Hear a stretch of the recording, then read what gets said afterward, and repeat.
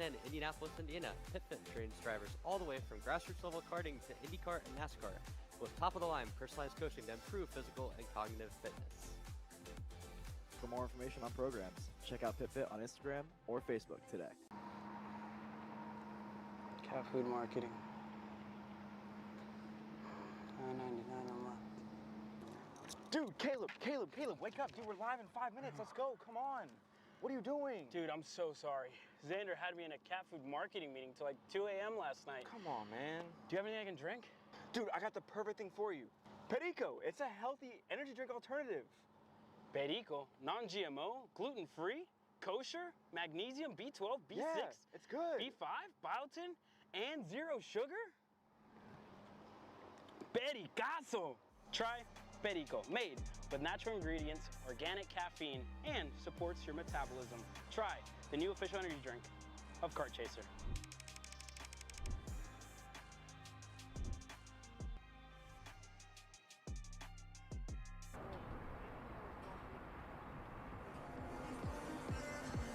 Before we go into main event racing action, we ask that everybody here in the paddock please rise and remove your caps for the playing of our national anthem.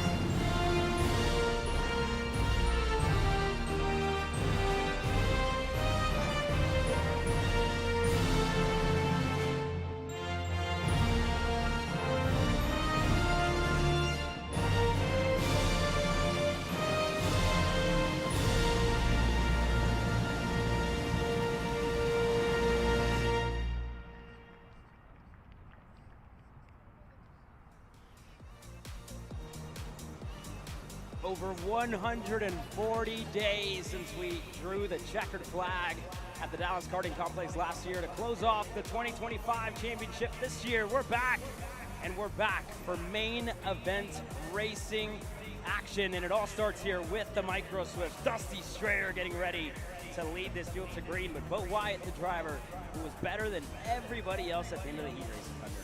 Yeah, Bo Wyatt, great heat racing action. One heat 3 as well. Obviously, Dusty Strayer came back one heat 2 by a good margin, just like how Bo Wyatt did in heat 1. A little bit more racing in heat 3 between the two. Yeah, and you got drivers as well further back in the grid. Shep Sullivan and Bodie Byer out of Waco, Texas, start on that second row. Shep Sullivan had a good day, good pace yesterday as well on his Vassar Sullivan racing machine. He's starting alongside Byer, who also had great pace yesterday. I believe finished third in one of the heat races, which is why he's starting so close up to the front. And we've talked a lot about the inside and the outside line. That inside line, where Bo Wyatt, Sullivan, and Cairo Ahmad back in fifth, they're going to be starting and looking to make up some good spots. Turn one, quick left-hander, and obviously punching off is definitely the name of the game. But with 190 drivers here this weekend, man, oh man, this paddock is as lively as I've seen it in a very long time. It's been 140 days, Hunter, since we've been back here at the Texas Sprint Racing Series, but so good to see so many new faces and again, new drivers out here joining us, coming into the sport. And that's really what this is all about, the regional level, the grassroots level. And it's been an absolute pleasure to bring this action to all you guys at home. We hope that you guys are enjoying it, and as well to everybody here in the paddock. But 190 is what we have here this weekend, and Micro Swift presented by Arcade Motorsports is coming your way next.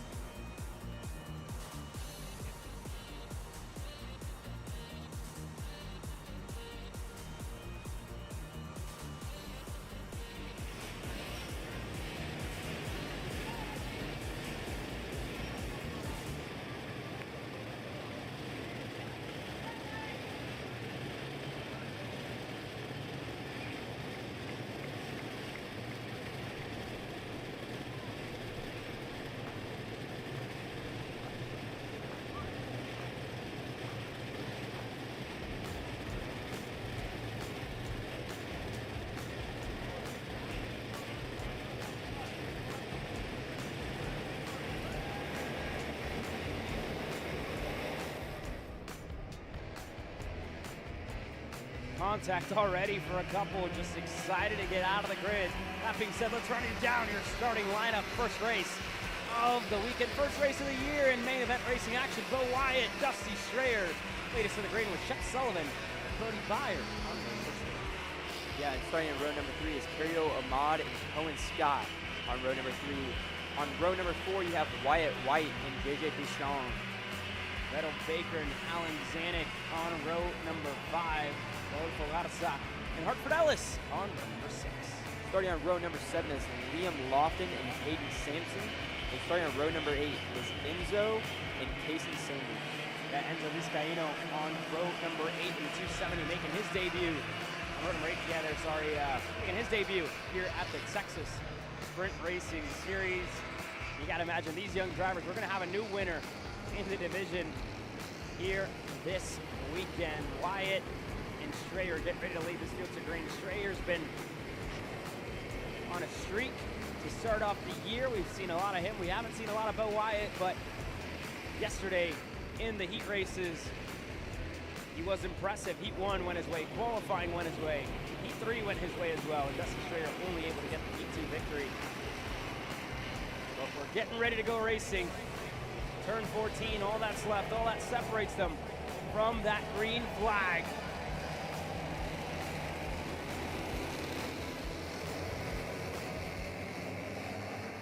You look to the flags. Bo Wyatt, Dusty Strayer. Not yet. Not yet, Green Hunter. Gonna have to wait one more lap to get this one underway. Yeah, I don't know if the officials are trying to get that outside lane a little bit better to start, because obviously you saw the inside lane, they got a really good start, and the outside was just falling back a little bit. Yeah, just making sure everybody's getting ready to go.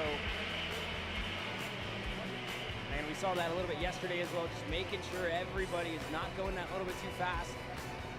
As well, just calming the nerves down as well is important for these young drivers. First race of the year for some of them. We'll see how it all goes as well. Must be said, when you talk about temperature, a little bit cooler out today than what we had yesterday. And again, we're straight into main event racing action. So at the moment, about 70 degrees outside, just thereabout. And today should be a little bit overcast, if you will, with rain expected later on in the week here in the Houston area. So that's something different, right? For these drivers and with conditions as well changing here today after a very hot day with the sun out beaming down.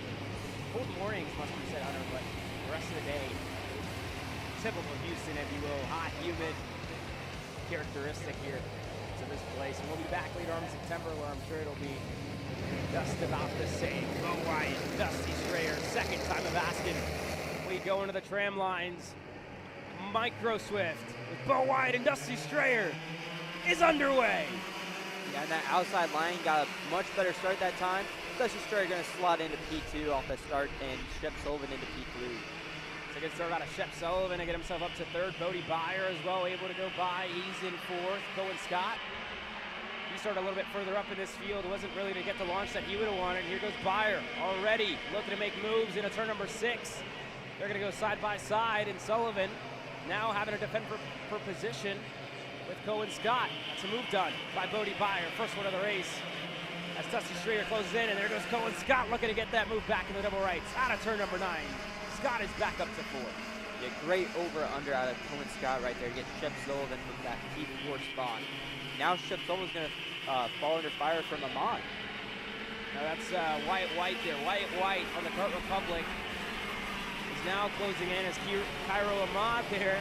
Almost called him Chemo. Older brother racing later on today in the mini sub class. Actually right after this, so it's a long, I would say, half hour for mom and dad watching both their boys go at it as we're side by side for third. Cohen Scott looking around the outside of Bodie Byer in turn number 3. Gets that move done.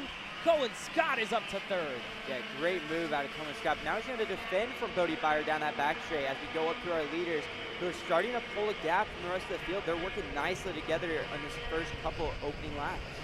As we have more battling in the back as Bodie Byer is around. Bodie Byer goes around in turn number 7.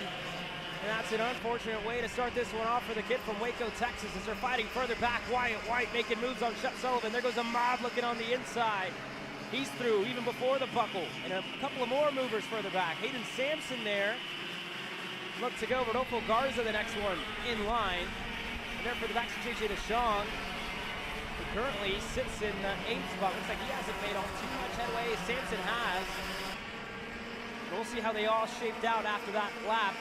As now Sullivan with a good run. He's still down in 6th. Sampson's in 8th. DeShong in 9th. Sanders in 10th. Vettel Baker, rookie, in 11th after moving up last year from the Kid Kart division. On the back straightaway now. And we got blocking going down into turn 6. Shep Sullivan's going to go on the inside of Ahmad right there. Here goes Cairo Ahmad now into turn number 7. Hayden Sampson in the 291. TV cart goes through. Look at Rodolfo Garza all the way to the low side in turn number 8, up and over the curbs. That move not going to stick, as Ahmad able to get a better run around the outside, and now that's going to move Garza just a little bit closer to DeShong in the 277. The two CRGs looking to work their way by on the Tony cart. As we work our way back up front, here's Sullivan. Once again, this race gone backwards for him. Hasn't really been able to find his footing. And into turn number 1, look at Sullivan to the low side. Clear on Wyatt White. And that group of 3 right there had the purple lap time out of Hayden Sampson that last time by. Obviously, Shep Sullivan had great late pace in heat number 1. I'm expecting to see the same thing out of him to get back up to that lead group. Yeah, that's a great move out of Sullivan. Right? We saw him run up in the top 3 yesterday, top 4. Great recovery drive as well for himself in heat race number 3. And now Wyatt White and Hayden Sampson, they're going to go back and forth. Cairo Ahmad, Rodolfo Garza. We've seen a lot of this, right? These drivers just going at it, back and forth, moves on the inside, nose down low on the exit of turn number 9. Just a very competitive midfield here this weekend as Garza breaks into the back. You see Cairo Ahmad just not all too happy. Yeah, Cairo Ahmad didn't really like that push going into the buckle. Now he's right on the back of JJ DeShong though. Sorry, excuse me, that's not JJ DeShong, that's Hayden Sampson. JJ DeShong now. As we were talking to the 277, looking to cross up Garza, and he does so. And turn number 1, DeShong is clear. And just an update up front, Bo Wyatt and Dusty Strayer, haven't made moves just yet. The 2 leaders are still nose to tail. And we're probably not going to see much out of these 2 until we get to the end. Further back, though, they're giving us all the action that we're missing up front. Wyatt White going back on Ahmad. Here comes Sampson looking on the inside on the TV card. Yeah, Sampson trying to get that over-under as they get together on the side. Oh. And they're still getting together down, going into the buckle. Smoke in the air in between the 2, and there goes Sampson on the inside of the buckle. Ahmad looking to set up that over-under. And Sampson going to squeeze him to the low side. Here comes the DeShong and Garza. We look down trackside. What a move by Rodolfo Garza on the inside of DeShong. In turn 14, Garza's clear. Yeah, great move out of Garza right there. Get clear to that spot. Now they're going into turn 1, 2, and 3, going into the double right. What a drive thus far for Hayden Sampson. You just saw it on the left-hand side of your screen on the timing pylon. 8 spots gained so far in this race. That young man in the 291 is absolutely flying here in this main event. And again, he's got time at hand, over 7 minutes to go. And with his battling further back, that's going to give him a little bit of breathing room as Ahmad and Garza still going back and forth. And further back, one of the youngsters, Kason Sanders, 295 there, that we're seeing looking to get a nose down low. Here goes Garza on the inside again on Ahmad. That 222 is starting to fire off here halfway through this race. Yeah, that 222 is starting to fire off, and Ahmad's just being pressured non-stop as here comes none other than Jason Sanders and Vettel Baker right there, Hunter. They're reeling in on him, and they're going to try to get around him just as fast as Garza did. Here we go, Ahmad. Thought about it, going low into turn number 2. You don't see moves all too often through there. Turn 3, quite difficult to get it done, but we've already seen a lot of that this weekend. Turn 1 as well, turn 2. That's one of the harder corners to kind of make a move in. And again, it's just, we're seeing these drivers looking for any ounce of pace they can extract out of their micro swips is Sanders, Baker. They're side by side on the exit of 6. Out of 7, Sanders stays ahead. Here goes Baker on the inside. Vettel, turn number 8. The 209 is clear. Yeah, Vettel Baker with a nice move to get up to another spot. One thing I did notice is Ahmad wants to get back on Garza. He looked down the inside, going down the back straight, just had no help from JJ DeSong.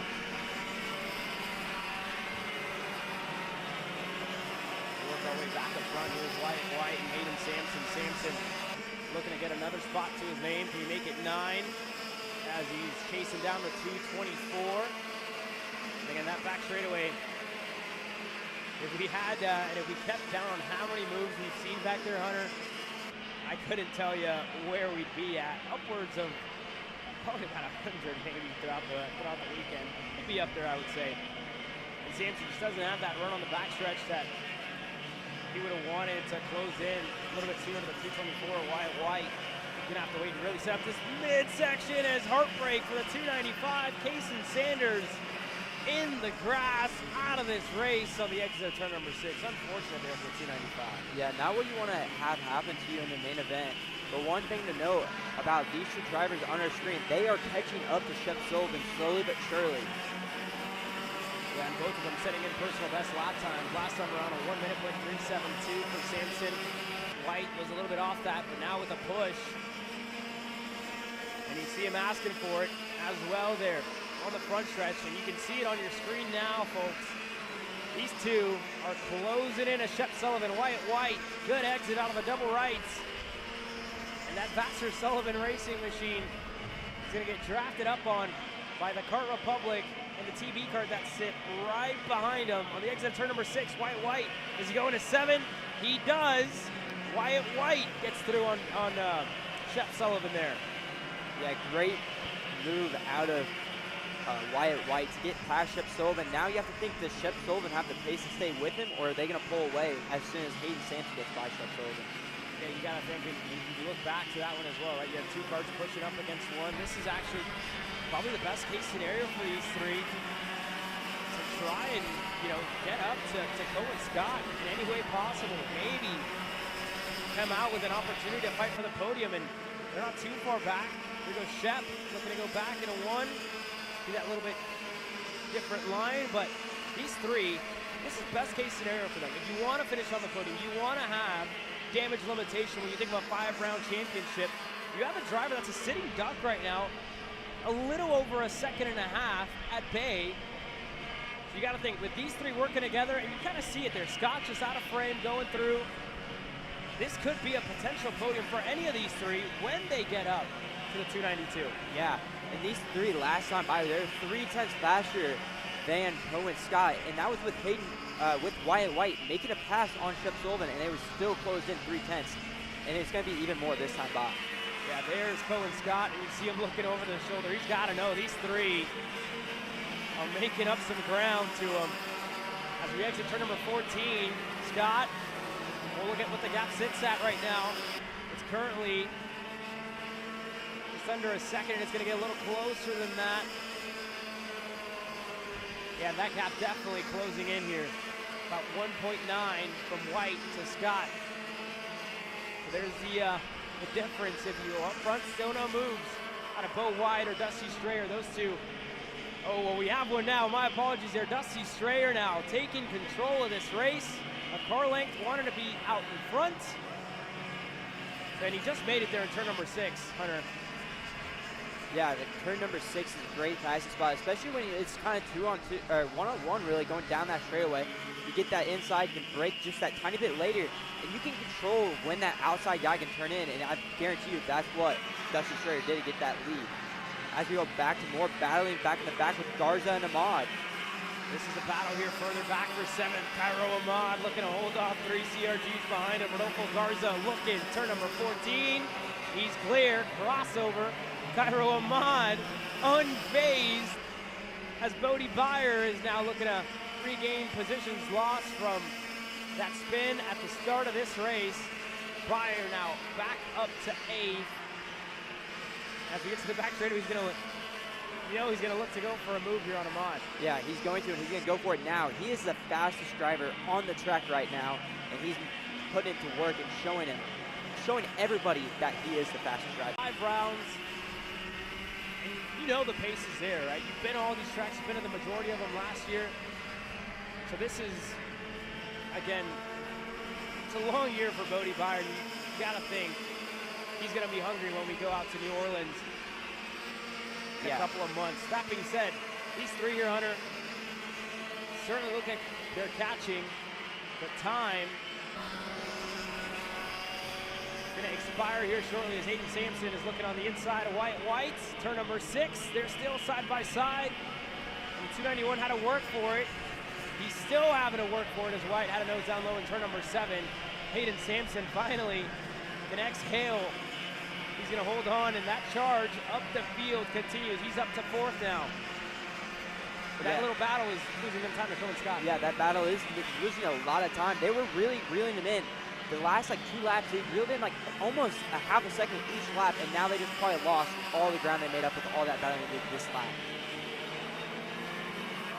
Well, we're getting close to the end here. Dusty Strayer and Bo Wyatt. When you look at a new year of the champion, Brody Stoffel, winning 4, or really 3 out of the 5 races last year, clinching that championship before going to DKC. Given the opportunity for new drivers, right, to emerge, to come into the limelight. Dusty Strayer and Bo Wyatt have certainly done that here this weekend. We've seen a lot of the Paralympics to start off 2026. And this weekend we've seen a lot of them as well. But Bo Wyatt's just been that little bit better. It's marginal. And now they're going to have to fight for it as Wyatt looking for the move into the buckle.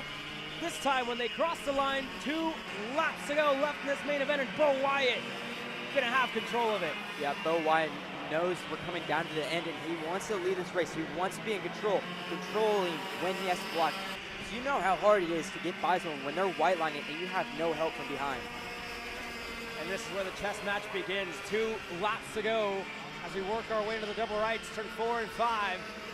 Dusty Strayer is gonna give it everything he's got this final lap. Final 2 laps, I should say, as Bo Wyatt goes to the bottom of the racetrack. Strayer to the high side. And Strayer not going to have the run around the outside. A look to put it on the inside as he looks to open up and just into the rear bumper there of Bo Wyatt. And where is Cohen Scott? He's still a little bit too far back, 6+ seconds.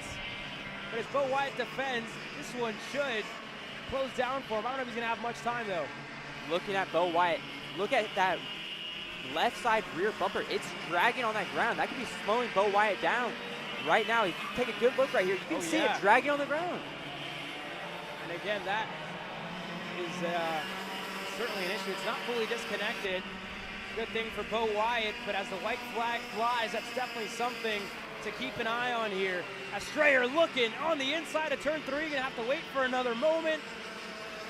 As we work our way onto the backstretch, Dusty Strayer looking for his first win here at TSRS at the opening round in 2026. Already has one at SCUSA, one here at this very track. But now looking to deny Bo Wyatt, who goes a little wide on the exit of turn number 6. Yeah, Bo Wyatt's a little wide.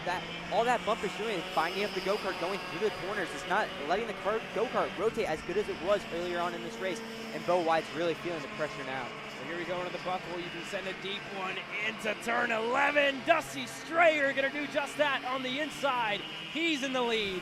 And it's one more opportunity for Bo Wyatt. Does he go for it? Turn 13. We're side by side for the lead. We're side by side for the win. Strayer holds on to it on the inside. Bo Wyatt on the outside. Wyatt has the run. Wyatt has the lead. And Wyatt has the win in Houston. What a great race out of Bo Wyatt. Dusty Strayer just falling short of that win that he wanted into P2, with Cohen Scott remaining on that podium spot in P30. Hayden Sampson, what a drive. Take a bow, kid. The 291, 10 spots gained in this main event to finish inside of the top 5. And Shep Sullivan with a top 5 finish at the end of it. All results provisional, but Bo Wyatt, what a way to stick it through.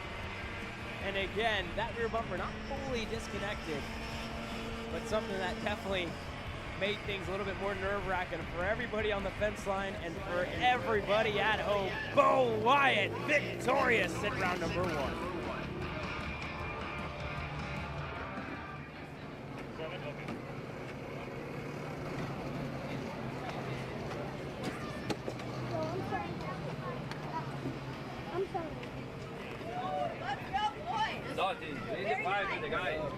Hey, I'm sorry that I hit them.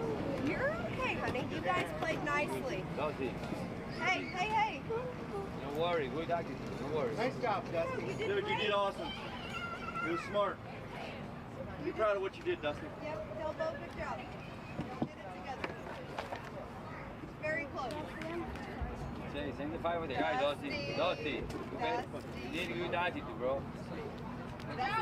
Oh, yeah. You don't forget, no, you need a sport guy.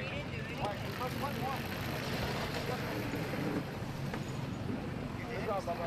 Hey, we had to push for one more lap or two, bud. Gotta let him push a little bit. Good job, Chef.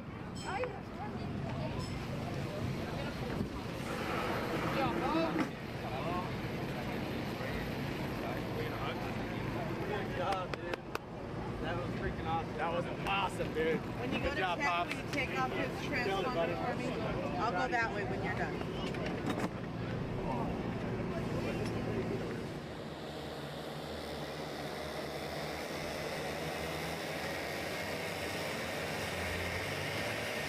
We're getting ready to do it all over again in Mini Swift, presented by the AR Academy as well. Bo Wyatt, first winner on the day. As you see, kind of respect out of him as well, right? Going up to Dusty, feeling bad about that little bit of contact. Going up to the parents and apologizing as well. Really, really cool to see out of Bo as well. You see what it means to these kids as well, right? Like how bad they want to go out there and win every time they hit the racetrack. They're competitors at the end of the day, and they're racing drivers at the end of the day as well. Bennick looking to go 2 for 2 in the Swift divisions. Already got one in Micro Swift. Looking to get another one in Mini Swift. As their main man, Dutch Westbrook, starts on the inside alongside Karts CRG USA's Brody Stoffel on the outside. Starting in row number 2 is Mace Lasek, and on the outside of row number 2 is Kimo Ahmad. Row number 3, Polo Santos and Marshall Steves. Back to row number 4 with Max Santana and Liam Estalis, Sebastian Sampson and Jensen Willander on row number 5. Jaden Jolivet and Aiden Wash on row number 6. Starting at row number 7 is Benson Hanberg and Aiden Wash there, Benson Hanberg and Aitayo Olisa, Landry Bridges, and Valentin Avellino. Benson Hale back on row number 9. And here we go. Your Mini Swift class with a lot of graduating members, a couple of new faces, but they are familiar. Westbrook on the inside, Stoffel on the outside with Lasek and Ahmad on that second row. Moore looking to get themselves into the mix. We're into the tram lines, and we're underway in Mini Swift. Great start for that inside row. Brody Stoffel really had no help behind him, sliding into P3 off that start. Yeah, Ahmad just kind of let it breathe. I'm not sure if he bogged down or if he just gave himself a little bit of room to get through the start. As we work our way through first opening lap, and Mace Lasek already looking for the lead. Mace Lasek to the front for about a second, and Westbrook, as easy as that, able to set up the crossover. Polo Santos already up to third as well. Able to get through on Brody Stoffel, who's back and forth. Then you go to Ahmad. Then Max Santana, who just got buried in the field, swallowed at the start. There, he's started 6th. I think he might be a little bit further back than that, as Marshall Steves is now ahead of him. Yeah, not a great start for Max Santana this time by. As we have Kimo Ahmad coming up to Brody Stoffel, and he's going to send it in deep going into the boot. Brody Stoffel's going to try over under and coming onto the straightaway. They're going to go side by side, up in the air. Brody Stoffel's in the grass. Brody Stoffel in the grass, contact with himself and Kimo Ahmad in the last corner, turn 15. And Stoffel plummets down the order. That is one of the biggest moments that we've seen out of those two, and especially in turn 15 there on the inside. Yeah, just hard one to tell, as now Ahmad's still going, and now pressured with Liam Astalis, who's right behind him, and Max Santana, who's right in line. Yeah, Max Santana's gonna go right up on the inside right there. Good pass out of him. And we got a group of 4 all battling for the same real estate of track. Yeah, Jensen Willender's the driver there right behind him. Looking to close in on Astalis and Santana. And one more just right behind them. One of the Orslon racing machines. They work their way through. This time around, turn number 14. Marshall Steves, Kimo Ahmad. They're working their way up this order up front. It's still Westbrook, Lasek, and Polo Santos. Your top 3. Yeah, and those Paulo Santos got really no help catching up to the lead too. He's gonna need Marshall Steves and Kimo Ahmad to start working really good together to get up to him and give him some help to get to the front too. Yeah, here we go this time by, and again you saw it there on Lasek, right? He tried it a lap ago, at the start of the race I should say, and didn't quite stick, so he's probably, I would assume so, right, with the gap they kind of built to drivers further back like Polo Santos. Probably get the signals from the fence line and just push forward and try and extend that gap as much as possible. That's really, you know, after speaking with a lot of people, you kind of want to get yourself out of the mess. You want to stay ahead of everybody else. And just when this gap opens up, especially in the mini swift class, your gap in your room out there on the racetrack is really going to grow. You saw throughout a micro swift speaking to a couple of the parents there of how Dusty Strayer and how Bo White waited for almost the entire race. They passed once. That was when Strayer went up to 6th, and then Wyatt just passed them back. But as far as that went, 2 moves, max throughout the entirety of the 15 minutes, got them 6 seconds clear of the field.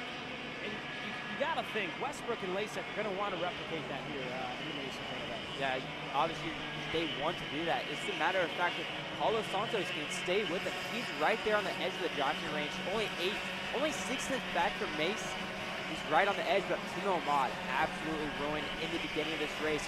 Went purple last time by with Marshall Steves right behind him, pushing forward. We'll see what this can do, what this kid could do in the 129.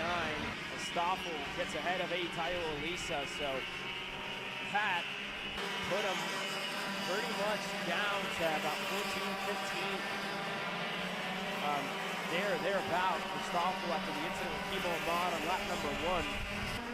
He's going to have to race his way and carve his way through this field. He's now up to 12. Sebastian Sampson is just up the road on the Bennick, the 188.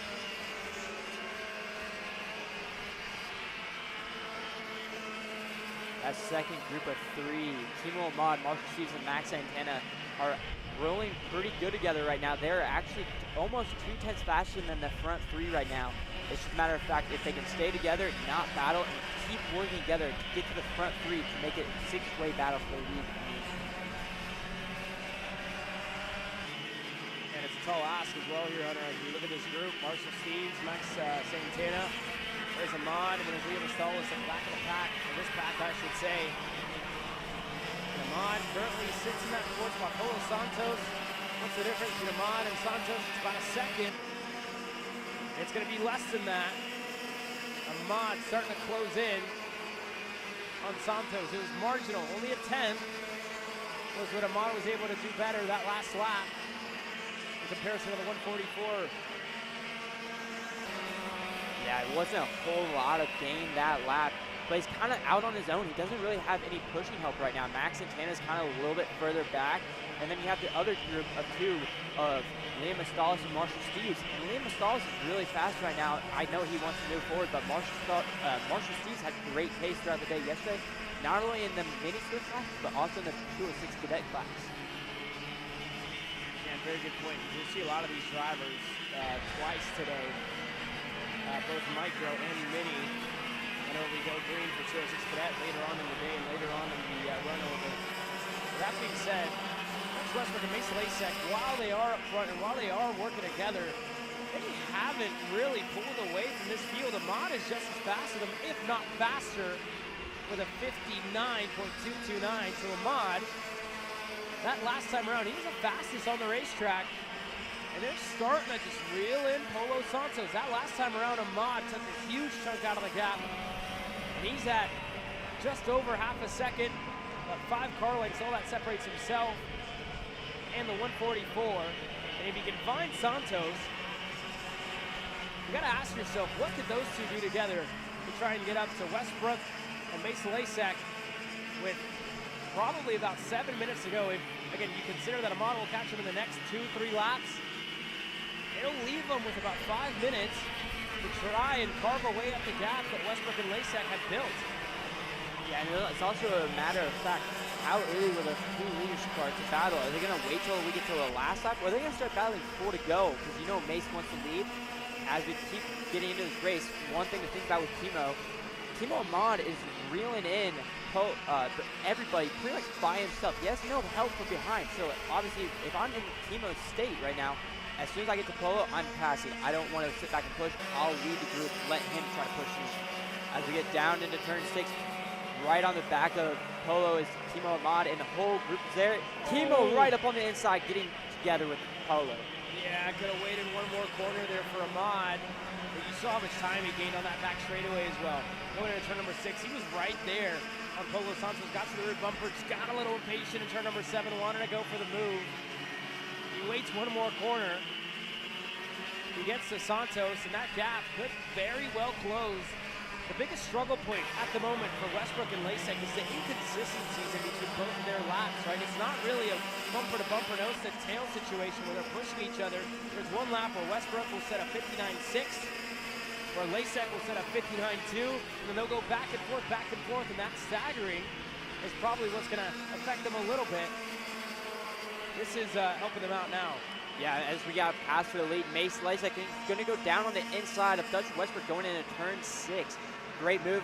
Dutch Westbrook trying to over-under him into Switchback City right here. Another over-under attempt out of Dutch Westbrook. He's going to hold the outside going into the double rights.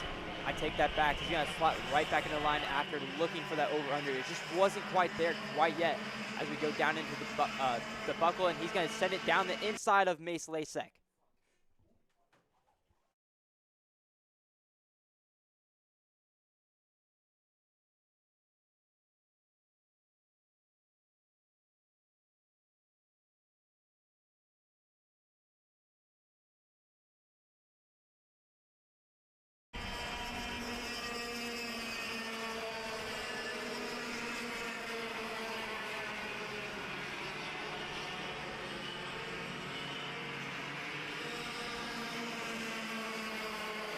The pass for the lead. Westbrook able to get back by, hit on the buckle, and he's back in the lead. And further back, Timo Ahmad now able to get around Polo Santos. Unfortunately, though, for Ahmad, his hard work might come undone, as he does have a 5-second penalty for that incident in turn 15. That being said, this charge up the field still could very well mix up with these two battling for the lead. That one pass probably didn't lose them all too much time, but this will lose the second group a little bit of time. As Santos now getting passed by Liam Astalis in turn 14. Here comes Santana as well, looking on the inside. He's clear as we cross the stripe. Now Santana up to 5th, Astalis 4th, Ahmad 3rd. And the gap between them and the leader sits at about just over 2 seconds to try and get up to Mace Lasek and Dutch Westbrook to put themselves in contention for the first main event victory here at the Texas Sprint Racing Series in 2026.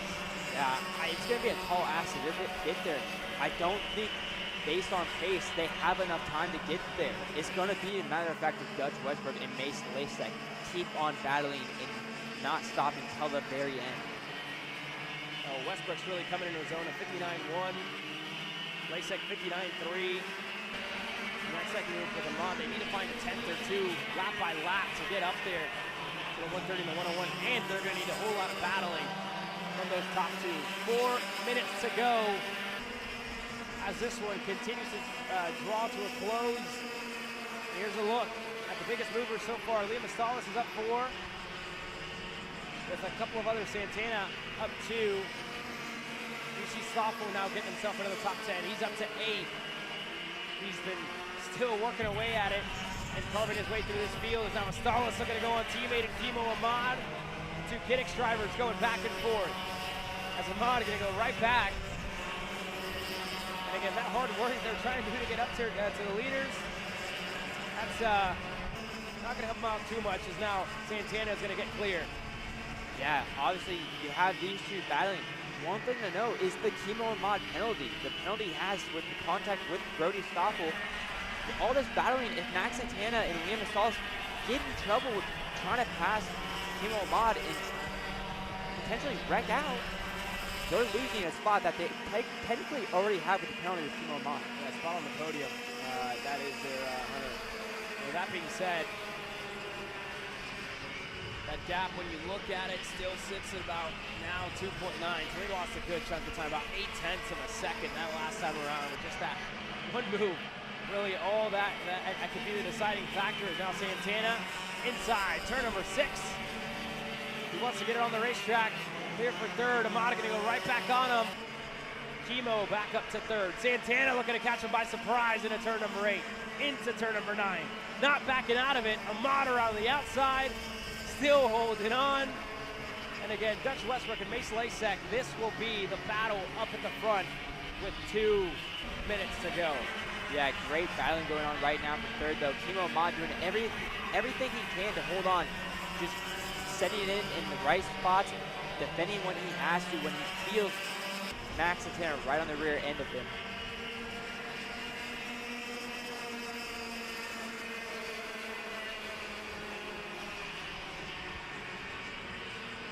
You kind of see it here from our screens as well, but one of the biggest differences, and we talked about a lot of them so far today, we talked about the cooler temperatures as well with the overcast day. A lot of clouds have moved in overnight, and that's all due to the wind that's kind of been blowing through here at New Caney, Texas, and that's kind of, we're getting reports that we're seeing a lot of, dirt and kind of dust on blowing on the racetrack. You'll see a lot of that as well throughout the day, but for everybody that could have been struggling yesterday, when we talk about the different conditions, today could be a little bit better for them. When we talk about the senior divisions and the senior categories. That's just something to know. You see it there, right? On the flags, and that's also going to be a big, huge tailwind when you get to the back straightaway. So that's actually headwind going down the back straights. Tailwind coming here. Or no, you have it right. I'm backwards. I'm backwards, Taylor. That's the direction here, Hunter. Gotta get a compass out of here or something. That being said, though, yeah, tailwind here because it's coming at us from where we're sitting. So it's gonna be a tailwind for these drivers. So just gonna, I guess, push them up there a little bit more and have a little bit more of that top end speed. And it should be, the wind should be at its high at just about noon here today. That being said, we're getting set to close this one out. 30 seconds left on the clock before it expires. And we'll see if Westbrook and Lasek make it in time to give themselves an extra lap here in this main event.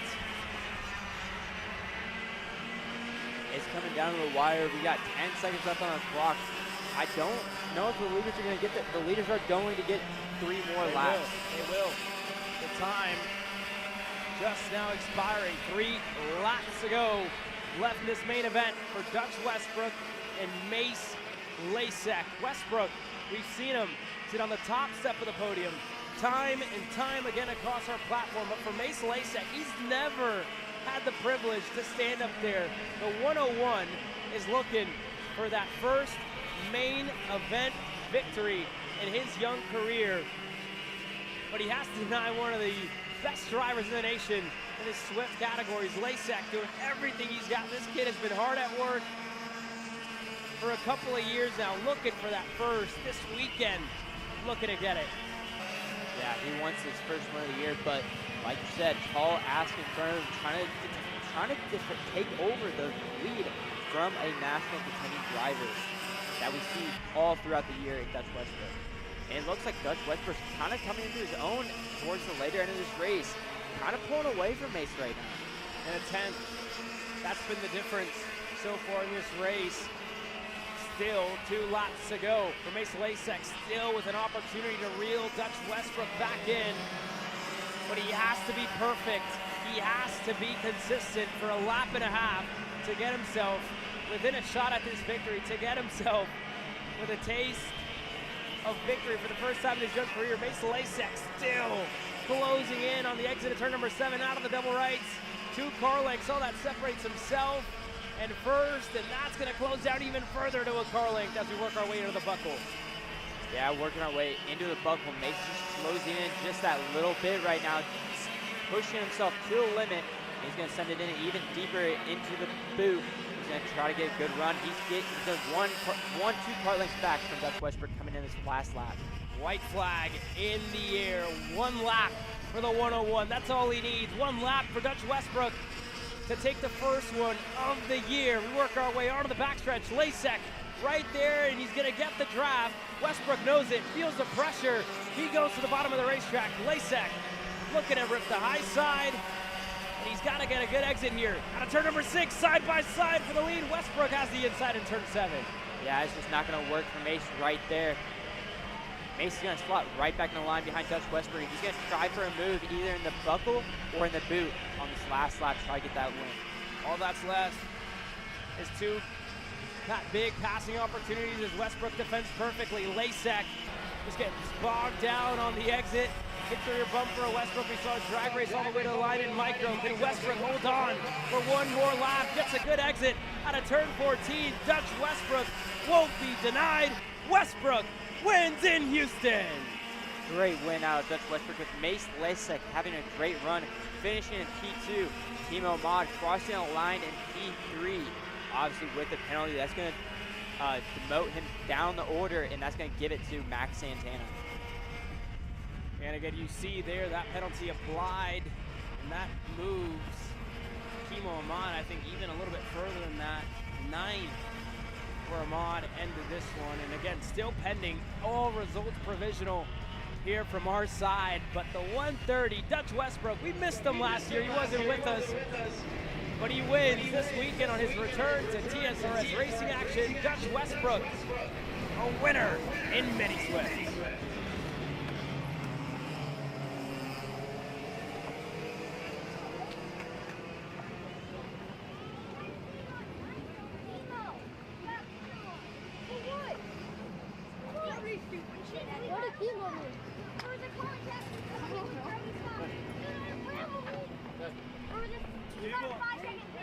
Give them that thing and let's go.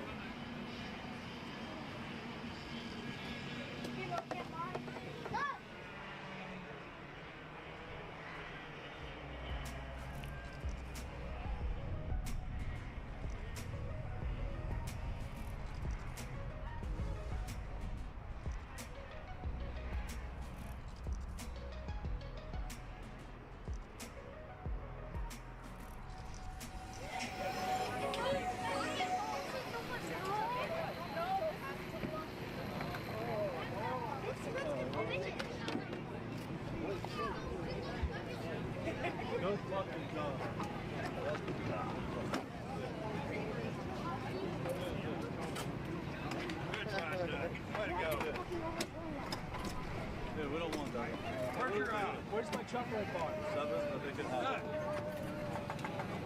Dutch Westbrook and Pennick sweep the cadet categories. You see Bo Wyatt there looking to celebrate with his teammate. Quick commercial break. When we return, more racing action getting set to come your way.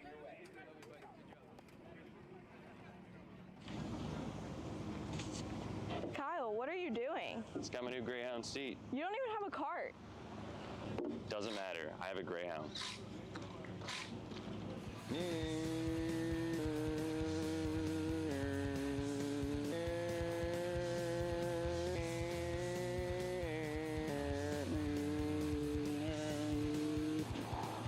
the f is Kyle Cuthbertson?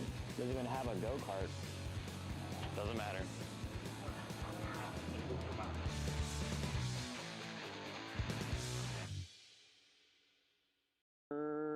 Cuthbertson through on Turney. Turney in the dirt.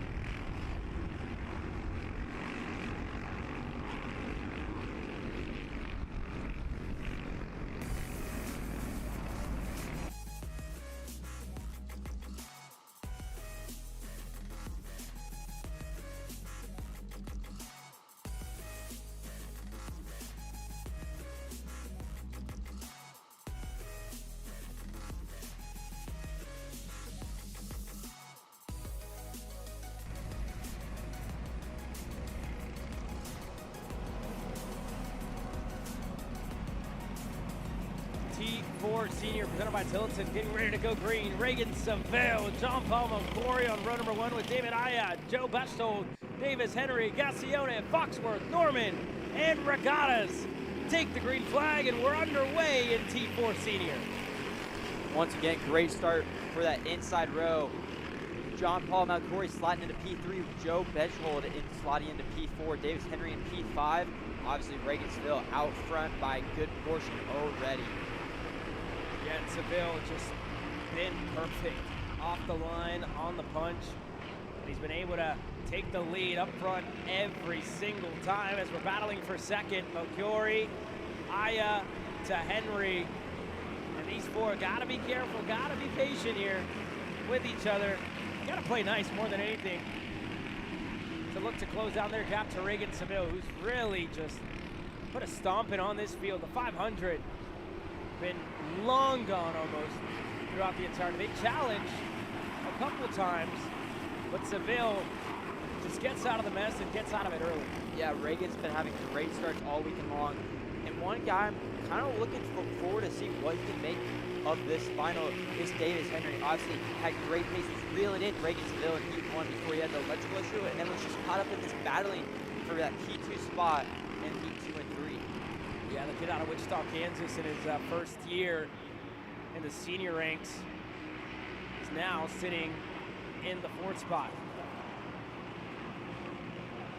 John Paul McCrory's been really fast throughout the weekend. Someone that's actually having pretty good pace early on right now is Joe Bechtold. Hasn't really seen too much of him this weekend. He's kind of been on the back foot, getting you, like we were talking about earlier and on yesterday, just trying to get used to how the track is here. It's not as big as what you see overseas, and it's not as smooth. It's more abrasive here at Speedsportz. So good to see him moving forward, and David Aya is right on the back of John Paul McCrory. Yeah, these top four single file, and Seville's been fast on his own. We'll see what the difference is this time by now that everybody else is kind of slowed down just a little bit. Aya with the fastest lap of the race. 1 minute, 0.986. That second group is that tick faster than Reagan Seville. It's just not enough to get to Reagan, though. It's not even a half a tenth, really. Only the fastest is that second group, and that's going to take a lot to take down that 9-10th gap. They're side by side here. Davis Henry, David Aya, and we see Henry look for a move and just kind of pointing forward to Aya. He's like, all right, let's just get on with it. Let's keep it going. Now Aya going to start to defend for third. Aya's has his hands all over on that wheel. Battling that go-kart looks right now as Joe Bechtold taking advantage of it. And he's going to get this. David Aya's getting inside of Joe Bechtold, and Davis Henry's going to try to send it around the outside of David Aya. And you see just the visible frustration out of David Aya as we went into turn 13. Looking to fight for position. That being said, up front, John Paul McCrory. Fastest lap of the race, and a tenth quicker. About half a tenth, I should say, excuse me, faster than Reagan Seville. Just need a little bit more, right? That 10th to 2 tenths are really going to make the difference. Is now Davis Henry going to go on the inside of turn number 6. He's clear on David Aya. Bechtold out of Amsterdam, Netherlands, puts himself up to third, and finally seen a little bit of the driver who's been to the trophy finals time and time again. This T4 senior package. Yeah, obviously this is what he races overseas, and this is like his bread and butter basically. This is what he does overseas, and it's working. He's just slowly getting to that pace that he needs to get up to that front pack. Obviously he's in third right now. As another lap goes by, Reagan Seville still out in P1, and this second group has fallen off of John Paul McCrory by a lot with all the battling that they have done on that last lap. Let's see what Davis Henry can do. He's the next one up as we work our way into turn number 6. As we have a look down low on the inside, Davis Henry slides up the racetrack, able to get himself clear.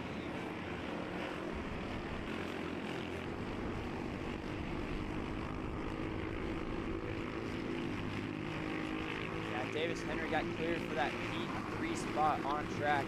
Now he's going to bring in David Aya and Joe Beckel back in the mix for David Aya to get back up into that P3 spot. Because you know he wants a podium. He doesn't want to be sitting in P5. He wants that podium spot.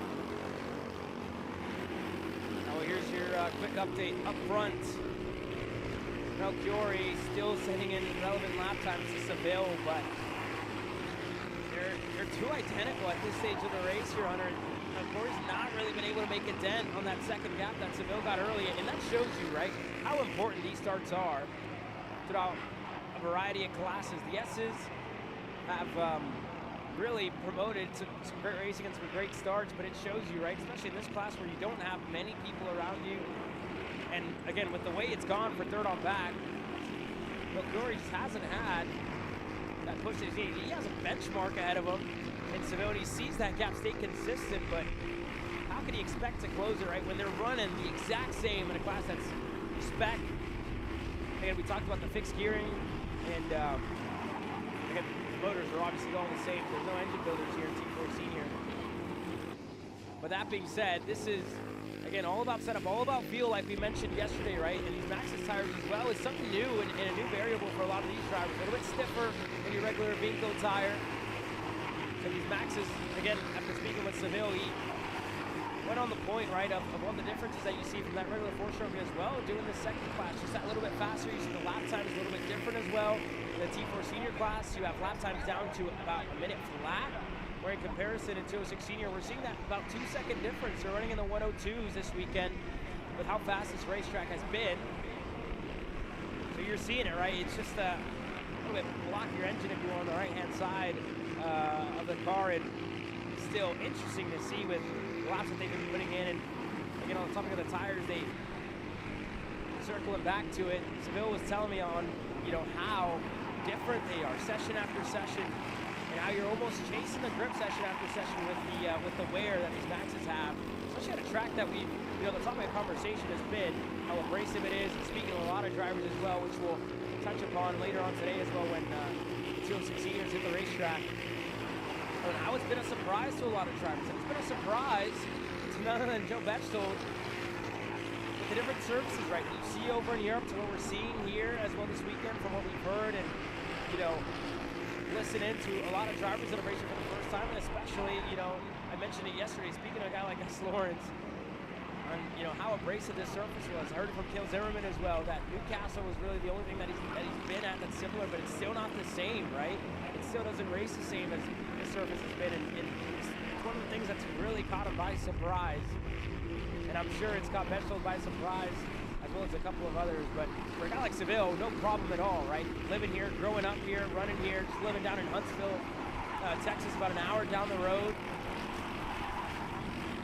And again, he's really taken to this class like he's been in it all his life, right? Just another car, to his words, it's another go-kart at the end of the day. He's got to drive the thing and drive it hard, right? That's it.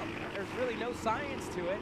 You go on and on about everything that's different, tires, engine, you know, corner speed, entry speed, braking point. At the end of the day, it's just another go-kart. You go out there and drive and try and put it up in the front and be better than everybody else.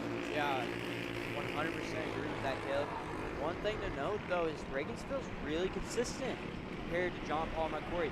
John Paul McCory's been running around the same lap times, but he has a lap every now and then where it's 2 to 3 times slower than Regensville, and that should keep opening up the gap. The gap's already up to a 1.5 seconds. And we're seeing the laps here. John Paul McCory last time around, he ran a 101.807. That was a 10th down on what Henry was able to run. Seville, like you mentioned, right, hasn't put a foot wrong for the entirety of this race, so that gap now sits at 1.5 as Bechtel and Aya gonna go back at it for the last of the podium places here. And again, at the end of the year, they will earn a ticket to go race at the Tillotson World Finals. So at the end of the championship, it's a great opportunity in the new class. Has delivered some great moments so far on its debut weekend. Yeah, it really has.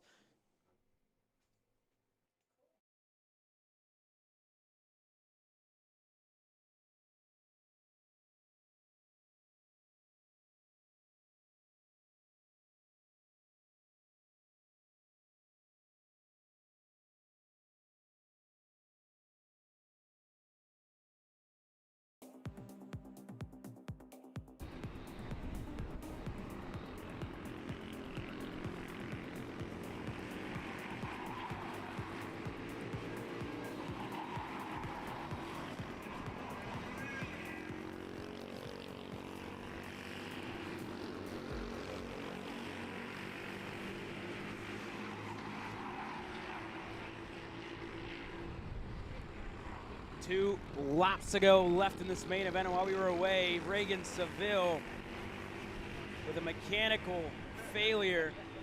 And he's out of this race earlier. The driver who had swept for the entirety of the weekend looked to complete it here in the main event. And just close to the end, a mechanical failure has denied him from doing so. And now John Melchiori is a lap and a half away, I should say, away from winning this main event. Yeah, not what we expected to see out of Reagan Seville. I wonder if it was the same problem Davis Henry had in Heat 1 with an electrical issue on that go-kart. But John Melchiori taking advantage of this and is out front. We still have a battle going on for P3, though, between Joe Bechtold and David Aya. Yeah, that battle for the podium still going on with Davis Henry in second, Bechtold in third, Aya to Gaccione inside of your top 5. White flag flies. The battle for the podium going to continue to rage on. Second on back. Still fighting. Bechtold right there. Aya to Henry, but up front, John Paul Melchiori. Haven't seen him in 4 cycle racing action all too much since moving up from 206 Junior, making the big jump over to the shifter ranks, Hunter. And now, this weekend on a return, this could be, again, a race that came with a little bit of luck. But sometimes that's all you need.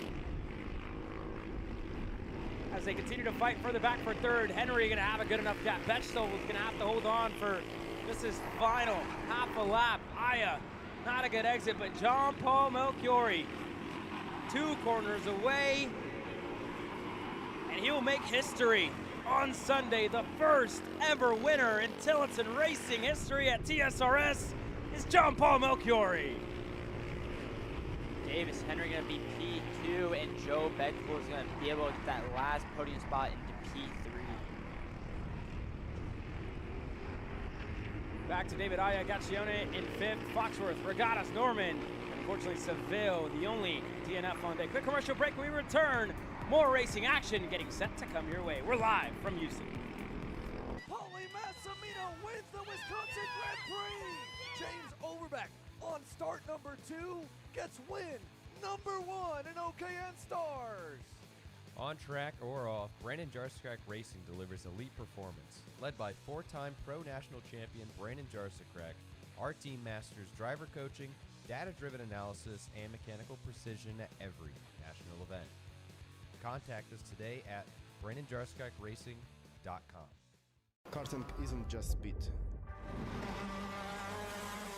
It's control, precision, freedom. At Atlanta Motorsport Park, Kart Freedom isn't just a team. It's where drivers are made.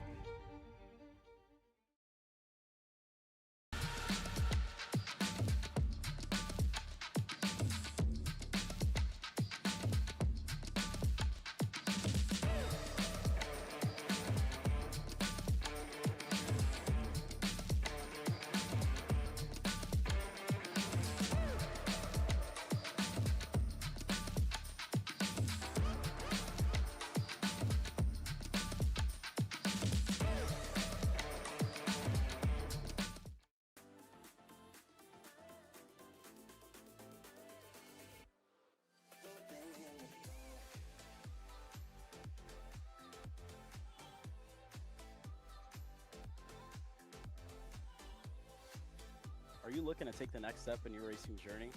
Well, look no further than PitFit. With 2 locations in Charlotte, North Carolina and Indianapolis, Indiana, PitFit trains drivers all the way from grassroots level karting to IndyCar and NASCAR, with top-of-the-line personalized coaching to improve physical and cognitive fitness. For more information on programs, check out PitFit on Instagram or Facebook today. Cat food marketing. $9.99 a month. Dude, Caleb, wake up. Dude, we're live in 5 minutes. Let's go. Come on. What are you doing? Dude, I'm so sorry. Xander had me in a cat food marketing meeting till like 2 a.m. last night. Come on, man. Do you have anything I can drink? Dude, I got the perfect thing for you. Perico. It's a healthy energy drink alternative. Perico, non-GMO, gluten-free, kosher, magnesium, B12, B6, yeah, it's good. B5, biotin, and 0 sugar? Pericazo! Try Perico, made with natural ingredients, organic caffeine, and supports your metabolism. Try the new official energy drink of Kart Chaser.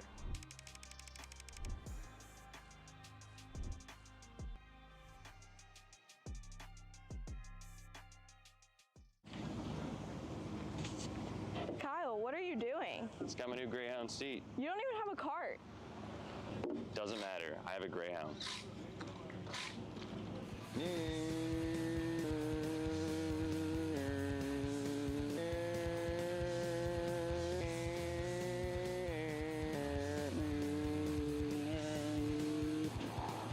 the f is Kyle Cuthbertson? Doesn't even have a go-kart. Doesn't matter.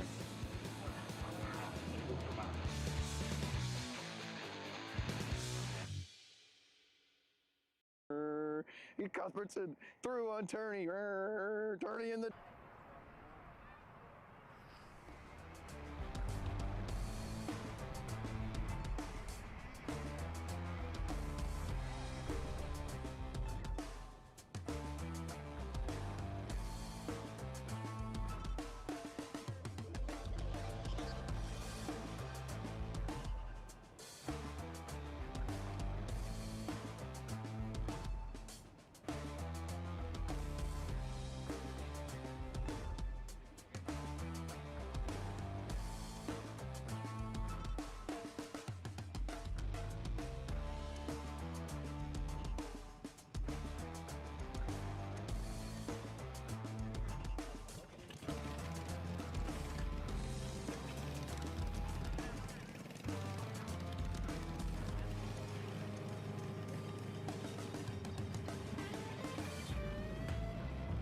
Engines are fired down on grid. 1 minute before we go racing in Kit Kart, presented by GR2 Motorsports. On the pole position, the 75 of Maverick Reddick, and to his outside, Sullivan Bodua out of Louisiana. And I know Grandma's watching on from home, and it took me a while yesterday, but we'll get it right today for Sullivan. Anderson Maxwell, Beckett Boudreaux, and more take the green flag from Houston. And up front, a good start for the 75. Maverick Reddick fires off.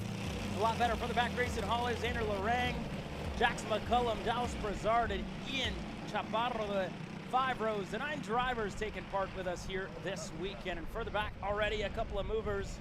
Bodua safe in second with Maxwell and Boudreaux going back and forth for the 3rd spot with Hollis not too far back in the 97.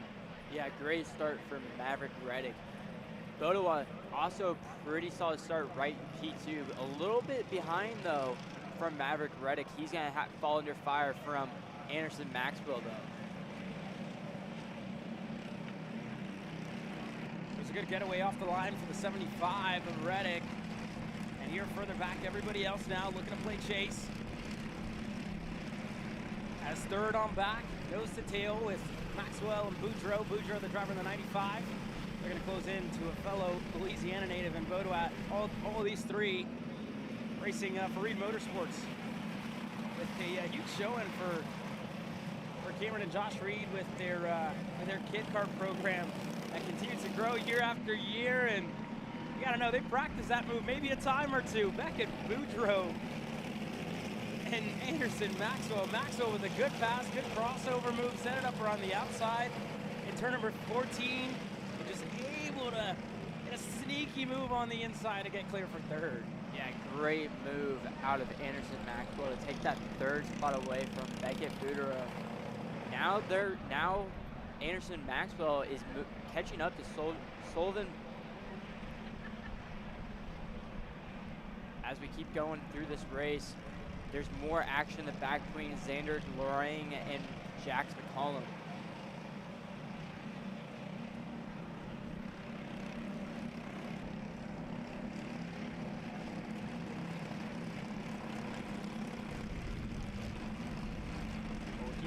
Here, and we'll keep an eye on the gap up front as well. That's currently stayed at just about a second. 9/10 the difference between Bodua and Reddick as we work our way through turn number 13. And these 3, almost 4 drivers in the mix get down low with the Kit Karts. Get them speeding their way through turn number 15. Maverick Reddick is absolutely rolling right now. 3/10 faster than Sullivan Bodowa. Yeah, already continuing to gain, continuing to find that pace. That just lacked for him a little bit yesterday. And again, you mentioned it, didn't seem completely comfortable in the 75 yesterday. And today it's almost a new look up front. And as well, this battle for second going to keep it lively for the entirety of this race. 1.2 the difference. But Kid Kart, you know, anything can happen in this class, always keeping us on the edge of our seats with these young drivers, the future stars. And funny enough, seeing these kids go at it is off the racetrack there for Boudreaux. But seeing now drivers kind of coming out of this division, you know, I always look back and I always tell the story year after year of, you know, looking back to how some of the youngsters started and some of the racing action that we've seen in between. You know, Dutch Westbrook, Brody Stoffel, Kimo Amon, that was a great race back in what I believe was 2022, I think maybe as far back as that, to 2023. They had a great little display, and that was a couple years ago, and now you see where those kids have kind of come to life and developed, and we'll see a lot of these kids as well as we follow them along, as we follow their young careers, and as we follow the Texas Sprint Race. Oh, what a way to sneak down low, just escape there. You see Hollis just a little upset there, and I don't blame him. Putting together a good race. Putting together a good race in that 97. What a move there out of the number 8. Jax McCollum just to get down low, just to get through. And able to hold on to position. Or gain a position, I should say there. Back to what I was saying about Maverick Reddick. Maverick Reddick fired off really fast this race. And I'm wondering to think if they are too high on their tire pressures, does his hands look really smooth right now on the wheel compared to it did yesterday? Yeah, looking a lot better than what he did yesterday. You see that gap opening up as well, 1.8. I think even more than that now. Here on our live time, he gets at about 2 seconds and growing as Bodois a little bit wide on the exit of the buckle. And now that brings Maxwell just that little bit closer. There's an update on the time. And we're just at 8.5 minutes left in this main event. We're just at the halfway point. As Maxwell, Bodois continue to go back and forth. And that's another fast lap out of the 75 up front. 1:15.477. That gap now sits 3 seconds. He's really found some pace here. Everybody else further back in the field running in the 1:16s here. So with the track change and everything that's kind of gone on to this weekend, 75 really coming to life here on Sunday. Yeah, Maverick Reddick really found the setup and dialed in for this main event today. But Anderson Maxwell's right on the back foot of Sullivan Bodowa right now.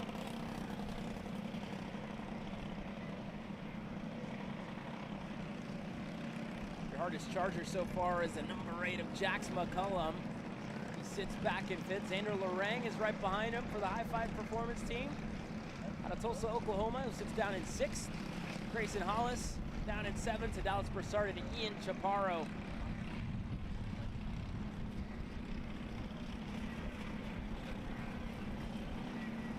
Chaparro, like I mentioned, he's down in 9th, bringing a good couple laps. You saw the parents, right? How they're trying to keep their kids dialed in, keep them focused, keep them going forward.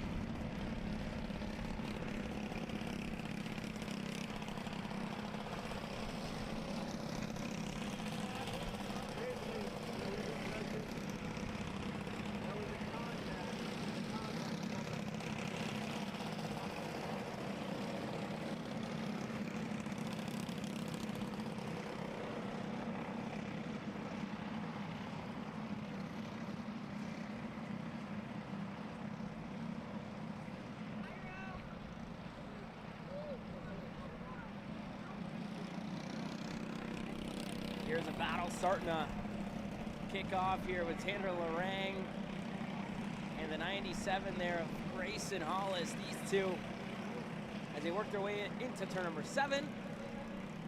Just right there with each other. Lorang in the 31. Came over to our media day with us on the Friday. Very, very lively as well, right? Like they've been here, been doing it for a very long time, but a little mistake on the 31 allows Hollis to get clear. Grayson starting to make up a little bit of time now. McCullum, the only one ahead of him. The number 8 up 2 spots, and we got contact further back, turn 14. McCullum going around. And he was having such a good race. 2 spots gained so far. That promotes Xander Lorang there a little bit. He's up into the top 5. That's a good showing out of Xander. Here's further back as we follow along with Dallas Broussard. He gained another spot there as well. The number 11 up a spot. So Broussard up to 7 here in this race. Out of that move, Jack McCullum getting a little bit sideways out of turn 14. One thing I noticed and why I feel like Xander Lorang kind of made a little bit of a jolt, and that's why Grayson Hollis got by him, was because Jack McCullum got a little bit sideways on the exit of the buckle, and then he got even worse in the boot. Yeah, unfortunate there for the number 8. Still 5 minutes to go. You know, this could be a turnaround here for McCullum if he could get back up there as we're following the battle up front for second. Maxwell and Baudouin fighting as the 19 now back in third, looking there, and the 99 just having a really good last lap around, able to go that little bit better than Sullivan and able to get ahead of him. They work their way into the S's.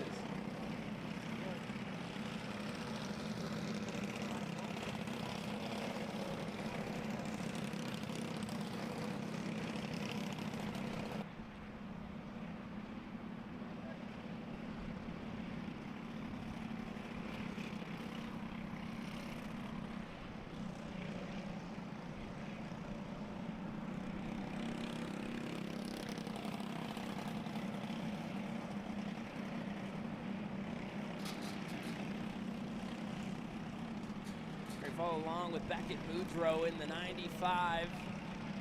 He's now starting to reel in a little bit. Drivers ahead of him running identical lap times, 1:16.7s. The 95 looking to regain some positions here. Grayson Hollis as well, he's up to 6th. Lorang still in 5th. Broussard to McCullum. Chaparro still down in 9th. As a battle further back, Sullivan Baudouin and Beckett Boudreaux, Anderson Maxwell getting together. That's going to move Beckett Boudreaux into the podium places.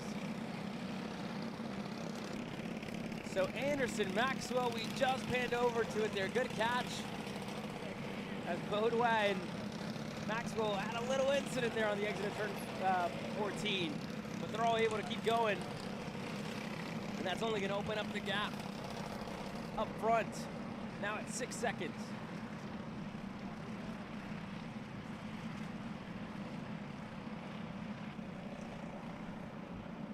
Maverick Reddick's absolutely rolling right now. He has not slowed down by a 10th. He's been really consistent, running a minute 15:40 and a minute 15:5 every single lap, just hitting his marks, not making any mistakes in that CRG right now.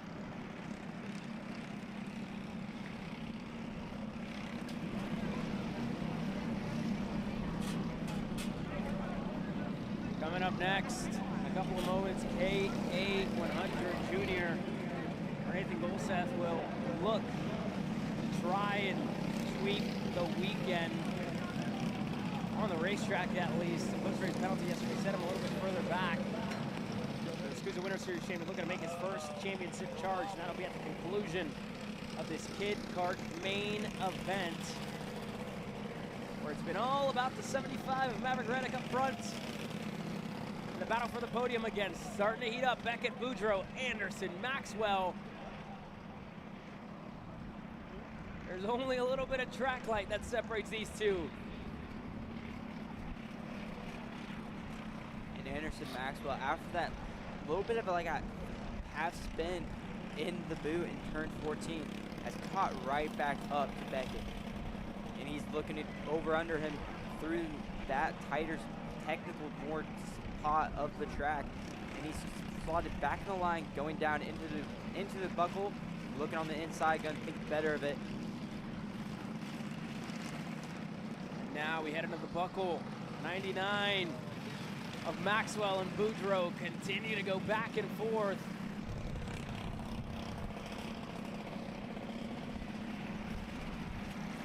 As we have one driver off. Oh, that's McCullum in the 8. McCullum down on the back straightaway. He's out of this race early. Unfortunately there for the number 8 for the AR Academy, who again was our hardest charger throughout this race, but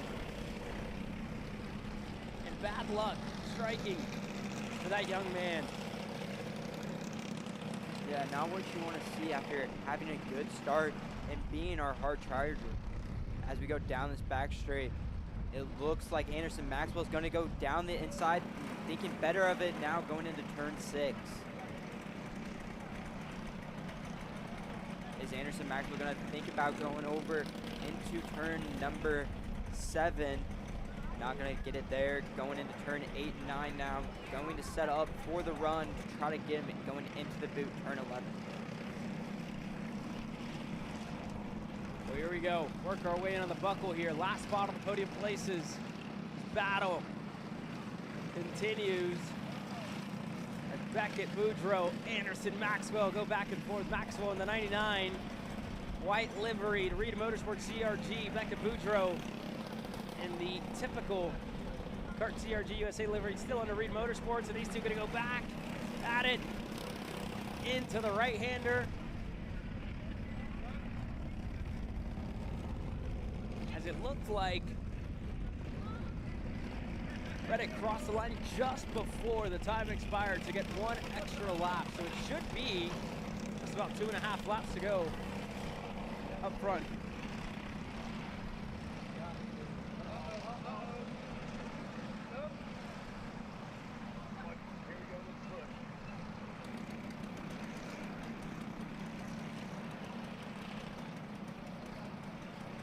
Here's a battle further back as well with Hollis and Lorang. They fight for a spot inside of the top 5. Lorang just looking to hold on to the 31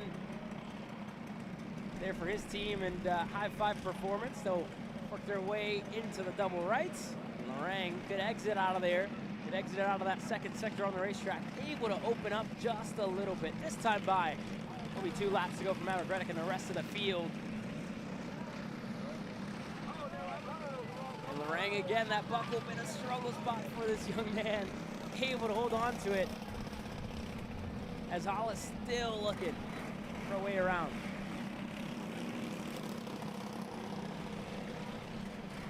Nice and clean through there for Lorang in the boot. Now he's going to go defensive down the front straight. Okay, see a difference in line in between these two. And the battle for third continues as Maxwell and Boudreaux in the 95 still going back and forth. That's a good run though out of Maxwell, who has the inside, looking over to his buddy, looking at a turn number 6. Anderson Maxwell's clear for third. That's a good move there out of Anderson Maxwell, but they're gonna go on into the double rights. Maxwell on the inside. Boudreaux on the outside, looking to set up a crossover.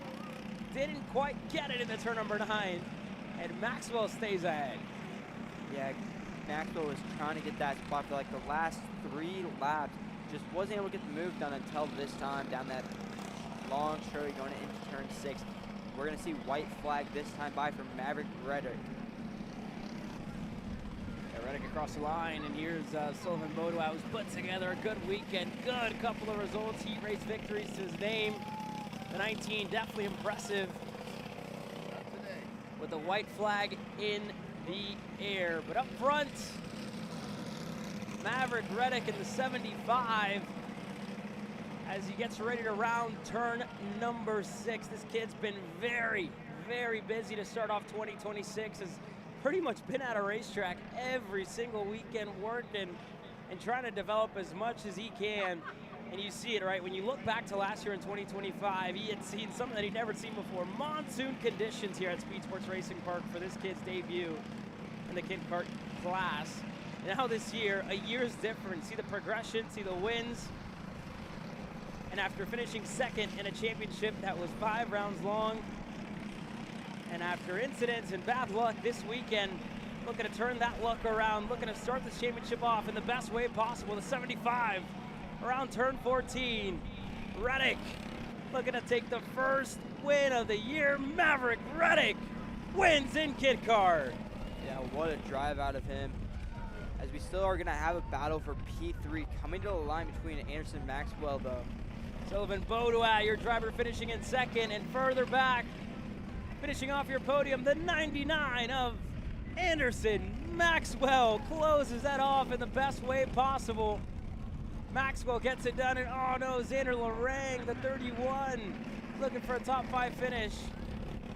Falls 1 lap short here in this Kid Kart main event, but the 75 Maverick Reddick wins the main event.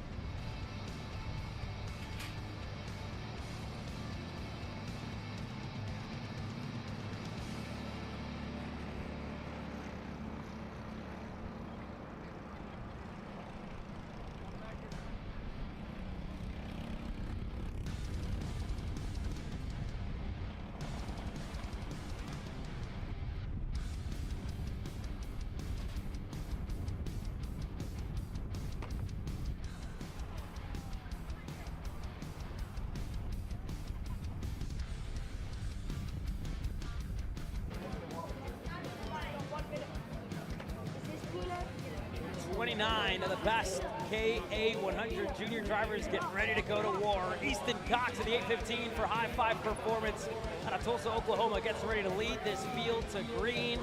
It's been a successful start for that young man, and it's been an even more successful start for this one right here. The 823 Nathan Golseth, Scusa, Winter Series champion, looking for his first championship here at the Texas Sprint Racing Series. He starts alongside him on row number 1. Nico Urbezo, Iron Rock Motorsports on the inside of row number 3. And how about a rookie on the outside? Aston Wyatt for the Alan Rudolph Racing Academy, looking for his first win in the junior ranks and looking to make some noise as well in his first main event of the year. Mason Berry starting on row number 3, starting 5th. It's been great progression for that driver as well. Seen a lot of him to start off the year. Tyron Kemper Jr., back-to-back champion. The number 1's been on there for 2 years running, looking to make it 3 this year. Has to start off this year in the best way possible before we get going in this main event. Jackson Baldus as well. Really good day for Baldus yesterday. Really good day for the 876 to put himself up at the front and to run up there for the entirety of it.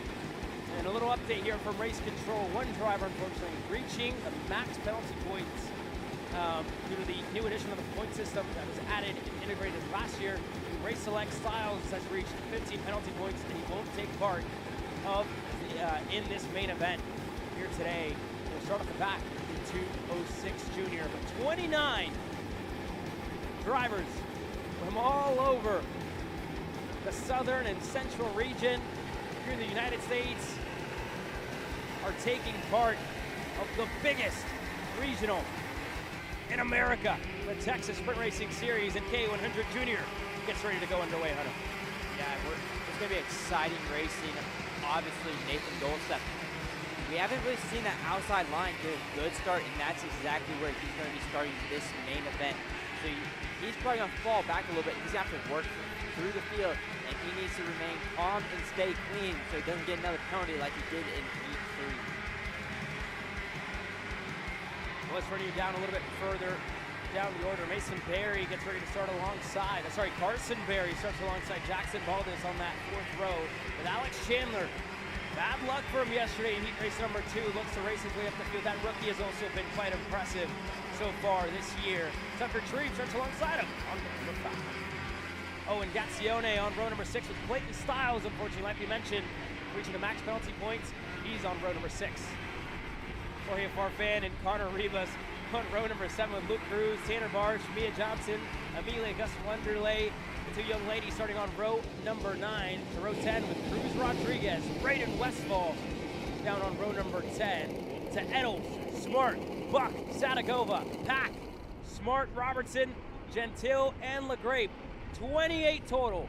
Get ready to bring us to the green flag. It's Easton Cox, High Five Performance on the inside. Nathan Golseth, Trackside Karting Services, GFC on the outside. And we're underway in KA Junior. That outside line with a great start. Nathan Golseth is going to take the lead from the outside. And Aston Wyatt is going to slide into P3. Easton Cox is in P2. Good start for the rookie. Aston Wyatt already making up a couple of spots as they go side by side with Alex Chandler looking to make up a couple of spots, but up front, second on back, they stay patient with each other. Not too many sends. There goes Mason Berry making the first one up here in that front group. Mason Berry repositions himself up to fourth as the rest of the pack works its way through. Looks like we kept all of them there at the start, Hunter. Clean start. Great to see a clean start in this class. One driver on the move is going to be Nico Orbezo, right behind Tyrone Kemper Jr. Same with Alex Chandler. Had great pass as he's going to send it in the boot on the 898 of Owen. Yeah, Gaziona there.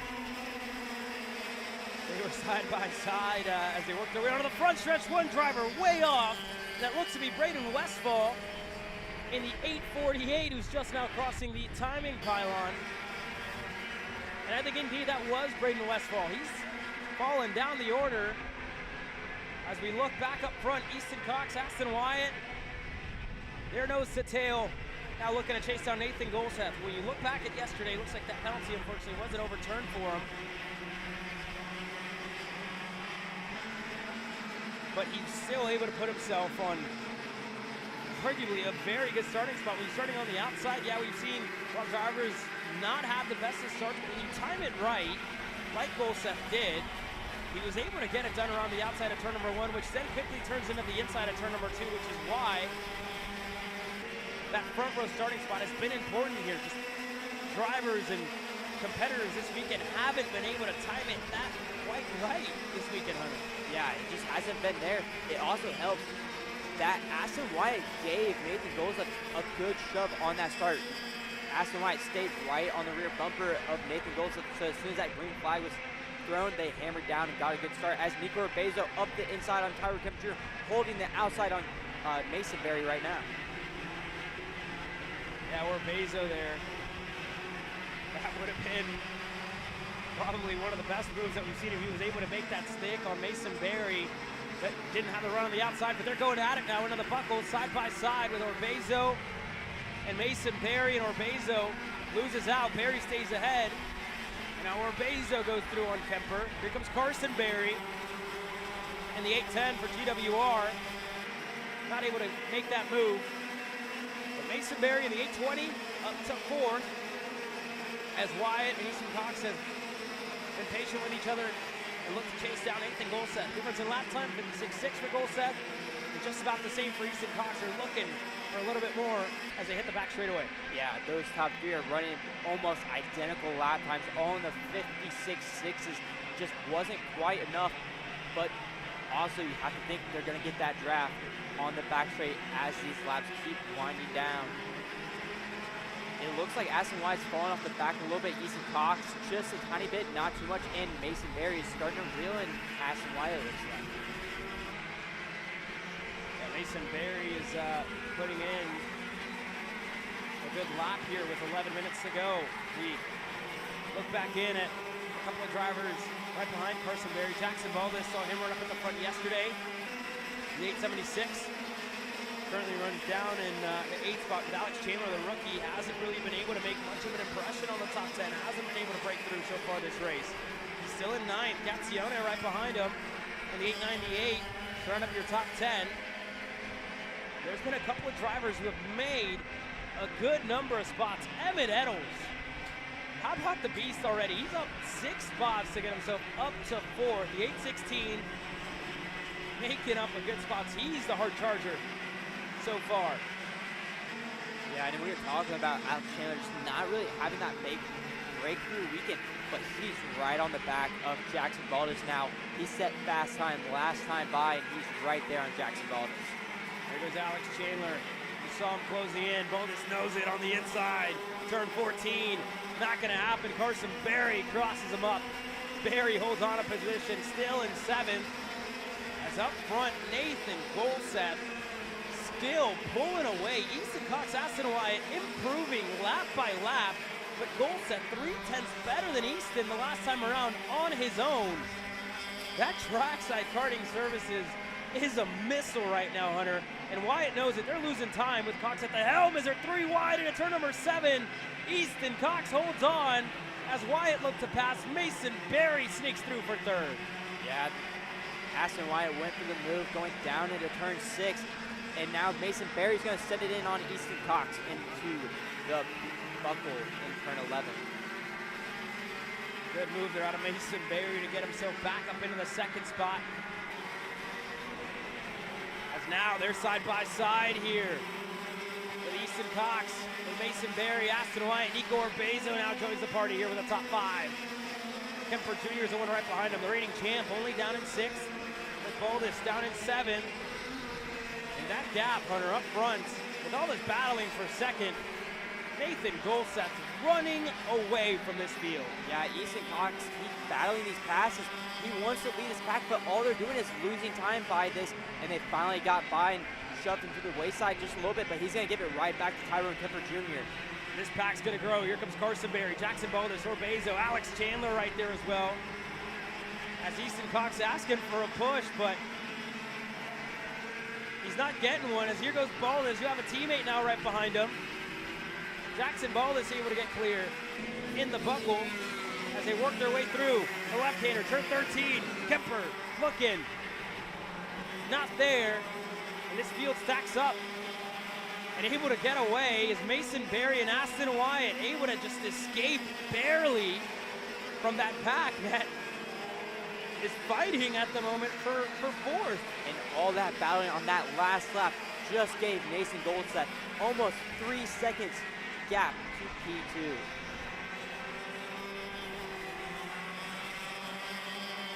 And you gotta see, it's a big ask for Mason Berry and Aston Wyatt here. They do have a good amount of time, but they really need to be that much better than Nathan Golseth to hunt him down. You see him there, he's out of the buckle, and the other two of Mason, Berry and Wyatt are going there about 2 to 3 seconds later. So with that being said, here's a look at the gap. There goes Golseth, there goes Berry and Wyatt. Then you look back to Baldus, his group, and then a Chandler and Orbezo. So with 7 minutes to go here, Mason Berry and Aston Wyatt, it just wasn't enough that time. A 56-1 for Golseth, 56-3 for Berry. This one, as hard as it is to say, was a gift and a half for Golseth if it stays this way, Hunter. Yeah, Nathan Golseth got the start, and they just kept battling. Easton Cox was really the whole start of this situation that we have going on right now. Easton Cox wanted to lead the group, he wanted a shove, but they were just losing time, and once they noticed they were losing time, Aston Wyatt wanted to take the lead and try to see if they could catch up to Nathan Golseth with Aston Wyatt leading, but Easton Cox wanted nothing to do with that. He wanted to lead, and it just caused all the mayhem that we just witnessed. And you see as Alex Chandler goes off the racetrack in turn 13, that group still billowing over. Chandler gonna fall down the order and down the pylon as well. He should be ahead, and he's not. He's gonna fall even outside of the top 15, outside of the top 20 potentially. He just crossed, so he's all the way down in 19. Chandler was running well inside of the top 10 as we look in with that battle. Is now Aston Wyatt gonna pass for 2nd. The rookie able to get clear in turn number 6. Jackson Baldus and Kemper Jr. are looking to close down for a podium spot potentially. Baldus, Wyatt, Berry, and Kemper Jr. even are all really running identical lap times. The only one that's just a step ahead of the field is the A23 out front. Yeah, Nathan Golseth just rolling every single corner, not making any mistakes, really consistent. He's been running 56-1s the last 3 laps. You look at his consistency. Best lap time was a 56.039. 3-lap average, 56.0.2. 56.085. Really consistent on that go-kart right now. And here's our biggest mover on the racetrack. 8 spots gained for Emmett the Beast Eddles, working his way through this field, carving his way through, and as well as a rookie right behind him, Tanner Barge, who's up 2 spots into the top 15.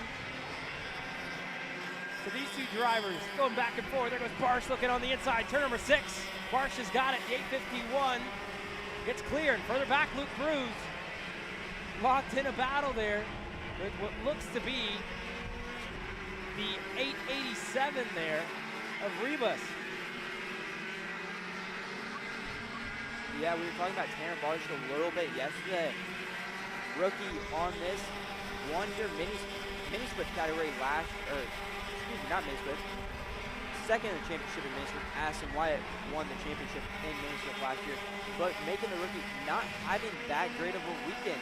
He's had pace on moments, he's just not being able to have a good weekend, having some bad luck on his side. And it's been a learning curve as well for the 851. Again, and it's a big jump when you talk about moving from the cadet ranks up to the junior ranks. You gotta think, right, you're running a full-sized car now. Not running the regular cadet with the shorter wheelbase. You're running something else, and again, for Tanner Barsh, in the junior class, he's a bit undersized with the weight, and speaking of his team owner earlier on today, Massimo Sanchez-Lara, said that they've had to find a way to, you know, take some weight off the seat to remove the stress from the seat struts that are on his CRG machine. So that's been one of the biggest things as well for Tanner, right? To muscle a junior in a full-size car around a track like this with a lot of lateral load, like we've said, is going to be something new for that young driver. Luckily, he had a little taste of it at the Winter Series for round 3 and 4, and looking to grow. Nico Orbezo as well. A lot of improvement throughout the year of just growing up, growing it into this junior class as well. And again, you see the difference from last year to this year as well, learning and applying all his experiences and now being comfortable running at the front, making moves. You saw that, right? Just a little bit of nervousness, if you will. And I look back to Crescent within a shot of the win, within a shot of his first win in junior. And you look back this year, to start off the year, already 3 national wins to his name.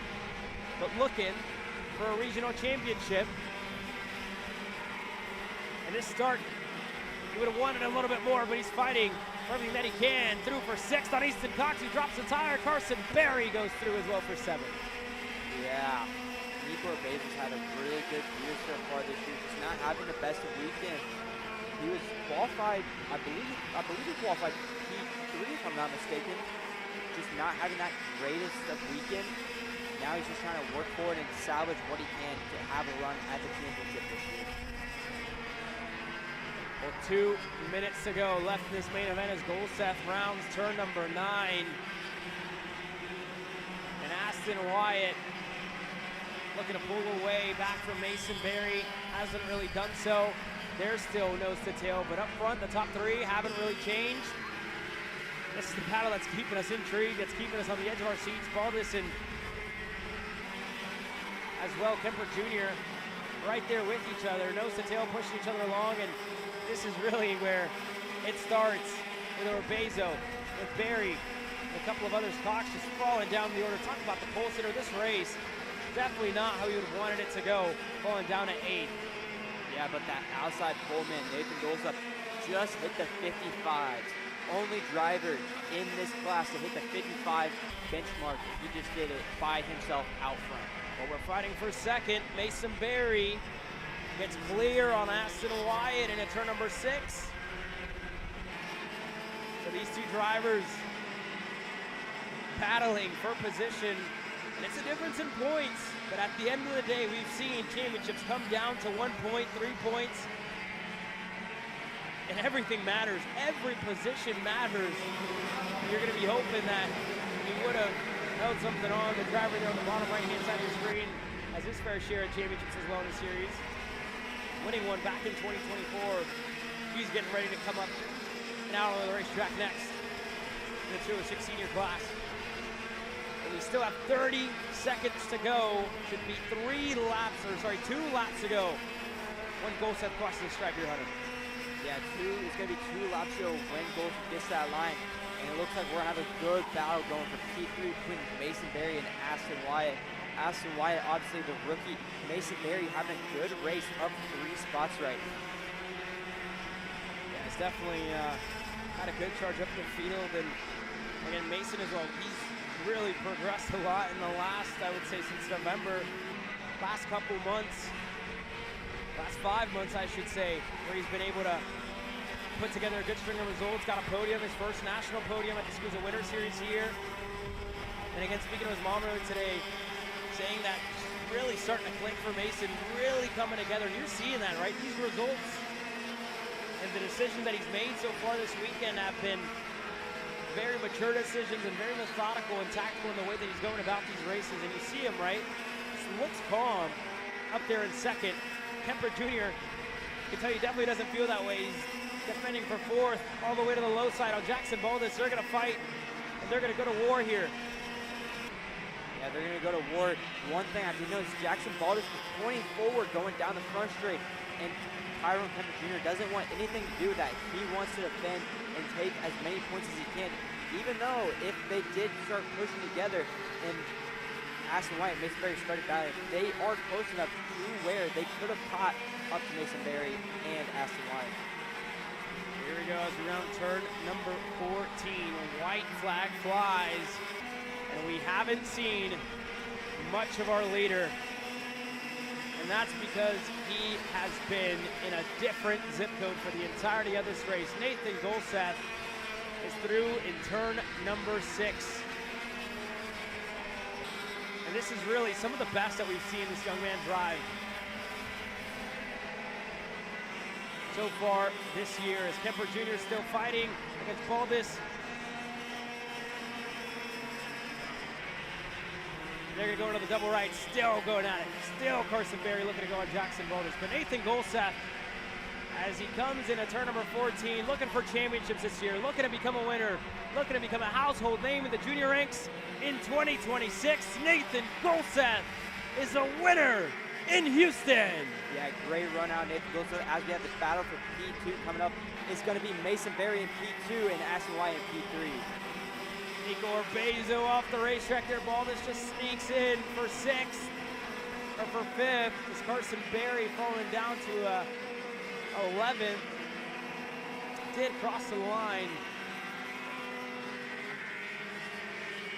But Nathan Golseth, flawless to start the year off here at Speedsportz Racing Park in round number 1. The 823, faster than all of them, and able to get the win. Nathan Golseth, your winner in K100 Junior.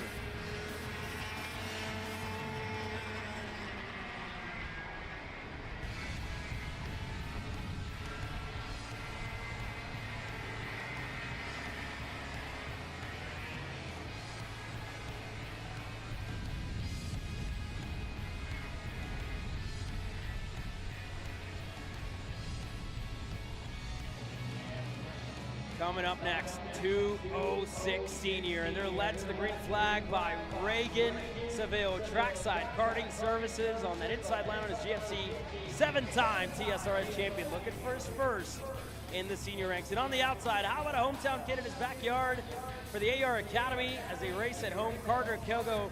I tell you what, Hunter, I remember this kid's first laps at this racetrack, and at 3 years later, he's getting ready to start a regional race on row number 1. Samuel Young on row number 2. He's a winner in this class back in 2023 at Odessa, Texas. He starts alongside champion in 2024, Bryce Frank for the AR Academy.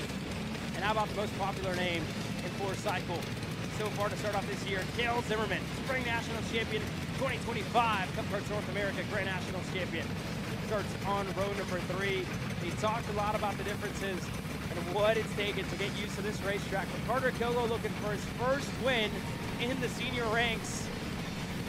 In 3 years, it's what it's taken. And after speaking with him this morning, he said it finally feels good to run up front and to be in the conversation for a race win.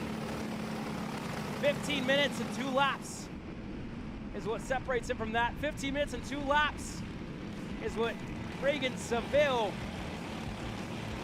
that's the time he needs to stay out in front and get redemption for what could have been a T4 senior earlier on today, as one driver into the grass, Joe Bechtold, the Dutchman, who was looking to start this race off up front, is going to have a lot of work to do on this outlap to scrub off those tires. We took you through the first couple rows, and again, one of the young guns, Jackson Young, the 670, starts on row number 3 alongside Kill Zimmerman. Gabriel McLeod and Josie Chambers on row number 4 with Kelvin Singh, Joe Bechtold on row number 5. Cameron Reed and Morgan Pelias on row number 6. Starting on row number 7 is going to be Matthew Ruth and Grant Mitchell. Row number 8 is going to be Paul Brandon and Shelby Ramirez. Alex Bear and Riley Cunningham get ready to start on row number 9. On row number 10, Weston Criddle and Raphael Kraus. Last couple rows, Dominic Idrizzi, Nick Miller, Holton Edwards, John Mayo, Brody Simmons, Abby Lindvall, Adam Nunez, Lucas Caceres, Landon Duvall, Brandon Wolf, and Liberato Fuentes. 16 rows, 31 drivers total, getting ready to bring us to the green flag in 206 Senior, presented by Kart Racing Solutions. Reagan Seville, already a multi-time winner in this class, looking to start the year off on a high. And the same for Carter Kilgo, starting on the outside, looking to get his first win in the senior ranks, the first win in regional racing action in his career. And we're underway in 206 Senior. A good start for the inside line, a good start for Seville. Carter Kilgo is even with him, looking to go on the outside, looking to go for the lead. Kilgo to the point. Yeah, great start by the outside lane. Carter Kilgo's going to take the lead, and Bryce Frank into P2 with Cale Zimmerman sliding, sorry, not Cale, Reagan Seville in P3. Cale Zimmerman's back in P5. Oh my, and look at this. We're 3 wide contact. Raphael Kraus up and on top of one. Cameron Reed is into the dirt. Kelvin Zing collected as well. Couple of big names, 2 drivers having to work their way through this field are collected in turn number 6. And a weekend to forget for both Reed and Zing as we look and work our way back up front. McLeod looking for a move on Zimmerman. Not going to get it. Young is there. And the same for Josie Chambers. But up front, a dream start for the hometown team of the AR Academy with Carter Kilgo and Bryce Frank leading them away. Yeah, great start out of that Alan Rudolph Racing Academy team. But Regensville obviously has been fast all weekend long. He is not going to let him pull away. He's not going to let this win be easy on the 2 teammates. And the top 3,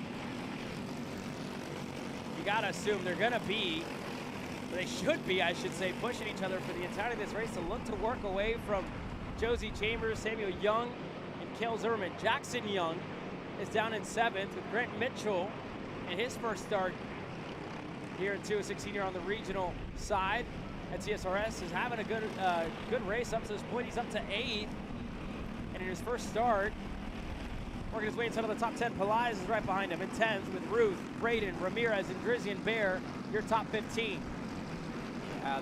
Great start for Grant Mitchell, moving up spots. One driver I'm looking out for is going to be Jackson Young. He was really fast throughout the day yesterday, got caught up in some wrecks. He's kind of back from Cale Zimmerman in P6. Jackson Young's in P7 right now, just kind of a little bit back after fighting with Grant Mitchell. So we complete the first 2 laps. And drivers already with some work to do. Seville down to the 104s at the moment, looking to get everything up to temperature. The 2AR Academy MGMs have fired off nicely here in this main event. They open up the gap to Seville there. You see it sits at a car length. It'll close. It must be said the gap in between 4th and 3rd also closing. Josie Chambers in the 645. And Samuel Young right behind him.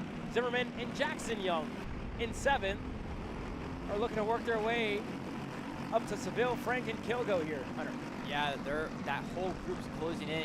We're about to have 7 go-karts bound in this lead pack. Carter Kilgo's obviously leading this pack right now with his teammate Bryce Frank pushing him along. But Regensville, you know, Reagan's going to want to get in between them and stop the team work right now. And when you look at it, you know, right? Same livery, same chassis. The top 2, they're going to look to keep it at home base for the team and for the Alan Rudolph Racing Academy as Chambers and Samuel Young still looking to close in, and you see just the margins very minimal with all these drivers. You see Frank just looking back, pointing at Seville, who's gonna send a deep one into turn number 6. Reagan Seville catches both of the AR Academy drivers by surprise. The 600 with what could very well be one of the moves of the weekend there. Gets a 2-for-1 special. He goes by on Frank, he goes by on Kilgo, and now Frank having to defend to hold Josie Chambers at bay. Yeah, we've seen the move on the outside. They're getting 2-for-1 on the outside with white lining, but we haven't seen 2-for-1 down the inside, and Regensville just did that. And now movers, Jackson Young looking to go on Kel Zimmerman, and he's clear into turn 14, and you see Zimmerman just visibly frustrated there a little bit, not getting the help that he might have wanted. But I must say, he's right there. Everybody in this top 7 are within a shot. This is as close as we've probably seen some of the races pan out here at Speedsportz Racing Park in recent memory. As we work our way onto the backstretch this time, Kilgo, Frank, Chambers all in line. Chambers the first one to look down low for third. Looking to displace Frank. He does so. He was through in turn number 6. Out of turn number 7 now. Chambers able to stay ahead. Yeah, Chambers moving through this field. Jackson Young's going to be looking to do the same thing on his Coyote machine. Just like Samuel Young is catching up to Bryce Frank. You know Regensville and Samuel Young worked really good together yesterday and all throughout the day yesterday. You know he's wanting to get back up to Regensville and have his teammate basically, just how Carter Kilgo has Bryce Frank.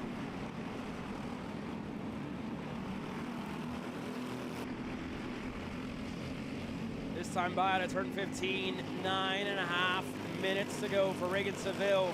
Carter Kilgo and Josie Chambers and Bryce Frank, like you said, losing a little bit of time there that lap after being passed by the driver in the 645. Samuel Young, Jackson Young, 5th and 6th. This Chambers looking for another one. It's going to be Kilgo to the low side on Reagan Seville. Is going to look to hold on to it around the outside. Kilgo opens his hands up a bit and able to get himself back into the lead and in control of this main event with Seville back in 2nd. Chambers to 3rd. Jackson Young able to get ahead of Samuel Young. Yeah, one thing to know is Cale Zimmerman's kind of falling off. He's kind of in the background. He hasn't really made any moves in this group as Reagan Seville's dropping a tire from Bryce Frank. Bryce Frank just kind of opened his hands a little bit. Reagan Seville held it around the outside as Jackson Young's going to push Reagan through on Bryce. Again, really starting to fight here for 3rd on back, 4th on back. You talked about Zimmerman, right? That pace just really hasn't been there for Cale so far in this main event. Hasn't been able to make passes, and it looked like he was losing a little bit of time as well there. You could see him shaking his head, visibly frustrated. But this is exactly what he needs, right? It has to be almost a race of attrition here for Cale Zimmerman to put himself in the mix, to make moves, to make passes. Needs exactly what's going on right now, exactly what's happening with the driver 2nd on back, making moves, reshuffling, planning their race. And we've talked about this stage of the race time and time again. We mentioned it yesterday, how it's really separated with 3 main stages, right? The first couple of laps, you're sitting there making moves, passing, looking to get yourself further and further up the field, taking advantage of whatever goes around you. Then the middle stages, where we're at now, is where you plan, where you reposition yourself. You're not gonna see, maybe, and I say this lightly, right? Not expecting to see, I should say in better words, haymakers going on here, passes and, you know, everything going on. But you'll see methodical moves like this out of Josie Chambers, looking to be in control as we're side by side here for 2nd. Yeah. And it's going to be even more than that here, Hunter, as Jackson Young looks to go through. Frank looking to muscle his way by to join teammate, and wheel to wheel, door to door. Frank having to make way for Jackson Young. Yeah, Jackson Young was trying to follow through on Regensville. Bryce Frank sent it in turn number 4, where we really haven't seen that many passes on Jackson Young. As we go down into turn 6, no move in the front 3 as it looks as Jackson Young's going to send it right back on Bryce Frank. And Cale Zimmerman on the inside of Samuel Young, not going to get it there. That's exactly what he needs to do, right? If he wants to get himself within the top 5, wants to get himself up there at the front to fight for the race lead, he needs to start making moves, start inching his way forward. If he waits a little too long, who knows where this race could go for Zimmerman. Just has to start repositioning himself further and further up the order. We work our way by, time continuing to run out here. 6.5 minutes to go, and Josie Chambers leads this field to Seville, to Kilgo as they cross the line this time by. Yeah, you know, that pass that Kale tried to do on Samuel Young has lost him a good portion of time from these front 5 right now. If I'm Kale, I'm looking at it. Do I push or do I try to get him behind me? Because I believe in Kale's eyes, he needs someone pushing him. I think he's a little bit too low on a gear ratio as Reagan Seville is going to take that and make a move in turn number 6 on Sawyer Chambers. Reagan Seville just so good on the brakes there. You see how much he gains out of the corner and still able to carry the speed on the exit right. Normally, when you see a driver brake that late, you expect the exit out of the corner to be a little slower, but Seville just able to roll enough speed out of the corner, able to keep that GFC and the revs on the engine like we mentioned a lot yesterday. The motor just revving still and not letting it bog down. Doing a good job of it. Seville really good on the brakes. Now it's a matter for everybody else to try to startle him as Young gonna go by on Carter Kilgo in turn 14. Young looking to reposition himself as well with just under 5.5 to go, and Samuel Young and Cale Zimmerman that sit just outside of the top 5. You see that gap open up, and those moves you'd expect for it to bring them back in, but yeah, just definitely not what Samuel or Cale definitely want so far. This will help though, as Chambers, Seville, side by side for the lead. Jackson Young looking to get himself up there for second as well. Seville adamant about keeping that second spot. He's got it. And Chambers now in control. And this is where the nerves start to build up here a little bit. The first race of the year.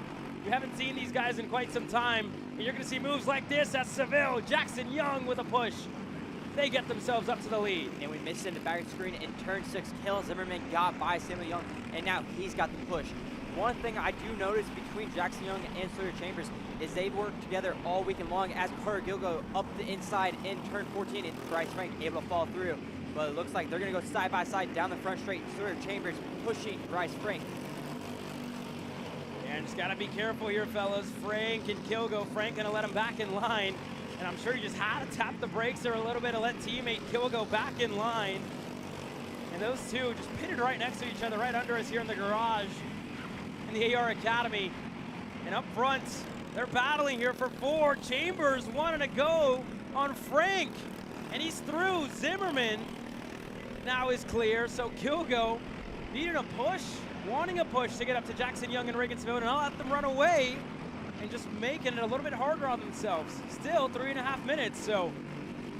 And Jackson Young's a smart driver. He just looked over his shoulder, saw the gap. He's gonna continue to push Reagan Seville until he sees that gap start to fall down from Carter Kilgo and Joseph Chambers, Cale Zimmerman, and the likes of Bryce Frank and Samuel Young. Well, here we go as we come out of turn 15. Reagan Seville, you look back at his first 2 years in the senior ranks. It was a great start when he was a rookie. 2024, he won the opening round in NOLA. 2025, he won the opening round here in the rain, where he was better than everybody else. Can he go 3 years in a row of winning opening rounds at the Texas Sprint Racing Series? You gotta think though, for a driver who's won 2 years in a row, to start off the year, start in the best way possible, on a high, on the top step of the podium, and ending 2 years in a row, 1 spot short of the championship. We talked about it, right? We talked about the mentality for Seville coming into this year, wanting to become a champion, finally getting his 8th in the Texas Sprint Racing Series, and getting his first in the senior division, in the 206 senior division. And this year, the competition as high as it's been. And you talk about the driver right behind him as well, Jackson Young, right? Looking for his first win in the series, and his first win as a senior driver with a very experienced one right ahead of you. Jackson Young has been on it this weekend, and the driver right behind them as well. Carter Kilgo looking for his first as well. We talked about the development, the maturity, as well, of these drivers as they've kind of gotten and gotten faster year after year, right? Learned a little bit more. Jackson Young, when he moved up as a rookie from the junior ranks, he was fast, but just had to be tamed a little bit almost, right? Broken into the senior class, and finally doing that this year, and you're seeing how it's paying off for him. And Kilgo wanting to make a weekend that's been as good as it's been all year long, wanted to make it pay off here on Sunday. This is where the trophies come. This is where the maximum points payoff comes. It's on Sunday. You can be as good as you want on the Saturday, but this is when it matters. He's going to need some help, though, from Chambers and Zimmerman, who are at a car length away. Yeah, you took the words right out of my mouth. As you were talking about Jackson Young, I was immediately thinking about Carter Gilgo in the same situation as Jackson Young. But one driver that we really haven't talked about too much that just went purple, Cale Zimmerman. First time in Texas, first race with TSRS, and he's moving right now with Sawyer Chambers, and they're reeling in your front two. And it's taken him a while. It's taken him a while, but better late than never. Cale Zimmerman and that VLR is coming to life. That over-under racing machine pushing with everything that he's got with Josie Chambers, and the two of them continuing to improve lap by lap. Kilgo as well improving. He's looking to close in on Jackson Young and Reagan Seville. 30 seconds to go, and it'll be close at the line, but it should be just about 3 laps to go until the end for Seville, for Young, Kilgo, Chambers, and Zimmerman. 5 drivers in the mix with a realistic shot at a race win, the first one in 2026. And that turn right there in the boot, Carter Kilgo got right up on the rear bumper of Jackson Young, lost a little bit on exit, but with 3 laps to go, we know we're gonna have a dogfight on our hands on the last lap. If you're Jackson Young, you know they're still right there. He's gonna see Kilgo right there, the 604 moving on the back straightaway. Seville, long look over the shoulder. Does he feel the pressure? He knows he's there, going to the bottom of the racetrack. He's gonna defend. Young follows him to the low side. Here comes Kilgo, first to open up on the outside, and Josie Chambers, Cale Zimmerman, the top 5. Bumper to bumper, nose to tail, and further back, Bryce Frank and Samuel Young. Don't count those 2 drivers out just yet, Hunter. Yeah, you can't count them out with the amount of blocking that Reagan Seville is doing right now. Carter Kilgo was looking at the outside, thinking better of it, went back down, got right behind Jackson Young. Now we're working our way into the boot. Reagan Seville, I'm guaranteeing he's going to send it to the low side. He didn't. Jackson Young right on the inside. He's going to take Carter Kilgo with him. Jackson and Sawyer Chambers thinking about doing the same thing on the inside. And here comes Carter Kilgo. We're side by side, 2 by 2, onto the front stretch. Carter Kilgo looking for the lead. A push by Chambers in a turn number 2. Kilgo, we saw it at the start. We're seeing it 2 laps from the end. Carter Kilgo back to lead with Josie Chambers through for second. And Jackson Young's got no help going down the back straight. Cale Zimmerman is pushing none other than Reagan Seville. Jackson Young's gonna have to send it around the outside. Through turn 6, he's gonna do that. And he's gonna hold on to the spot right behind Reagan Seville in P4. Carter Kilgo leading with Sawyer Chambers in P2, Reagan Seville in P3, and now Bryce Frank and Samuel Young coming into frame.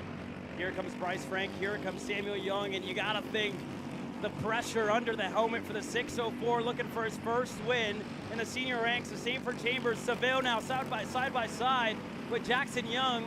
A mistake out of Seville there, and washed up wide, drops a tire into the dirt, and Zimmerman now looking on the outside of turn 13, turn into the inside at a 14. Zimmerman is through. Yeah, great move out of Zimmerman. That also took Bryce Frank into P5. Jackson Young's gonna fall all the way back down to P6 on the white flag. It's up to Sawyer Chambers to take the win away from Carter Kilgo at the moment. White flag in the air. 1 lap to go for Carter Kilgo in the AR Academy. That 604 looking to hold on with everything that he's got as Josie Chambers onto the backstretch. He's closing in, not close enough. Kilgo to the middle, into turn number 6. Half a lap to go for this kid to become a race winner in 206 senior. Into the double rights now. Seville, a car length back from Chambers to Zimmerman, to Frank, to Jackson Young, then to Samuel Young. That light closing in. Chambers to the high side. Kilgo goes low to defend. Here we go. Into the boot. It's going to be close. Kilgo with the line. It's going to turn on the inside, but here comes Reagan Seville looking to reposition to the outside. Kilgo blocks low. Seville looking to cross him up. Kilgo on the exit of the corner. It's going to be close. We're 3 wide up front. Contact, but Carter Kilgo is finally a winner in 206 senior. What a race we just had go on with Carter Kilgo getting the win. Sawyer Chambers in P2. Reagan Seville falling down to P3. Cale Zimmerman in P4 and Jackson Young in P5. What a race. What a story for the 604 from his first laps here. 3 years ago to his first win. And again, Hunter, they say you never forget your first. What a way to close this one off. What a way to win in 2016. And I'm sure Dad, Gary, is going to be excited to see his boy put it on top. Carter Kilgo, victorious at home for the AR Academy.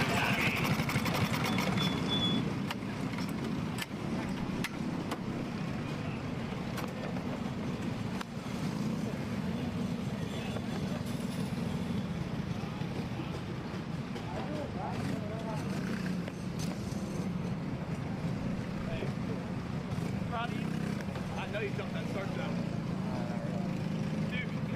Hard work led him to this moment. Carter Kilgo, our winner in 2016. A quick commercial break when we return. We'll be right back with more racing action. Champions aren't just born on the kart track. At SimShop, we deliver professional-grade simulators with the best performance-to-price ratio in the industry. Founded by racers who understand what you need, our SimMagic and Moza equipment is powerful enough for the pros, yet affordable for everyone. With unmatched customer support and a thriving community, we're your racing partner. Visit simshop.com today. Hey guys, I'm Chris G. I'm Kart Chaser's driver fitness coach, and today I'm going to give you 3 tips on how to strengthen your shoulders for more endurance and better stability in the kart. Here we go. Okay, so exercise number 1 is the front rope pull-through cable raises. Okay, now this is the upright cable row. What you are doing here is you're picking a straight bar, as you see, and we're working the side areas of our shoulders, the medial. Exercise number 3, the dumbbell shrugs. As you guys can tell, I like to pause at the top before releasing. It's great for your strength, for that wheel stability. It's great for those shoulders and that upper back area. Chris G coaching, race-ready training that carries into real life. That's what we do here. See you on the next one. Are you stuck with your kart racing? Not sure the ideal kart setup? Or going to a track for the first time? Well, Kart Class has the answers for you. Our online portal has a wealth of experience and knowledge to help your kart racing. From kart setup advice to track guides that are targeted specifically to your circuit, or the driver coaching aspect with mindset, racecraft and driving techniques. If you want to take your karting to the next level, visit us at kartclass.com.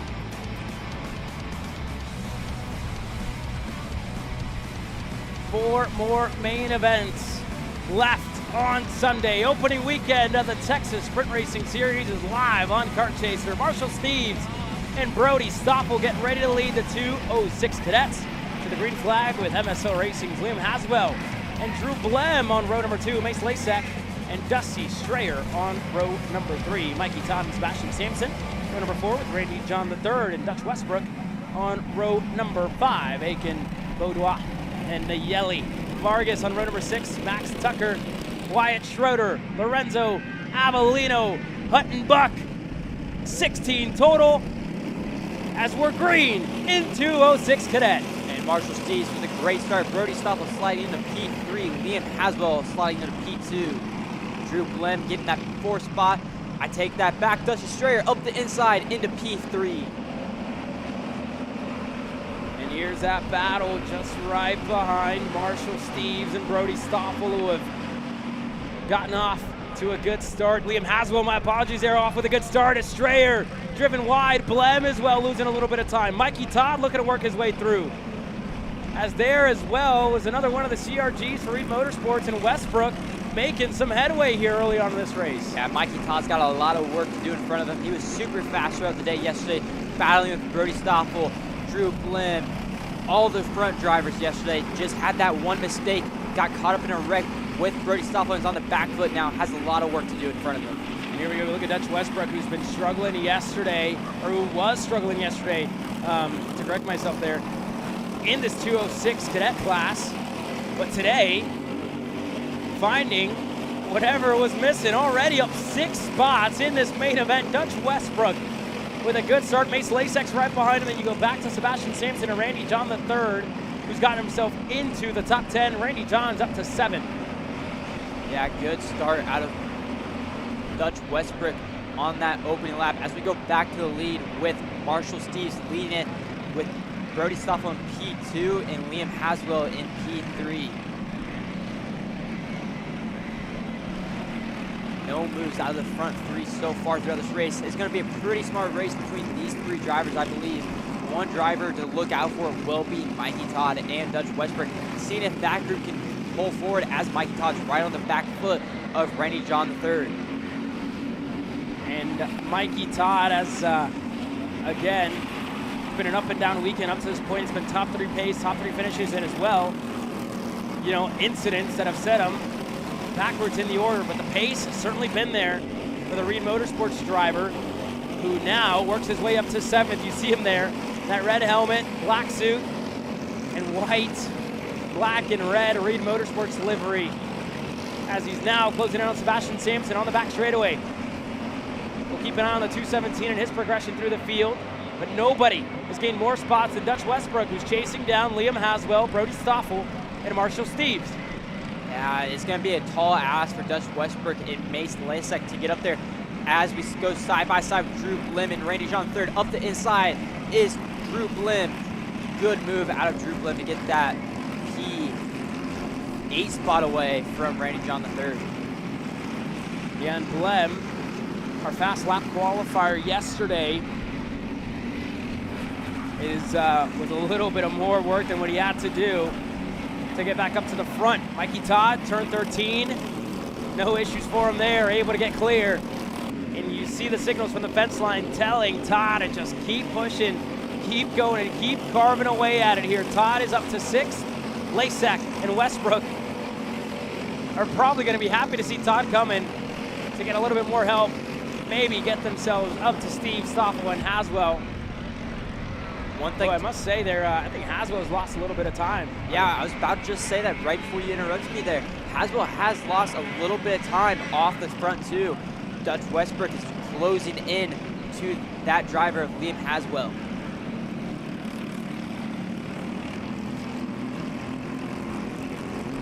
And here's Haswell, and you see a couple of car lengths separates him and Stoffel, so.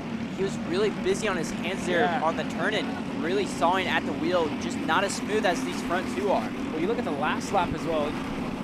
Must have made, or must have had a big mistake there because, or something definitely happened that last lap. 2 to 3 tenths is what he lost. It was a 103.1 for Haswell last time around. So that pace is right there, a tenth or 2 away from Stoffel and Steves, who are pushing each other along, but unfortunately Haswell looks like he's fallen out of the drafting range here just a little bit, Hunter. Yeah, he has fallen out of that draft range just about 7 tenths back. I would say the draft range for this track is going to be around 3 to 4 tenths back as we see Mikey Todd closing into Dutch Westbrook in the background of these camera shots. If we go back to that group back there in a minute after we get off these front 2 of Marshall Steves and Brody Stoffel. Yeah, back here on Dutch Westbrook and Mace Lasek now. Mace Lasek going to send it into the boot on Dutch Westbrook. Dutch Westbrook with a nice over-under coming out of the corner. They're going to go side by side going into the boot. And again, that little bit of battling is a good sight to see if you're the camp for the 220 and Liam Haswell as well for these 2 right here. Dutch Westbrook, Mace Lasek, Mikey Todd. All in line, and Todd gonna want to get through as quick as possible to see what he can do on his own. Drew Blem, though, he's the fastest on the racetrack so far, a 102.6. He's significantly a little bit better than everybody else so far. Fastest lap of the race up to this point is Steves. Works his way through, and you're seeing it again, quite similar. Sorry, that was Bill Wyatt, but that left side bumper does look a little low there, Hunter. Yeah, just a little bit low. It's not horribly low. It's not necessarily dragging like it was on Bo Wyatt. And we'll take a look at it here as they go into turn number 13. Stoffel right behind him. Yeah, just a little, not dragging like you said. Shouldn't raise too many flags, too many alarms. I take that back, it is dragging on the ground. Yeah, there's a good lack. Seems all right though, not disconnected. Nothing all too big for Steves at this point, right? With that being said, they're still unfazed. 102.7s, very good together. Stoffel and Steves. Haswell in third. He's starting to lose time to Westbrook and company. Westbrook, who's up 6 spots. They're sitting in personal best with Lasek, Todd, and Drew Blem now getting up there. So this group of 4 are the fastest so far. Yeah, they're gonna go side by side. Mikey Todd's trying to figure out a way to get by Mace Lesek right now because they're losing time to Dutch Westbrook. Going into the buckle, they're gonna reel right back up onto Dutch Westbrook with Drew Blim in the background. As Dutch Westbrook drops a tire coming out of the buckle, they're gonna go side by side going into the boot. Mikey Todd and Mace Lesek get by Dutch Westbrook. Well, there goes Mace Lasek, able to get himself clear. Now Mikey Todd is through as well. So that promotes all of them another spot. And Westbrook now losing time on the straightaway there. You saw how much that gap opened up there, Hunter, in between them. Now it's going to close in the S's. Westbrook's right there, but I am getting reports here. A 3-second penalty for the 229 for a tram line violation. Brody Stoffel, who runs in second and who looks for an opportunity to race for a main event victory here on Sunday on opening weekend. He lost that opportunity in Mini Swift. He's looking to get it in Cadet, but again, he just has to hope that he outruns everybody else for a good finish and on the podium. As it stands, it would slide him back to third, with Lasek being 3.8 back, just right behind Drew Blem. Yeah, that's not really what you want to see out of the 229 of Brody Stoffel. Obviously didn't have a good race in the Mini Swift with the contact with Timo Ahmad. Now he's got 3 seconds. Right now, they need to pull away another 7/10 just for him to keep the second spot away from Liam Haswell. With all the battling that's going on right here in this group, that'll be good to kind of slot him in there, thereabout for third. So a podium finish would be okay. He's gonna like to see this. Mikey Todd at the bottom of the racetrack, looking for a move on the backstretch. Start number 6. Westbrook able to hold the outside, able to run the outside, is able to hold on to it there. Good move. And what a way to hold on as well for Dutch Westbrook. Yeah, Dutch Westbrook just closed that door down right on top of Mikey Todd. Mikey Todd went for the move going into turn 6, and Dutch Westbrook just kind of looked over, noticed him, and just started turning down and closed the door as fast as he could on Mikey Todd. Now we're going to work our way going into the boot. No move so far out of Mikey Todd. He's going to look going into the boot. No move out of Mikey Todd. He's going to wait for some help from Drew Blem, probably going down into turn 6 again. You tried it once. What do you do differently, right, than you did that first time around? And that's the biggest thing for a driver like Mikey Todd to dissect now. You tried it on the inside. You try to go for the move. You try to pass. And again, the driver that you're looking to go in on is on the outside, able to run that high line. So what do you do differently the second time around? How do you change? How do you adapt to try and take the lead of the race? Yeah, you just gotta push yourself even more, driving a little bit deeper. And not the lead of the race, my apologies. Lead of the group, I should say, with Mikey Todd and Dutch Westbrook. That pass for fourth there. But up front, Stoffel and Steves. Their gap to Haswell hasn't grown all too much. Haswell's starting to find a little bit, set his personal best last time around. And Stoffel just still looking to outrun a 3-second tram line violation that's pending post-race for the Kart CRG USA machine. Yeah, he's trying to outrun that penalty, and it's getting closer and closer to getting to that point. Liam Haswell is 2.6 seconds back off of Brody Stoffel. We only need 4 more tenths, and then Brody Stoffel will have enough gap, but then it comes down to how much battling Marshall Steves and Brody Stoffel do on the last couple laps to see how much closer Liam Haswell will come back into this race. Well, you got to think Stoffel doesn't know it, so he's going to fight for the lead of the race, and that could potentially bring them back in to Liam Haswell, who who sits at about a second, just a little over a second away from Dutch Westbrook and company. Mikey Todd, Dutch Westbrook, they're, yeah, just about a second plus back from Liam Haswell. So for Stoffel, in order for him to be second here is realistically what it is. And again, this is all provisional.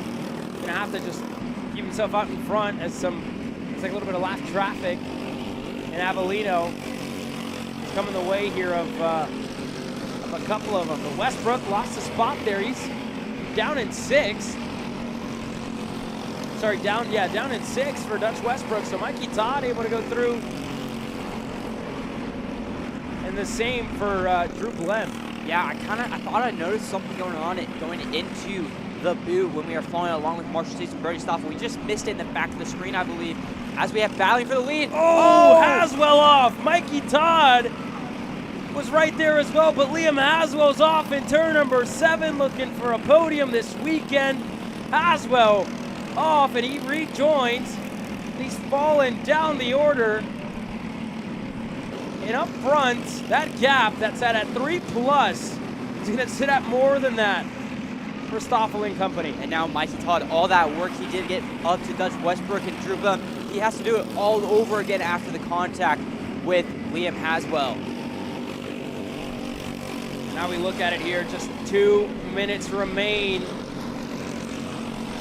And the driver in third is indeed Drew Blem, but 4 seconds back. So Stoffel currently having about a second to spare only. He's got to hope he doesn't lose more than that when he tries to fight with Marshall Steves for the race win on the racetrack. And yeah. Marshall Steves, this would be the best result up to this point for the High Five Performance Texas team. That new program started by Morgan LeBaron last year in partnership with Scott Cherry as well. Starting something new here in the state of Texas. Marshall Steves and promoting that OTK chassis. The same for Stoffel. This would be a redemption in 206 Cadet. Yeah, absolutely. That High Five Texas team needing a good result here. Put themselves kind of on the market of the Texas region. Obviously, you had High Five Oklahoma before this team came into it in collaboration with High Five Oklahoma. They're doing really good with Marshall Steves right now in this class. Yeah, definitely showing some pace. Drew Blem as well. Just, you think of the weekend, right? Arguably the fastest driver with that qualifying lap that caught everybody by surprise. And then today's, again, the fastest lap of the racetrack, the best 3-lap average, courtesy of Race Select. As again, he's been right there in this race. Just, you gotta think back to the start, right? For Drew Blem, going wide, washing up on the exit of turn number 6, and has been having to carve his way back through this field. And you look at the no quit attitude out of the 215 to get himself back up to third. And he continues to extend his gap here just a little bit, keeping Dutch Westbrook out of kind of striking distance here as we get closer and closer to the end. Just over 20 seconds is all that's left. Yeah, you talk about that no-quit attitude that Drew Blem has. Mikey Todd is having the same thing right now. Obviously, having to have that fighting plan going into this race because he was on the back foot coming into this race. But Mikey Todd is slowly reeling in Dutch Westbrook right now. Well, here we go. Time has expired. And Brody Stoffel and Marshall Steves, the next time that they cross the line, they'll see the 2 sticks in the air, and 2 laps is all that'll separate these 2 drivers from a potential race win on Sunday here at Speedsportz Racing Park. Stoffel looking to win at home, and Steves looking to get the first in the cadet ranks for the High Five Performance Texas team as they race their way into the buckle. And no move out of Brody Stoffel yet. He's playing this race nice and smart, waiting to the right time to make his pass and take the lead and to start to defend his position. Continue to wait. We're going to see 2 sticks in the air this time by. Well, here we go. 2 laps to go for Brody Stoffel and for Marshall Steves. 0.07 of a second.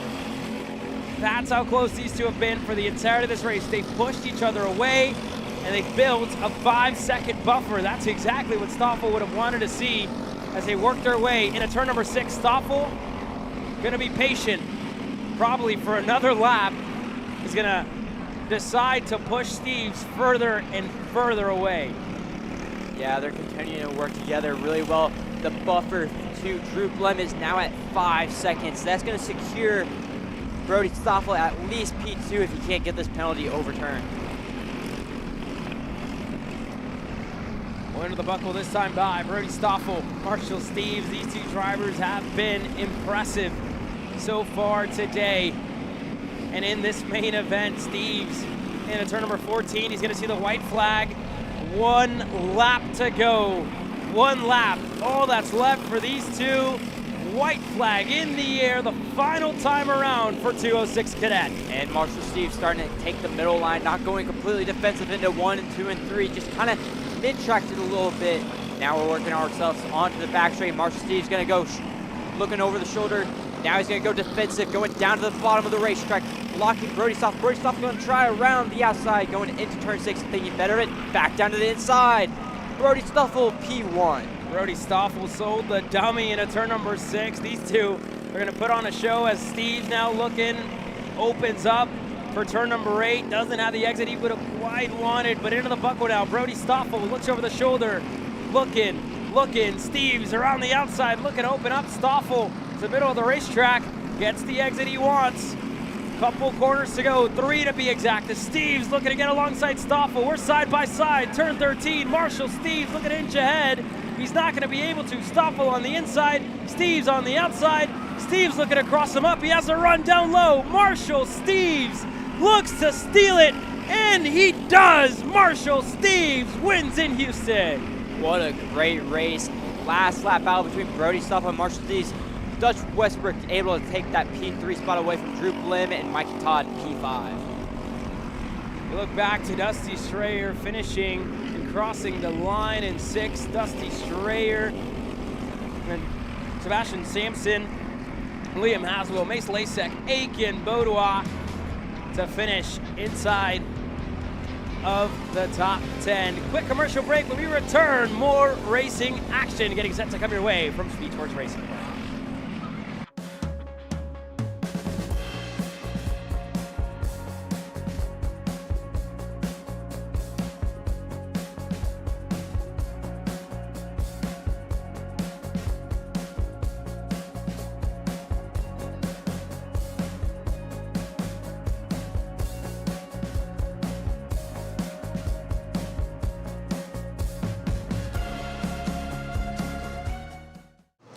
I'm really starting to like this go-karting thing. Yeah, me too.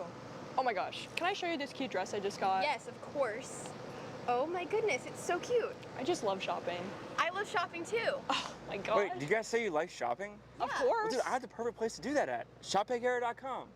At ShopPayCarrot.com, you can get free shipping on orders $200 or more. You can get anything you want, like MXC rims, gloves, rib vests, shoes, anything that you need, all at ShopPayCarot.com.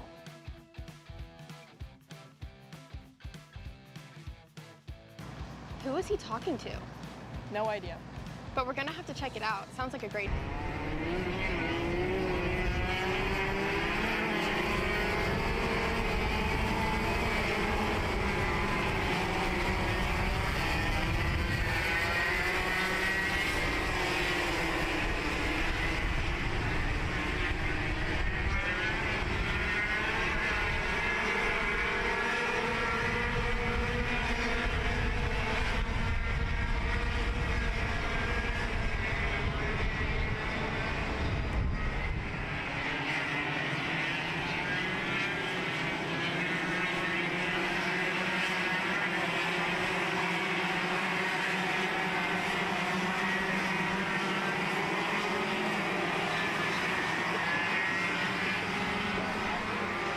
Welcome back to Speedsportz Racing Park for the opening round of the Texas Sprint Racing Series. High five performances.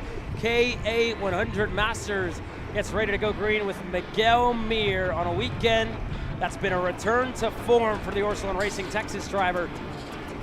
Gets ready to take his first win since last year in Amarillo. He starts alongside Daniel Howie, who caught him by surprise in heat race number 300. Pierce Baldus and David Pregande on row number 2 with Shane Burnett and Kogan Wright on row number 3. Nick Poole and Nathan Stewart on row number 4 with Scott Cherry and Tim Wynn on row number 5. Justin Lofton, Dex Bacon, row number 6, Stephen Hester, and Keithan Hutchins. Your 7 rows, your 14 drivers getting ready to take the green flag here in K8 100 Masters. It's Mir on the inside for Orson Racing Texas. It's Danny Howie for a High Five Performance Texas. We're green and underway in K8 Masters.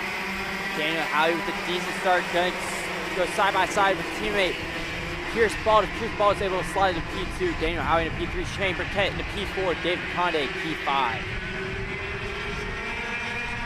A good start there for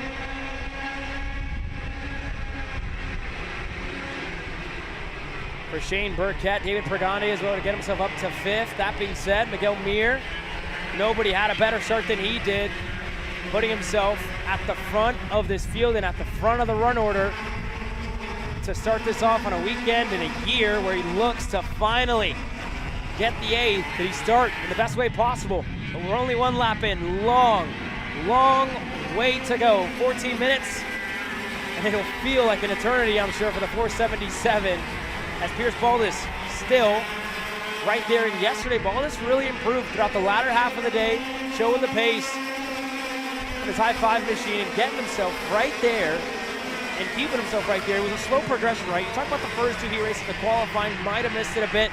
Heat 1, Heat 2, very busy, looking to make adjustments. And Heat 3, it seemed like it finally clicked, and that package, I should say, really fired off for the reigning champ 2 years running. Yeah. Heat 2, he made a little bit progress forward than what he did in Heat 1, and then Heat 3, he got it all figured out, really was catching up to Miguel Mir. Now he's starting to catch Miguel Mir early on in this race. Daniel Howie falling a little bit back off Pierce Baldus, but I expect nothing less out of Daniel Howie. Daniel Howie will be there in the end 100%. There you go, Pierce Baldus. We saw a lot of this yesterday, getting to work on the carburation on that high 5 performance machine. Again, that team with a background in road racing, and speaking of one of their team representatives this morning in Tipton this morning, talked a lot about these drivers, right, and everything they needed to do. Talked about Daniel Howie and Pierce Baldus and how they've been progressing so far this weekend and this year. Really, that team has really grown and really shown its pace on the national level. You saw that Easton Cox earlier on in the year, and you're seeing that at Howie and Pierce Baldus as well to start off the 2026 season. Shane Burkett, on the other hand, he's also found some pace.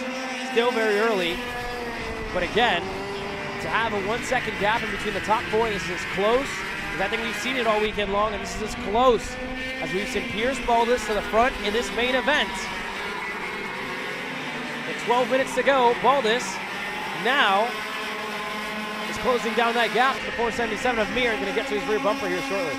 Yeah, he's going to be right on his rear bumper by the time we go down this back straight. One thing to note, we don't see a lot of drivers messing with the carburation on these motors that often on track. Trevor McAllister was a big one that we noticed at SCUSA Winter Series. And before Trevor McAllister, it was really Race Bronte as Pierce Baldus is going to send it down inside in turn 6 on Miguel Mir for the lead. That was a good move out of Pierce Baldus there. You saw it coming lap after lap. Pierce was just closing in, getting that rear bumper of Miguel Mir, and then finally giving that he was a little bit quicker, seeing now what he could do out in front and in control of this field. As Mir is back in second, and again, he can't let off too much, can't relax off too much in second. Daniel Howie's right there, and you know he's going to learn after yesterday. Howie's there, and he's here to win as well, right? You saw the pace and the progression that Howie's had so far throughout the weekend. Heat race number 3, like with Pierce Baldus, it really started to click for the 419. Yeah, that 419 is starting to close into these top 3. Shane Burkett's falling off a good chunk from these top 3 as they get going. And now Daniel Howie is reeling in Miguel Mir as Miguel Mir's taking that draft from Pierce Baldus and getting right back on the rear bumper. Coming into turn 6, into 7 now. No moves to be made. Yeah, nothing just quiet out of Miguel Mir,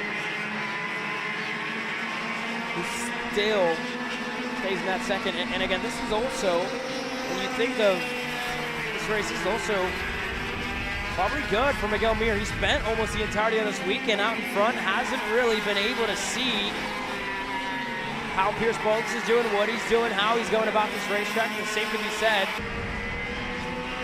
for when Daniel Howie, and he only really led just to the line, right? Just got across the line and was able to get the third heat race, but Mir hasn't really sat behind Speedsportz at any point this weekend with how strong he's been throughout that, 5-minute plus 2-lap window in that short run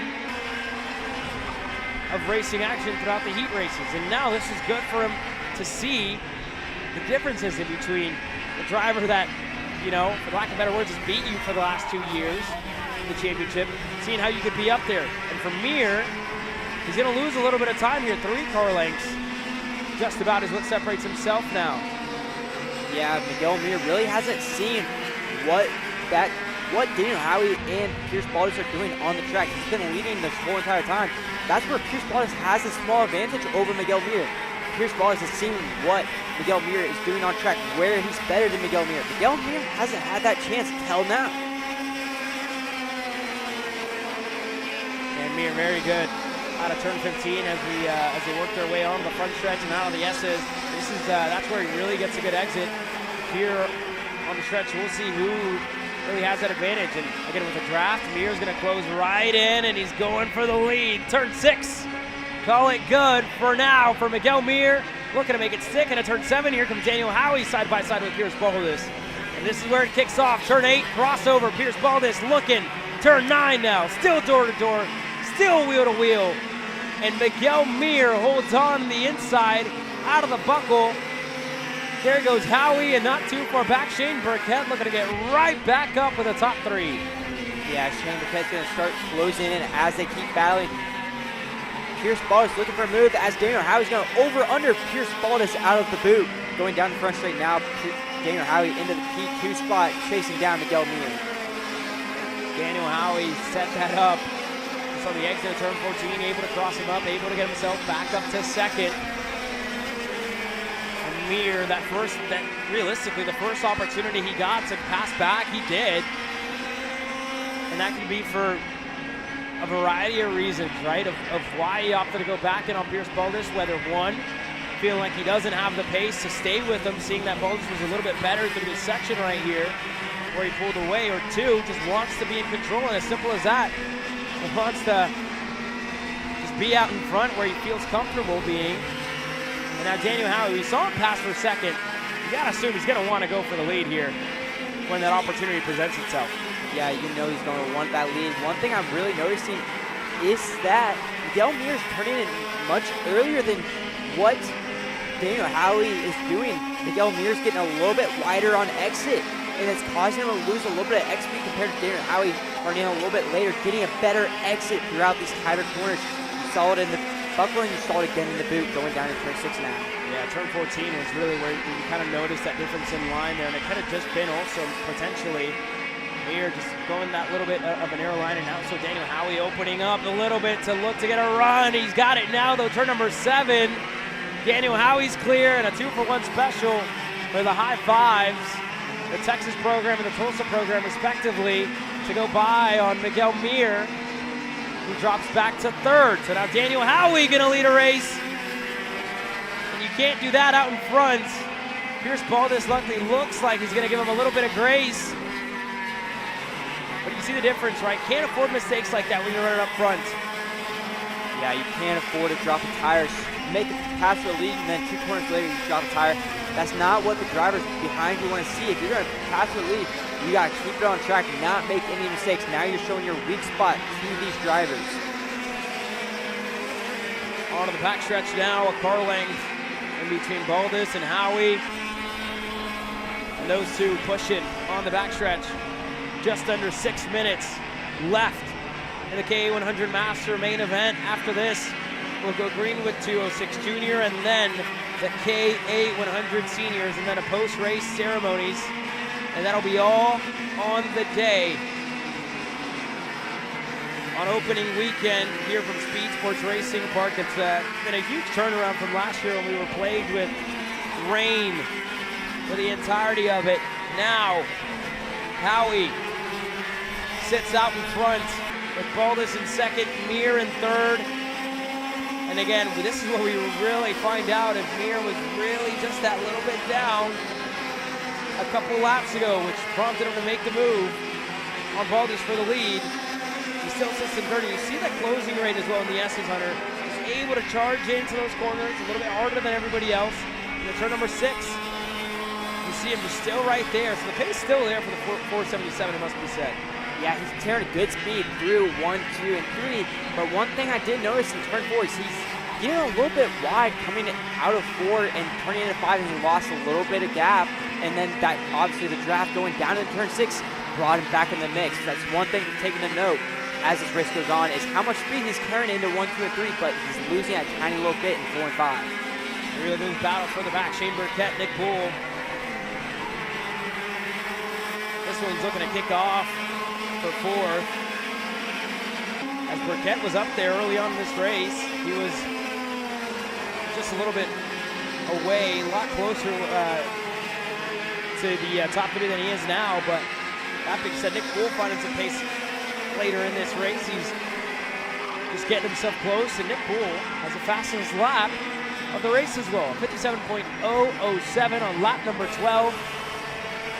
And you see that Kart CRG USA machine is being driven quite flawlessly. You see how smooth Nick Bull's hands are out of the double rights and through here. He's going to have an opportunity to look for a move on the brakes a little bit sooner than Shane Burkett must be said there in the buckle. See that gap open up a little bit more. But Bull definitely putting in some good pace. Is now Mir looking for second. He's going to get it momentarily. And Baldus looking to go right back, and they'll go side by side. Mir going to go through for turn number 1 for the second spot. Looking to chase down Daniel Howie, but they've given him an 8/10 buffer here, Hunter. Yeah, they gave him an 8/10, and I would even say it's going to be even more just by going side by side into 1, and then obviously Pierce Baldus lifted going into 2. It's going to be a big ask for them to work together. Obviously, not on the same team like Howie and Pierce are on. Mir's the only one on the Orsalon in these front 3. He doesn't really have a teammate to say, and Pierce Baldus is falling back a little bit off Miguel Mir now. Let's see here. Mir was about a 10th better last time around in comparison to Pierce Baldus, and you see it there in turn number 13. That gap starting to kind of, inch by inch, getting that little bit bigger than what it was before. Baldus, the 476 in third, losing touch with Miguel Mir, who's looking to close in. What was the gap last time around? 8/10. Now sits at about 6/10 as Mir's still looking to close down that gap. He was 2/10 better last time around, and I tell you what, Miguel Mir still working at it, still carving away at this gap between himself and Daniel Howie, and just in perfect timing, it must be said, for Mir as well, with just under 2 minutes to go. Yeah, and as Mir continues to get closer to Howie, one thing to note is Nick Bull and Shane Burkett are getting closer to your lead 3. They're getting closer inch by inch every single lap. Here we go. A minute and a half. All that's left for Daniel Howie and Miguel Mir, who looks to get back to the top step of the podium. Has had to wait since last summer when we were in Amarillo. And he won't have to wait all too long this weekend, or this year, I should say, to get it at the first round of the Texas Sprint Racing Series. Miguel Mir on the inside, turn number 6. The Orsalon goes to the point. Yeah, great move out of Miguel Mir, using that draft to get a good run going into turn 6, send it in on the inside. Now Daniel Howie has work to do, as Miguel Mir has been flying in these late stages of the race. It looks like his car's just now coming in, getting through these corners a lot better than it was earlier in this race. Well, here we go, 3 laps. All that'll be left when they cross the stripe this time by. Howie looking to go back on the inside, side by side with Miguel Mir, looking to rip the high side all the way to the white line. Mir around the outside, holds on to the lead. Here comes Baldus, here comes Bull and Shane Burkett that aren't too far back. Yeah, Howie wasting no time try to get that lead back as we have one driver off. Kogan Wright is off the racetrack on his OTK machine. That's another one of the high five drivers out early, and that was just on the exit of the buckle, just to the outside of turn 12. But as we look back up front, Miguel Mir, Daniel Howie, Pierce Baldus, they've gone back and forth time and time again in this race, and in the last 3 laps, you gotta know Howie's gonna wanna go right back as soon as that opportunity presents itself. Nick Poole, not too far back and forth, the same for Burkett. And Pregande, the first one, really outside without a shot. We work our way here in turn number 13. Now, one thing to note is that Daniel Howie is really fast through that turn 11, what we call the Buffalo section. He is really fast, and he does it again in the boot. And he's gonna go side by side down the straightaway with Miguel Mir. Going into turn 1 side by side, Miguel Mir gonna hold on to it for now. 2 laps to go left in this main event. Miguel Mir looking to hold on with everything that he's got, looking to deny Daniel Howie from a race win here this weekend. And Mir looking over the shoulder, feels the pressure. And again, Mir could have swept this weekend if it was for yesterday in heat race number 3. Could have swept this Saturday, and Daniel Howie was the one to deny him. And Howie looks to deny Mir from a main event victory again in a turn number 8. Mir to the low side. Baldus is right there. Nick Bull inches closer and closer, lap by lap, corner by corner. The same for Shane Burkett. Yeah, oh, Daniel Howie getting a little bit sideways, got up on that curb right there. Just got the car a little bit sideways. Didn't lose too much time. He's gonna make it all back up right here in going into the boot for the most part. Miguel Mir gonna feel the pressure. 1 lap to go. Everybody inching and pointing to their drivers to continue to push, continue to work their way forward. The gap as big as it's been in the last 2 laps. Miguel Mir with a gap to take the victory here on Sunday. He's got it, just has to keep it on the racetrack. Looks over the shoulder. He's gonna see Howie.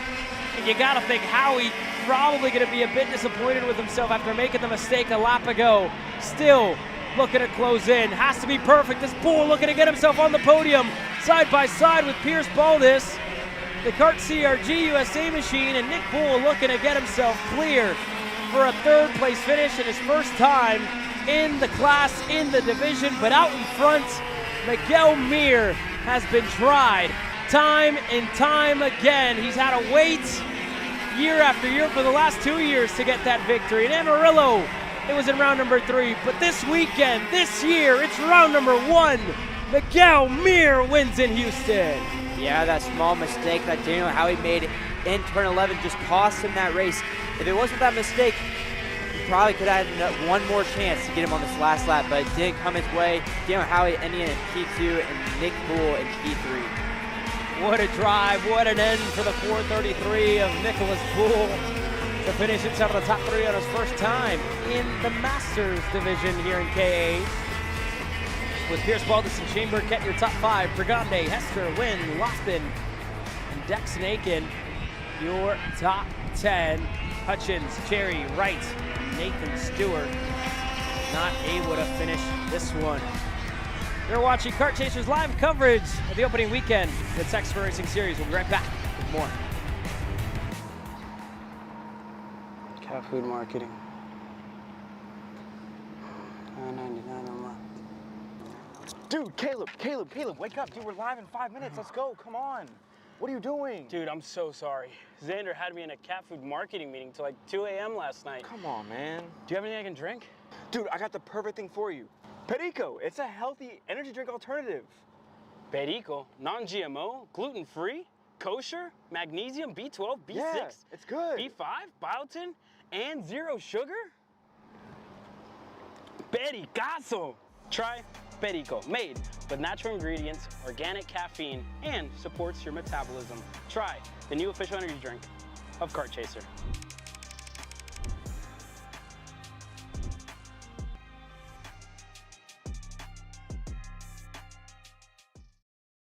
This is Henry. Henry feels sad. Henry feels sad because it's time for his next big race and his go-kart is in bits. Henry doesn't know that Acceleration Kart Racing is the United States' #1 shop for all of your karting equipment needs. Henry also doesn't know that Acceleration Kart Racing can deliver anything from tires to race suits and even wheels. directly to your front door or to the racetrack itself, quickly and efficiently, with tech support available 6 days a week. Poor Henry doesn't even know that Acceleration Kart Racing offers free shipping to mainland USA on selected product if you spend $200 or more. Do yourself a favor. Go to accelerationkarting.com and make sure that you are never left stuck on the pre-grid with Henry. Be smart and don't be like Henry.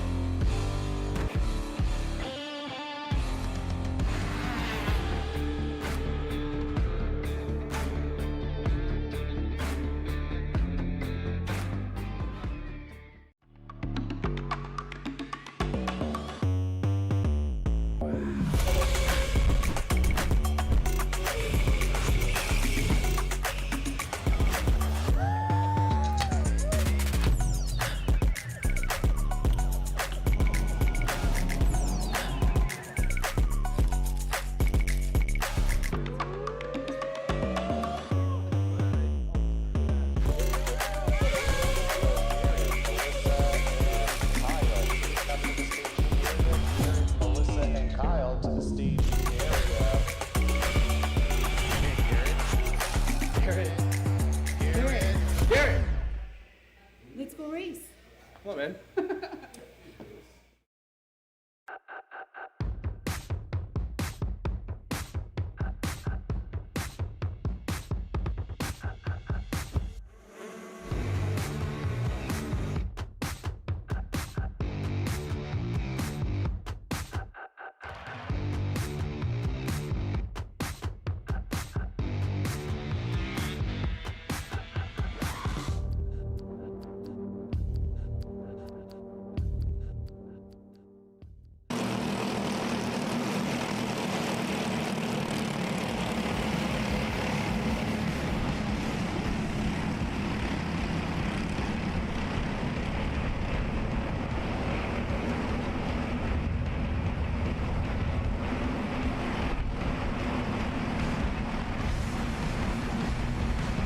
Two races to go as we get ready to go racing in 206 Junior, presented by Orsalon Racing Texas. Nico Orbezo and Sawyer Chambers getting ready to lead this field to green with Tyrone Kemper Jr. Clayton Stiles, who's starting from the rear, was supposed to be on row number 2. Will be at the back, but Aston White and Levi Meter start on row number 3. Starting on road number 4, Cade Casper and Alex Chandler. Row 5, Dean Greer and Brooks Outlaw. Go back to Davis Buck and Thomas Smith on row number 6. Daniel Liloff and Adrian Vargas on row number 7. Mia Johnson, Isaac Miller, row number 8. With Max Estrada and Silas Root on row number 9. Caleb Roberts and Malik Mohammed starting 20th here in this one. 20 drivers total. Getting ready to lead us to the green flag as Nico Orbezo and Sawyer Chambers have us at a crawl. 15 minutes plus 2 laps are coming your way from Houston. It's 206 Junior into the tram lines. We look for the green. We got it. We're underway. Great start by that outside lane. Stuart Chambers off to a great start, going to slide into P1, and Aston White going to go side by side with Nico Orbezo going into turn number 4. He's going to continue to go side by side into turn 5. 2 drivers around one of the TB carts there. That could be Garcia, it looked like, in the 309 as well. That I think was Smith, Thomas Smith. Indeed, the driver collected as now movers through this field as contact. 2 more collected in turn number 6. Yeah, not a great start for some of those drivers as Aston White and Sawyer Chambers have a bit of a gap to Nico Orbezo and Cade Casper. Dean Greer with a great start now up into P5.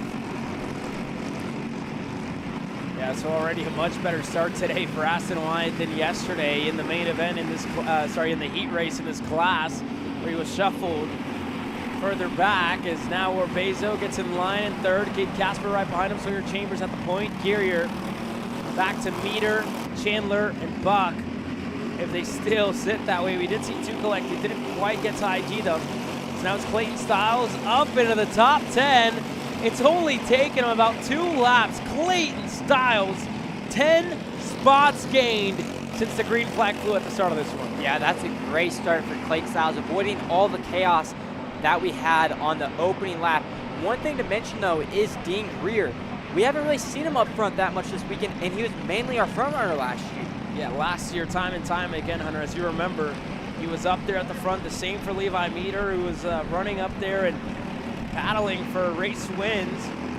And then again, when you look to this weekend, it's taken them a little bit longer to get to where they were last year. For Nico Orbezo, it's not going to take him all too long to get back up to the point. He's clear into the buckle. Orbezo, now your leader to Chambers to Aston Wyatt, who sits in third.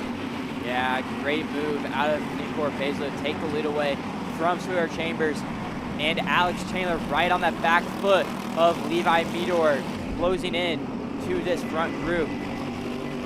I take that back. Alex Chandler's already passed Levi Meador. Alex Chandler up into P6 and closing on your front 5. Yeah, good move there out of Alex Chandler, now the top 5. Different look from yesterday, right? Everybody battling for whatever position they could get. Now, seeing that typical pack racing. Aston Wyatt, though, wanted to get up to second, looking on the inside, looking to the bottom. He's pushed by Cade Casper, and I think it sent him a little deeper than he wanted to go. You saw how busy his hands were, got him out of shape, and that's allowed Sawyer Chambers to go back through on him for second. So everybody antsy to make moves here and there. You see Styles, who's already up to 9th, and I think whenever we go and take a look back at them, he's starting to close in on Kemper Jr. and Levi Meter. So yeah, in 9th is Guerrier now, looking to go side by side with Cade Casper. Trading blows, Guerrier looking inside. Not there just yet, but he let him know that he wants to go.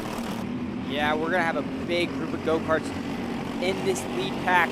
Right now, Nico Orbezo and Aston Wyatt and Stuart Chambers have a bit of a gap. I take that back. Cade Casper closing up through 1, 2, and 3.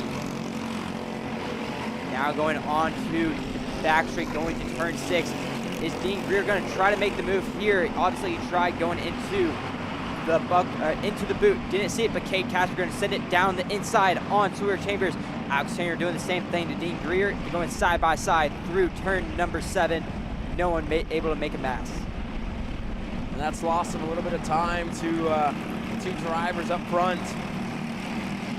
And Nico Orbezo and Aston Wyatt as they continue to battle for position here. Turn number 6, that's really a place you could lose some time, as we've seen throughout the weekend. And speaking from experience, if you spend 2 corners there side by side with somebody,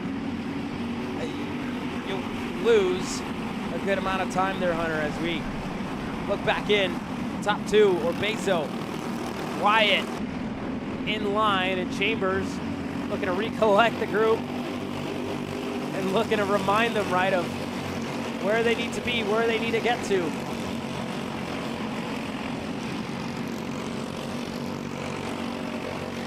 Yeah, Sawyer's been super fast throughout the weekend. Obviously, he won pretty sure he won all 3 heat races, if I'm not mistaken. Caleb, you have obviously got the notes of that in your computer. But never mind, Sawyer Chambers didn't get a single one up front all 3 heat races, though, battling for the lead.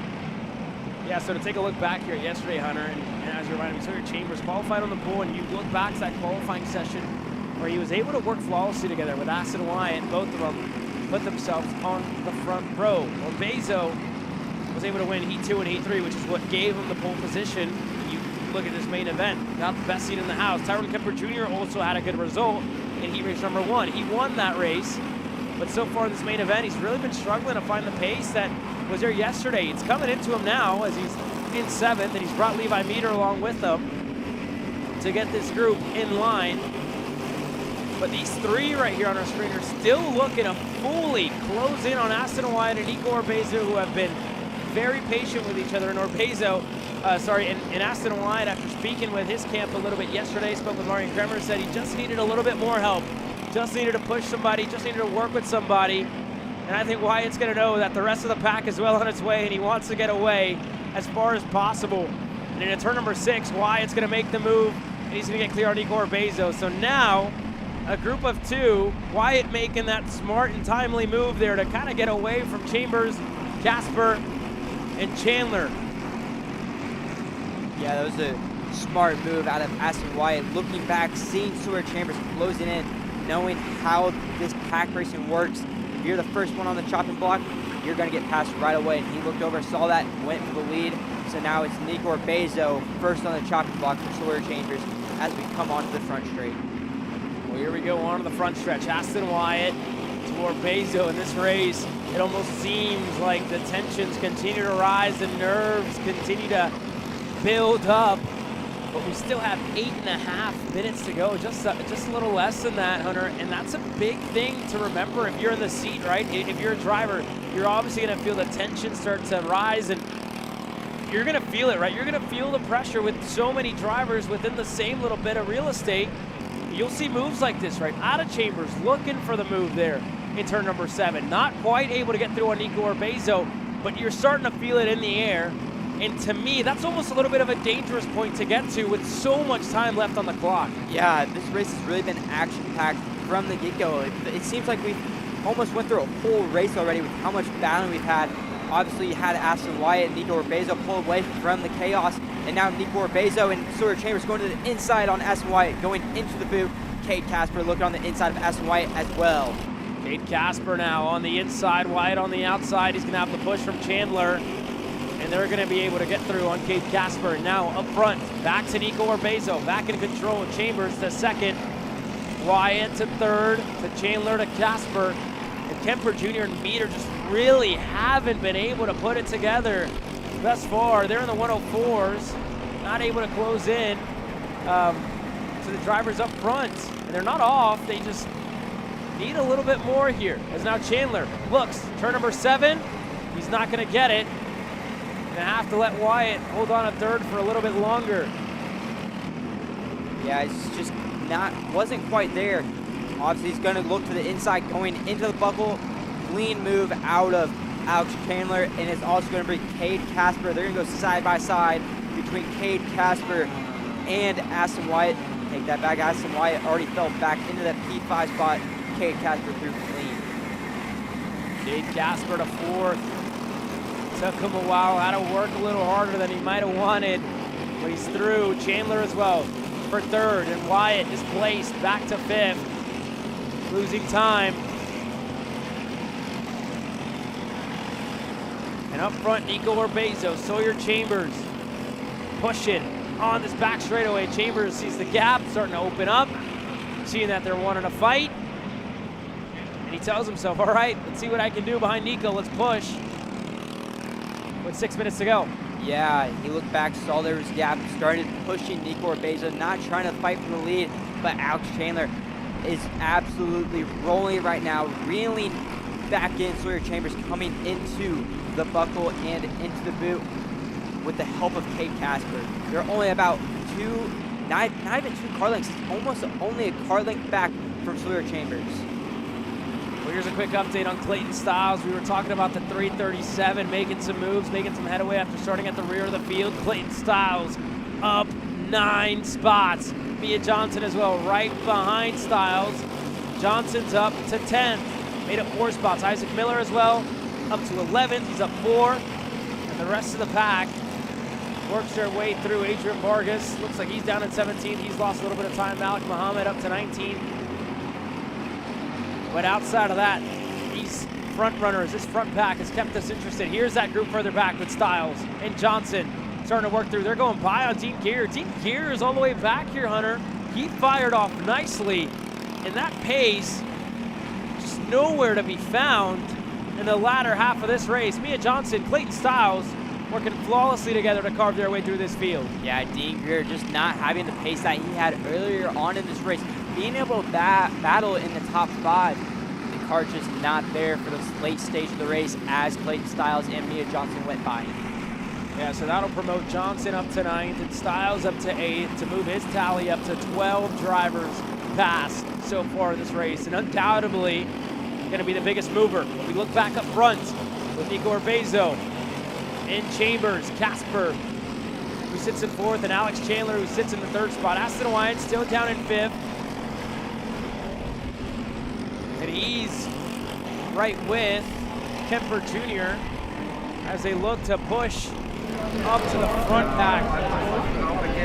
And again, for those of you watching on from home and joining us, KA Senior is coming your way next.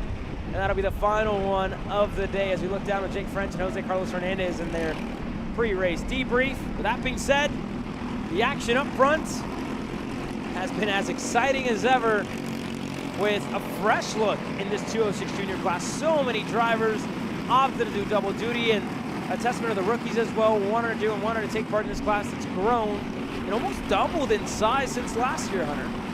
Yeah, this class is really big this year, almost pushing 25 inches, I believe. Really good shot, really good group of drivers in this class. Obviously, Nico Bezo didn't really run this class that last year. It's more of a Sawyer Chambers show, obviously with Dean Greer and Levi Meador.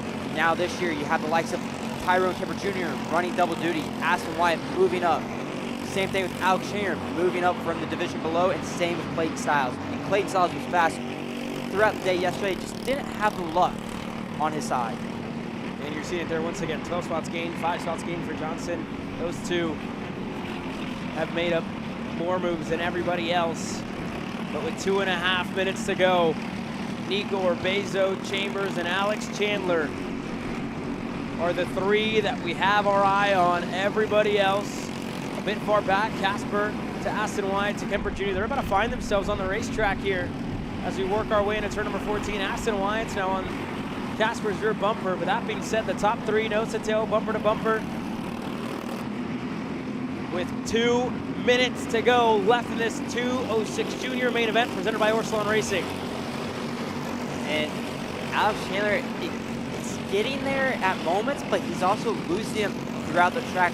The one thing that is saving him right now is the draft down this long back straight. Being able to stay with him just that tiny little bit down the straightaway is keeping him in this fight and on that kind of back step of the top two. Out of turn number 7 now, Chambers has sat maybe a little longer and let this race build. Lap after lap, corner after corner, has waited time and time again. But time about to expire here, Hunter. 1.5 minutes, less than that even, is all that these drivers have left. And again, a lap here in the junior division sits at about 104. They're not gonna get it. Only 3 laps to go in this main event. Yeah, one thing I did notice going down into turn 6 last lap by, Kate Casper lost 2 positions to Tyrone Kemper Jr. and Aston Wyatt, but he's gotten 1. Yeah, he did lose 2. He lost 2 spots to Tyrone Kemper Jr. and Aston Wyatt in turn 6 down after this long straightaway. We just missed in the back of the screen last lap by. One thing to note, Alex Chandler slowly falling off of these top 2. It's gonna be a 2-way fight, and then Alex Chandler will be right back in it once they start battling for this lead. And you know, Chandler's probably been in this position one too many times, and he knows exactly what to expect, and we've seen drivers in third try to make moves.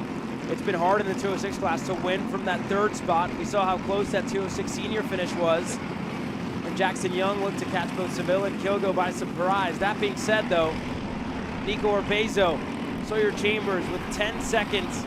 They might just do it. They might just get another one. This move, though, going to slow him down just a little bit. Chambers passes, this time by 2 laps to go, and we're fighting for the lead of the race into turn number 1.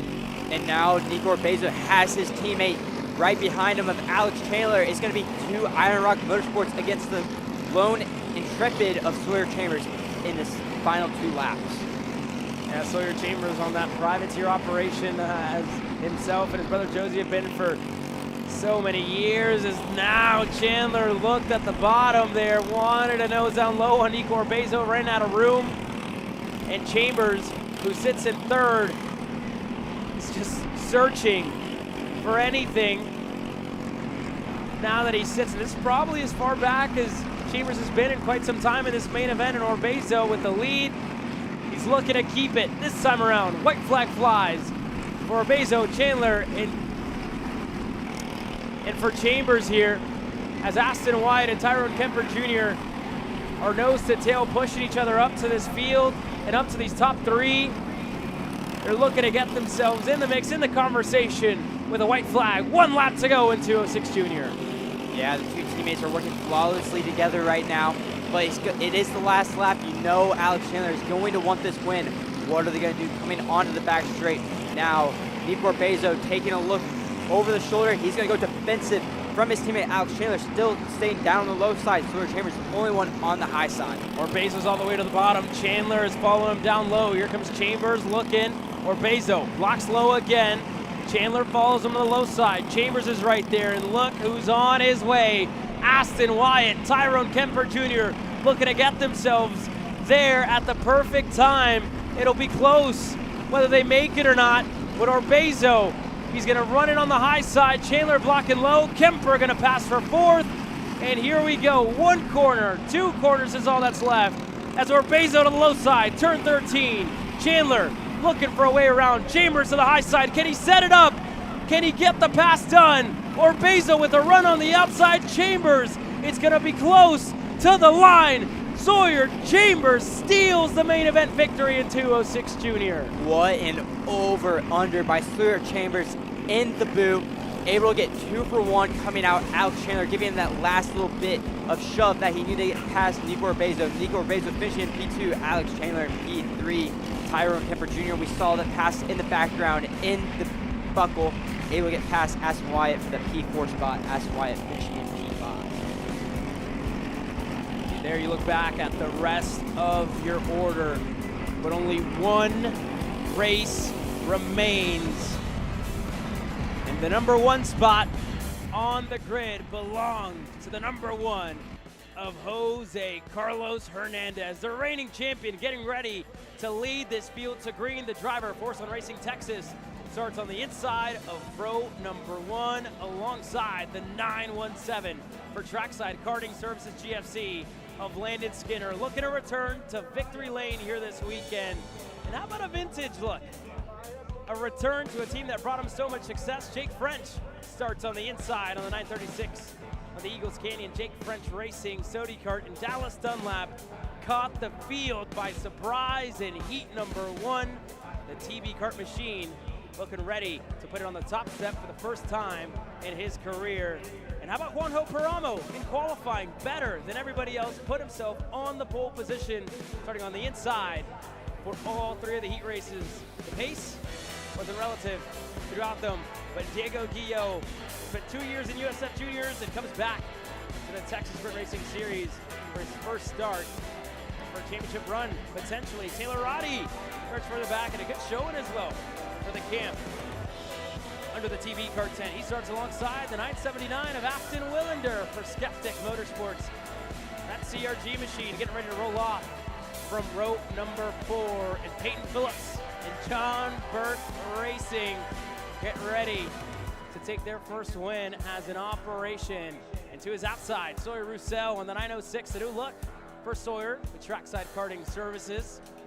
Getting ready to go green for your top 5 rows, your top 10 starters. Back on row number 6, Davis Henry starts 11th. On row number 6 with Joey Domey starting 12th in the 911 for Arcade Motorsports. Gage Bailey, the rookie, starting 13th, had an up and down day.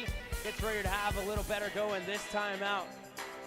Alongside him on that 7th row, Justin Music. Talk about an exit early in heat race number 1 and having to work his way through the field throughout the last 2 heat races. He did so.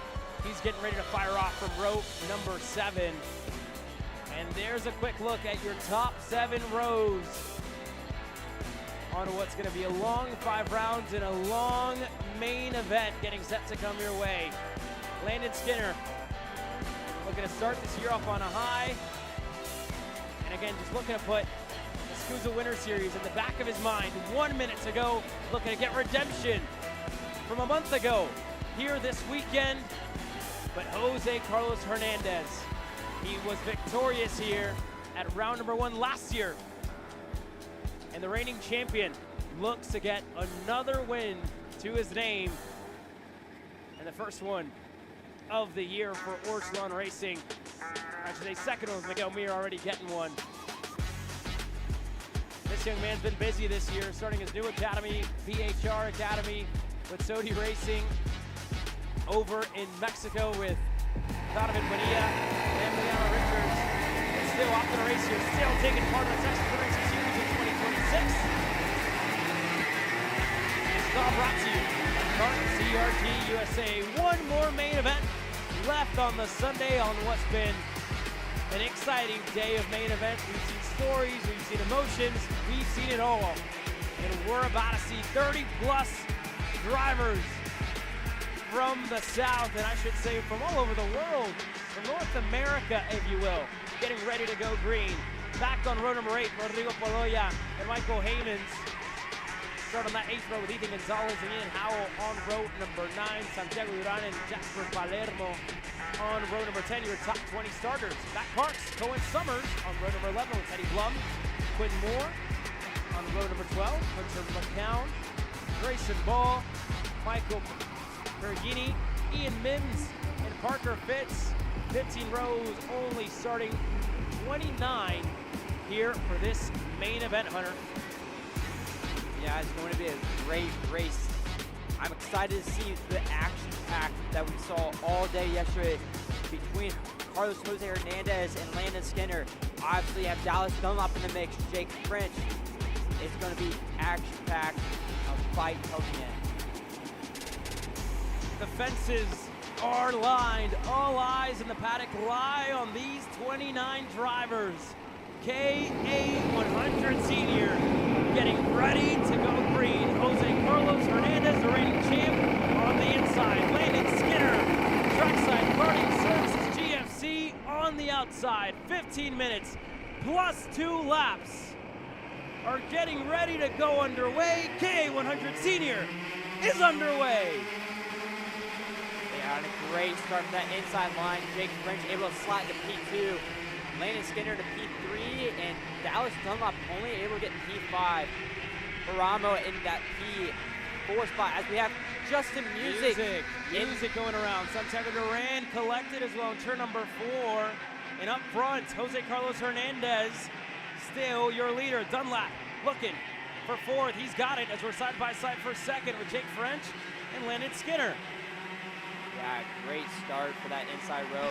Sad to see Justin Music out of this race early again as we go back up front to Jake French and Landon Skinner with Dallas Dunlop right behind. Oh, fellas, Jake French with a tire into the dirt, and they're really starting to fight for 2nd here. Skinner looking on the inside, turn 13, he's got it, and now Phillips following Taylor Roddy, but all this battling 2nd on back has given Jose Carlos Hernandez the best opening lap possible, has a gap of over a 2nd now.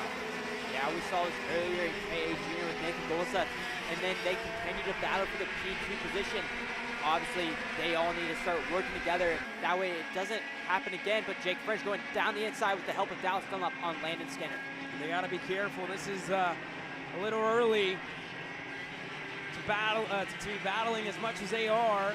And again, when I look back to Dallas, it was to Dallas last year in 2025 at the season closer. Jose Carlos Hernandez had the pace to pull away from the field, and it was a situation that was very similar to the one that we're seeing now. We're battling for 2nd. All the while, the number 1, the reigning champ, has the pace on his own to run away from this pack as Taylor Roddy and Peyton Phillips look to work their way up this field, and Skinner now back in 5th. Dunlap going to be the one to try and lead this pack up the order as Juan Jose Paramo, the driver, now in 3rd. Teammate Jose Carlos has made up a couple of spots here, Hunter. Yeah, it was a great start for Paramo to get up to that P3 position. Oh, and Jake French going to have spin with Landon Skinner. Poloya collected as well in turn number 6. Jake French and more go off. 3 more off the racetrack. And that being said, that is it. Jake French, opening weekend with that chassis, is out of contention. The same for Landon Skinner here, Hunter. And this has left Dallas Dunlap with a tall ask and a big task at hand to close down to Jose Carlos Hernandez. Yeah, and you talk about Landon Skinner. It looks like he's going to start off with a repeat of last year not having the best of luck, being fast, but just not having the luck to get up in front and have a race win. Yeah, unfortunate way for this race to pan out for Skinner. As we look through this field, there's Gates Bailey, the rookie, getting himself into 6th. If you look for the back, this is the edge of the top 10. With a couple here, Gonzalez is right there, Diego Guillot, and Davis Henry. This is for the edge of the top 10 as Guillot now looking for 7 into turn number 7 for 10, and he gets it. So Diego Guillot up another spot. And now we're taking a look at Peyton Phillips up in the P8 right now, chasing down Ashton Willander and Gates Bailey. Yeah, the pace in the first couple laps haven't been potentially where Phillips would have wanted as we're going on the inside. Contact. Domey is off. Cohen Summers was another one of the ones involved there. That looks like Ian Howell on the Sony machine. That went for a wild ride in turn 14. Yeah, it's not what you want to see, but one thing to note, Dallas Dunlap is slowly reeling in your leader. Jose Carlos Hernandez closed it down by 2/10 that last time by himself.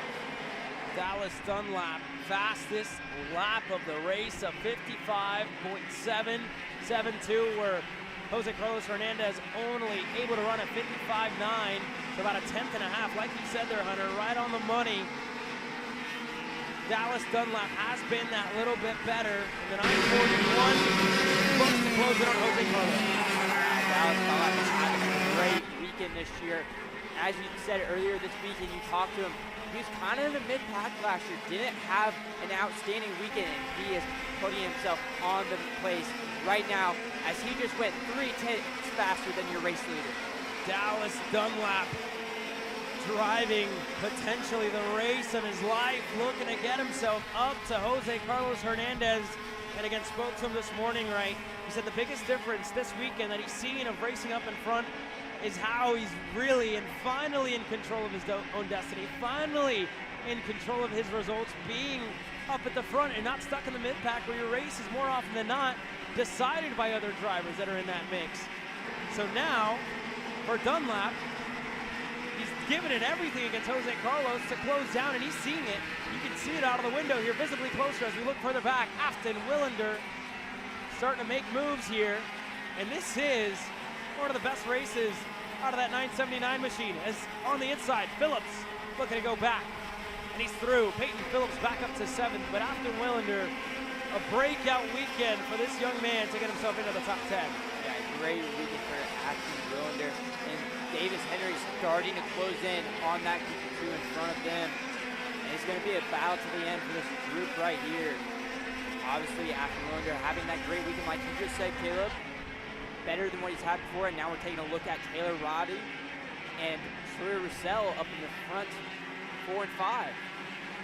Yeah, Taylor Roddy there looking to chase down Juan Jose Paramo.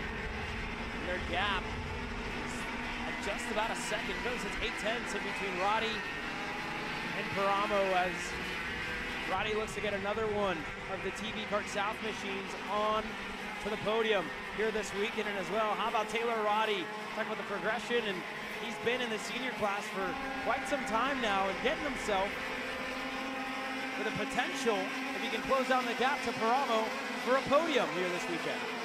Dallas Dunlap is still reeling in your race leader. Jose Carlos Hernandez is down to 8/10.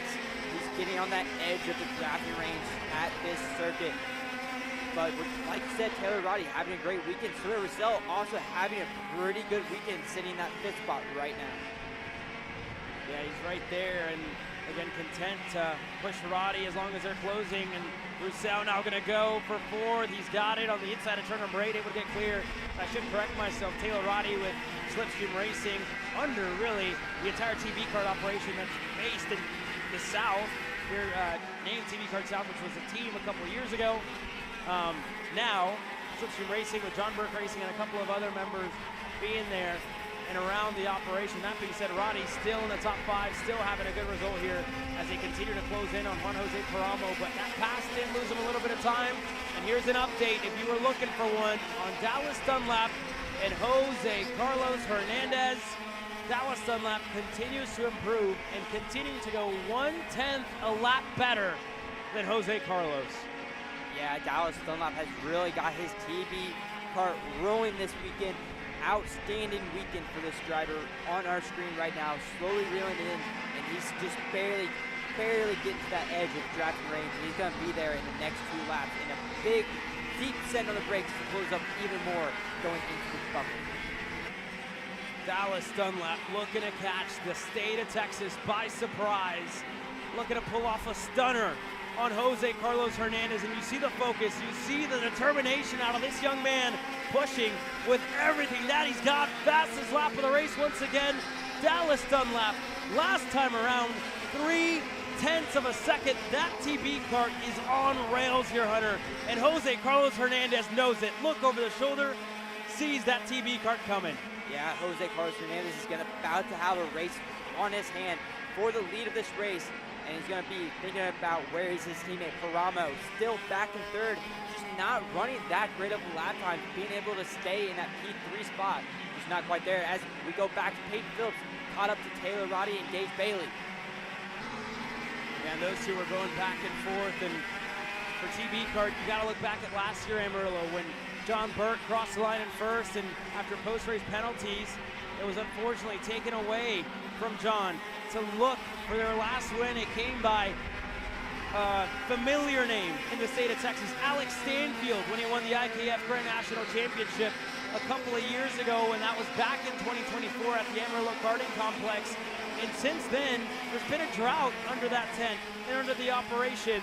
And this weekend, Dallas Dunlap looks to get that lime green machine back to the top step of the podium, and he's done a masterclass of a job to get himself and to close down a gap that almost seemed impossible at the start of this race, Hunter. Yeah, that gap was huge at the beginning of the race, almost a second and a half, and he's closed down all by himself. Right on the tail of Carlos Jose Hernandez going into the boot now. Not quite close enough to make a move, but next lap by, going into turn 6, I expect to see something out of Dallas Dunlap. 4.5 minutes is what we have left in this main event. Dunlap giving it everything he's got, getting himself close. And you see it there, head down on the rear bumper of Jose Carlos, who is going to know it now. If he didn't know before, Dallas Dunlap has officially arrived. And Jose, looking over the shoulder, knows that he's there. Dallas Dunlap, now's the time to go on the inside. Turn number 6, Dallas Dunlap leads his first lap of the main event. Yeah, spectacular race so far out of Dallas Dunlap, but Carlos Jose Hernandez! Contact in between the leaders. Jose Carlos, Dallas Dunlap get together. Jose Paramo goes to the lead. Peyton Phillips now is in second. 1 corner, 1 lap, and Dallas Dunlap. Heartbreak for TB kart, heartbreak for Dunlap, and Jose Carlos Hernandez and Dunlap are out of this main event. I did not expect to see that one coming this early in the race. Now it's on the hands of Peyton Phillips. He's going to be P2, another lime green TB go-kart chasing down another Orslin go-kart. And we look at it here, the gap for Peyton Phillips, 1.2 seconds. And Roussel knows it now. They gotta know they're within an opportunity to look to deny Paramo with a gift and a half. Now leads this race in the 950. Contact in turn number 8. And it's all fallen. This race has been flipped upside down. And Peyton Phillips still looking to give the team another shot. Looking to get the first one for John Burke after it was taken away from him last year. This time as the team owner operator, with his guy, a friend to him, and Peyton Phillips looking to return to victory lane himself. His last win back in 2024 in Crescent, Texas. And there's enough time on the clock for Peyton Phillips to reach Paramo. Last time by was 0.3 faster than Paramo. What is it going to be this time? 1.2 is what it was at. 0.8 of a second for Peyton Phillips, who looks to get back to the top step. And two tails to this story. Dallas Dunlap into the scale lines, broken front fairing and heartbreak for the 941. Back on screen with Peyton Phillips now. Peyton Phillips is closing in to Paramo. Paramo is about to have a fight on his hand with none other than Peyton Phillips and Sawyer Roussel. obviously Sawyer Russell hasn't had a great finish in TSRS history in the KA senior category. Has had his moments, but not a win yet. This would be a first podium even for Sawyer Russell. And you gotta think how long it's been that Peyton Phillips has been in this position right here. Almost a year and a half. Back to 2024 in Crescent, Texas, where he won. And even that weekend, he caught the field by surprise. An over-under move in the final corner where he was able to get the move done this weekend. And in 2026, this is the first real opportunity after he had a 2025 season of riddled with bad luck, bad incidents, and could really never put it all together. This weekend on the back straightaway is within a shot, and into turn number 6, Peyton Phillips returns to the lead. Now it's going to be the same story as Paramo, going to send it in right here and have another collide right where Dallas Dunlap and Carlos Jose Hernandez did. And you look at it here out of the double rights, just over a minute to go. Juan Jose Paramo pointing forward to Peyton Phillips. Just wanting to get away, and that's even Paramo feeling like he doesn't really have the pace to stay ahead of Russell, but the rest of the pack is well on its way. How about rookie Gage Bailey looking for the podium on the first time of asking in the senior ranks. Taylor Roddy as well into the top 5 with Guillot and Davis Henry in 7. And also you got to think Taylor Roddy back there in 5th. We were talking about Peyton Phillips and Dallas Dunlap having 2 lime green TP go-karts on the podium. Well, Taylor Roddy now has a chance to do that with Peyton Phillips. Here we go, Phillips ducking the head under the steering wheel. Paramo going to have the draft to his advantage. And a very, very smart play there out of Paramo. Going to wait here with just under 30 seconds to go left in this KA Senior main event. But now you have Sawyer Russell and Gage Bailey coming onto the back of Paramo.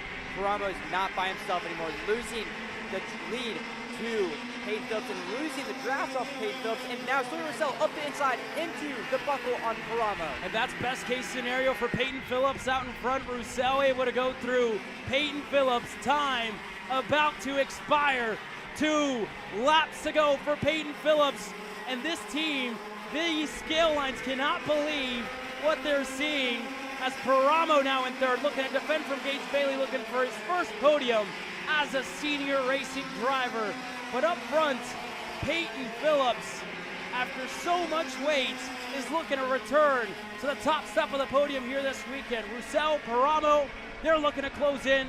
A lap and a half to go, Your Honor. Yeah, and Gage Bailey looking to find a way past Paramo, but because he has Roddy right on the back of him, got a little bit of gap going out of 7 now. Gage Bailey wanting the first podium in his rookie season at the first race. As we go back up to Peyton Phillips going into the buckle.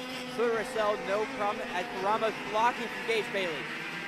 And Paramo again just sliding on the exit of the buckle. Doesn't really have it here. That 950 not quite cooperative there with Paramo on the exit of the corner. Bailey still right behind him. White flag flies. 1 lap to go for Peyton Phillips and Sawyer Russell. Russell going to give it everything that he's got. It would be a first career podium in the senior ranks for Russell in KA Senior, but you know he's not going to be content with that. And you talk about all the hard work this kid, Peyton Phillips, all that he's done in the last year and a half, all the years and all the bad luck that he's faced weekend after weekend. And you got to look back as well for John Burke in Amarillo last year, crossed the line, had the crowd on their feet on the home race for the camp, for the operation, and they've had to wait since 2024 in Amarillo. Phillips has had to wait since 2024 in Crescent, but this weekend, as Peyton Phillips rounds the last corner, it's a return to glory for Peyton Phillips, who wins in Houston in K100 Senior. And what a race for Sawyer Russell, getting his first ever TSRS regional podium, and P2 and Paramo finishing out the podium in P3. Gage Bailey, a respectable finish to finish in 4th. Taylor Roddy, your top 5. But how about Peyton Phillips and TB Kart? You talk about a year, almost 2 years of waiting to return to victory lane for the lime green machines and for Peyton Phillips. All the hard work, all the bad luck, all the stress, all the sleepless nights for that young man, Peyton Phillips. The wait is over. He's a winner again in KA Senior.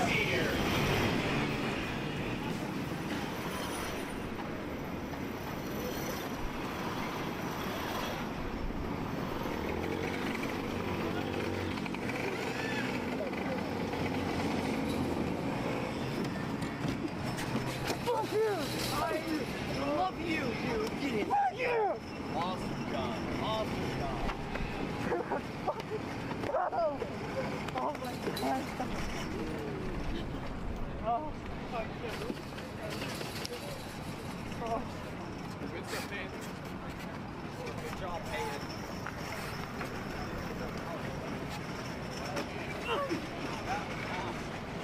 Peyton, let me on the picture. Let's fucking go!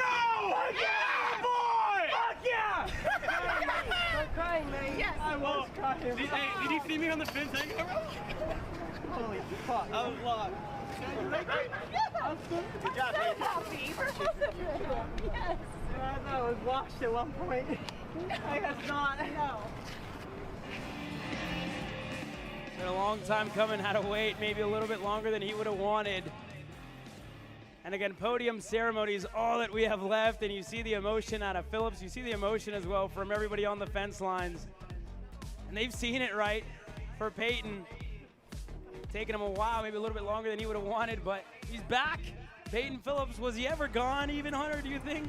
I don't think so, Caleb, but that race, let me tell you, action-packed from the big get-go. Yeah, and you know, you got to look back, right? It's two tails under that tent for TB Kart. You got one in Dallas Dunlap who really put on a great show, who was up there. And again, you got to think of what could have been for Dallas Dunlap. And then you look at the other side, right? Peyton Phillips right there picking it up and looking to get that win for the team and the operation for the first time in quite some time. But again, we'll wait to catch Phillips as soon as he gets out of the scale lines. We'll step aside here for a quick moment. We'll wait for him to roll by.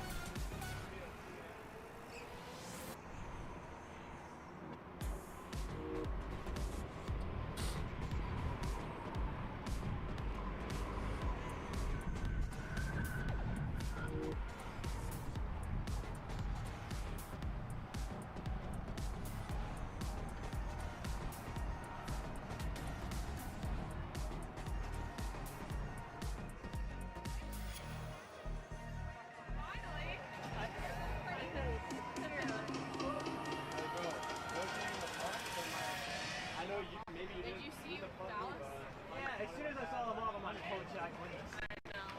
So sad. It's unfortunate, for sure. Thank you. Oh, it's official. Peyton Phillips, your winner on Sunday for TB Kart for John Burke Racing. A return to victory lane. You were looking back at the last lap. I'm like, go! Fucking go! Bro. Yeah, bro!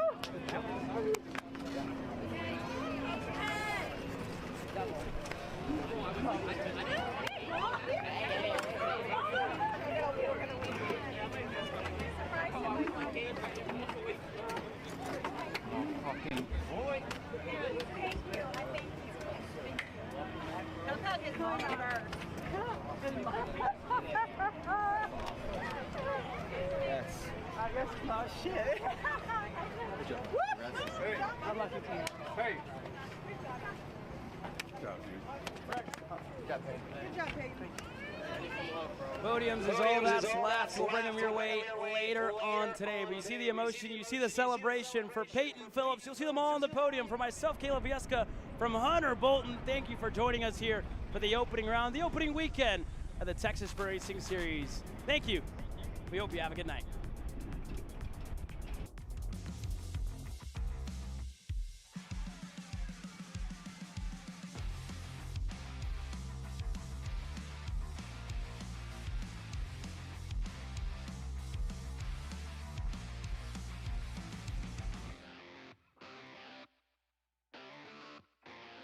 Welcome to the future of kart race preparation, Kart Sim Pro North America. Featuring laser-scanned North American kart circuits and precision-tuned kart physics developed using real telemetry, dyno and tyre data, Kart Sim Pro North America delivers the most advanced and realistic kart simulation experience available today. Whether you're training for race day, refining your lines, or shaving tenths off your personal best, Kartsim Pro gives you pro-level insight without leaving your home. Trusted by world champions, coaches, and karting enthusiasts alike, this is where virtual practice translates into real-world performance. Experience the thrill, the challenge, and the edge. Kartsim Pro North America. Use code CHASER20 to get 20% off today.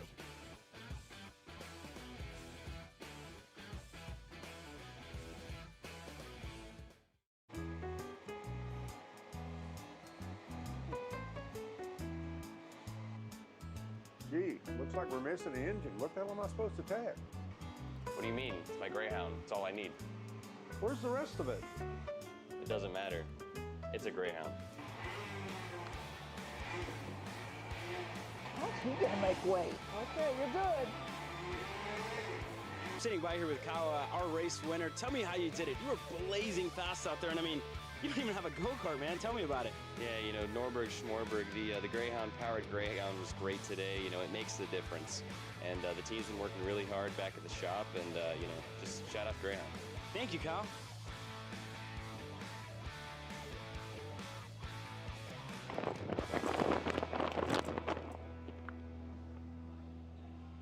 How the f did you just win?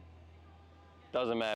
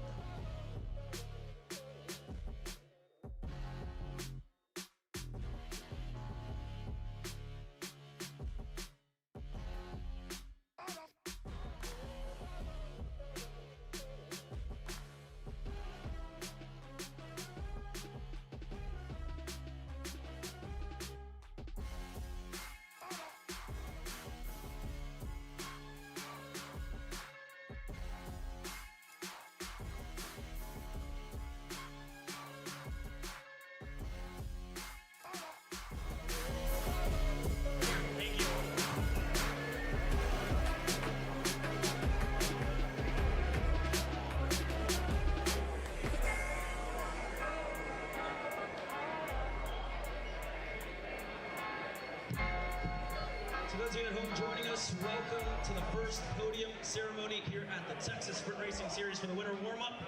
We'll get this one started with our micro swifts presented by Arcade Motorsports. In 5th place, the 212 of Shep Sullivan.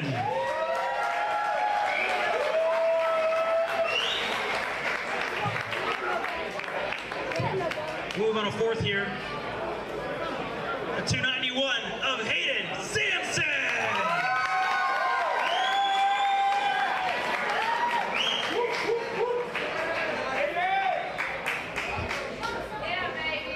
In 3rd place here in Micro Swift, the 292 of Cohen Scott.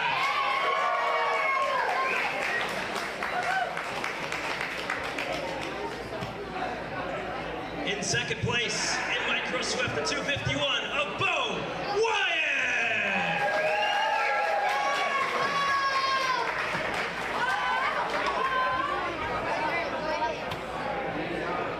And your winner here on Sunday, the 202 of Dusty Strayer.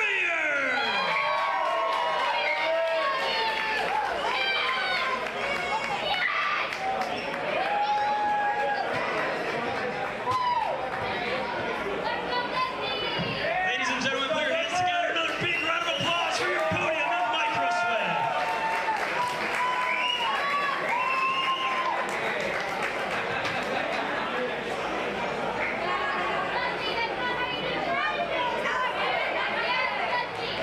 Alrighty, thank you, gentlemen. Let's go, pictures. You guys are good. You want to step off?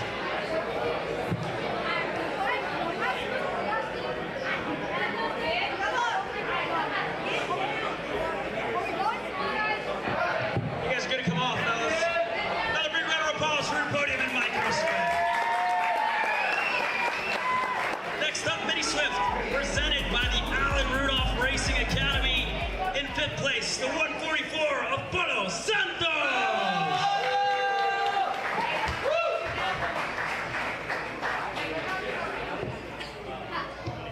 In 4th place, here in Mini Swift, the 177 of Liam Estales.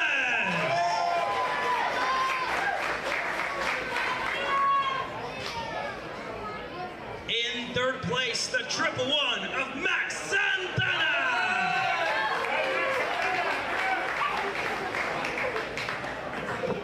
In 2nd place, the 101 of Mace Layson.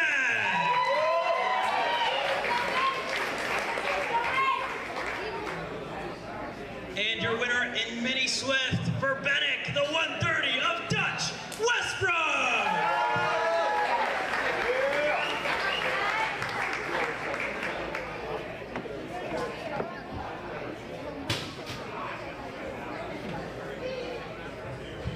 Ladies and gentlemen, once again, put your hands together for your podium in Mini Swift.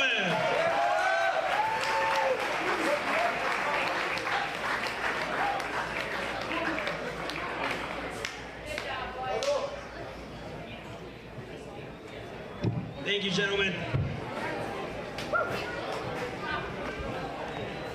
Move on here to T4 Senior, presented by Tillotson. In 5th place, the 507 of Alexander Gazione.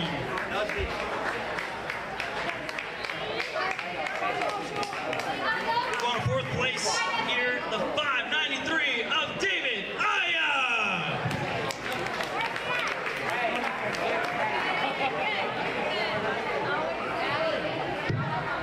In 3rd place, the 598 of Joe Vestal.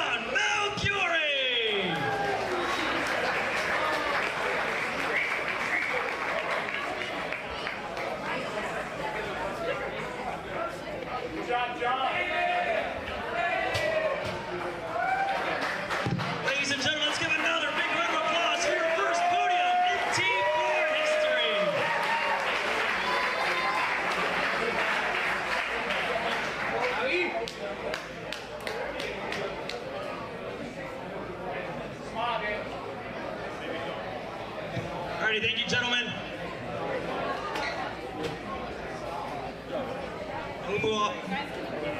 We'll move on here to our podium in 206 kit carts presented by GR2 Motorsports. In 5th place, the 97 of Grayson Hollis.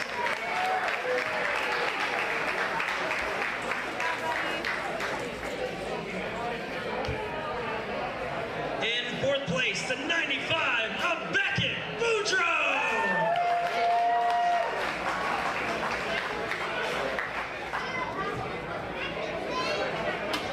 In 3rd place, the 99 of Anderson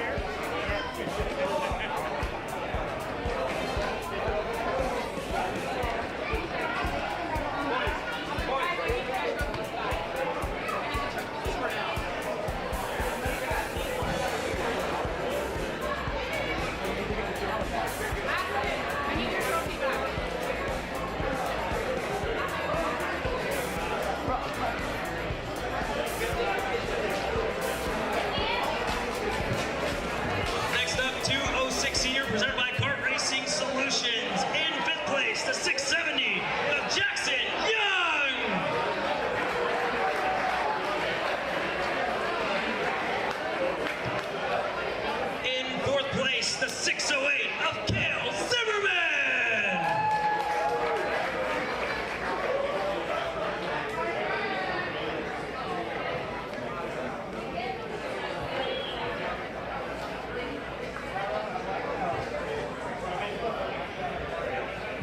In third place, the 600 of Reagan Seville.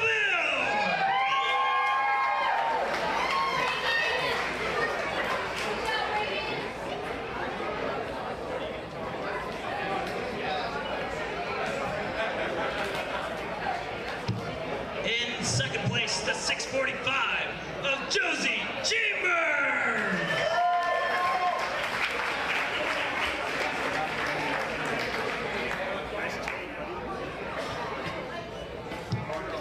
And your winner for the Allen Rudolph Racing Academy, the 604 of Carter Gilgo.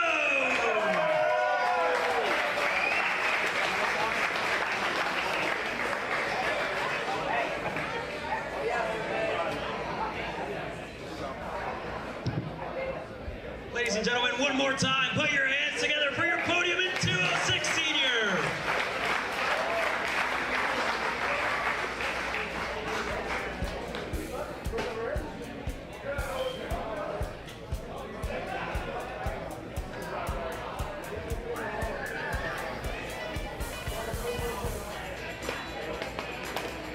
Thank you, gentlemen. We'll move forward to 206 Cadet, presented by Skeptic Motorsports. In fifth place, the 217 of Mikey Todd.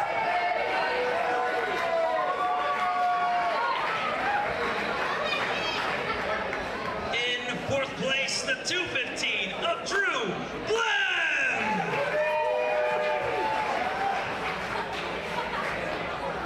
In third place, the 230 of Dutch Westbrook.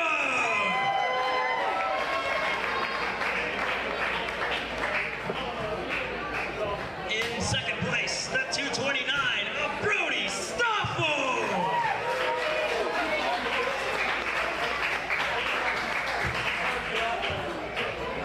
And your winner in 206 Cadet, the 265 of Marshall Steve.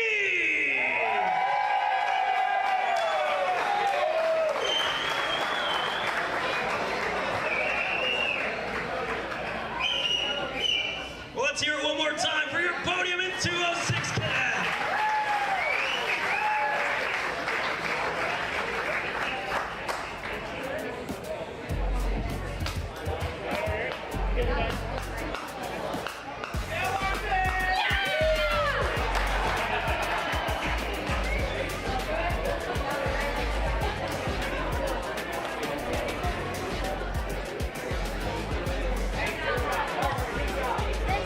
Move to KA 100 Masters, presented by High Five Performance. In fifth place, the 442 of Shea Burkett.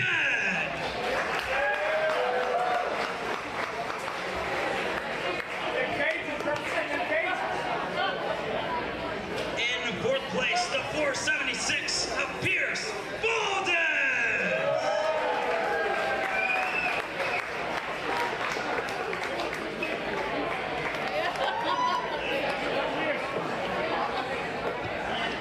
In third place, the 433 of Nicholas Bull.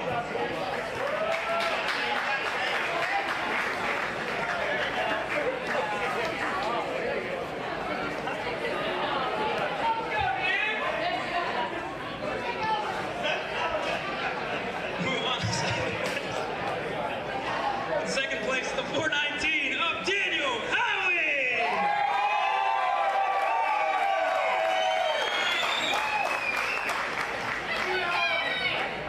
Good job, old man. And your winner, the 477 of Miguel Mir.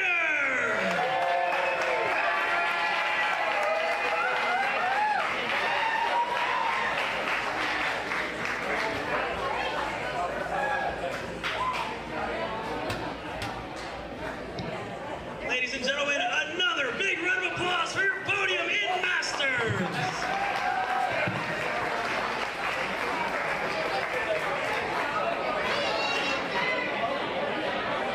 Miguel. Una. You were right there.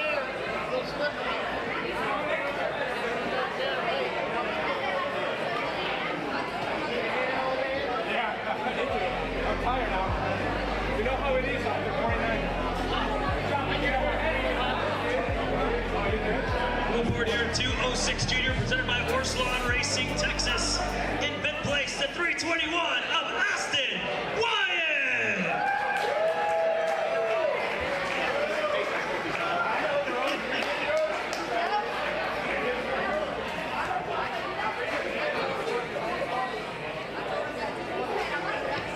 In fourth place, the 377 of Tyrone Kemper Jr.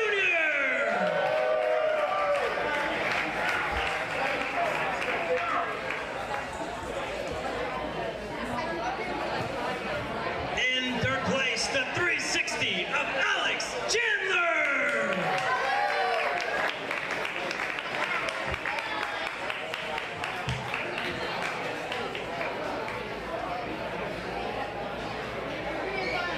In second place, the 338 of Nico Orbezo.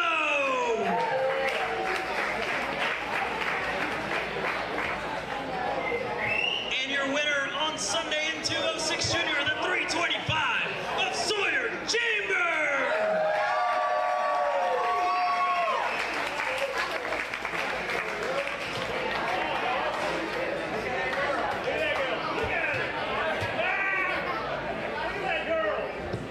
Ladies and gentlemen, one more time for your 206 Junior.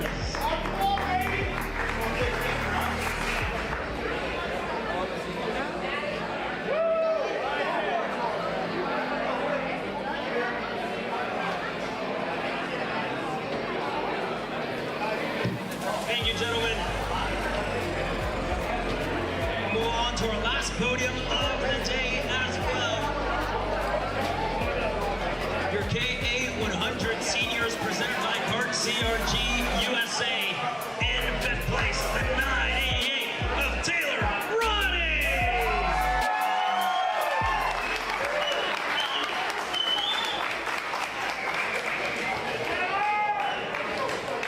In fourth place, the 923 of Gage Bailey.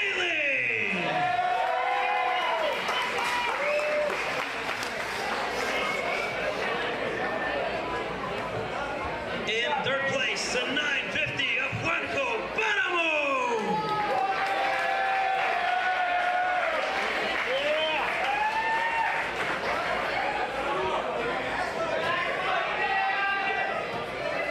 In second place, the 906 of Sawyer Rousseau.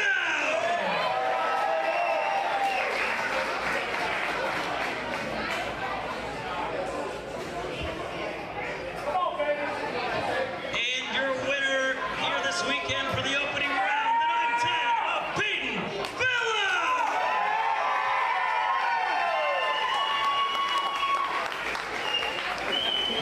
For those of you at home, thank you very much for joining us for the opening round of the Texas Sprint Racing Series. We hope you have a good night. And for those of you here, give another big round of applause for your KA 100 Senior Podium.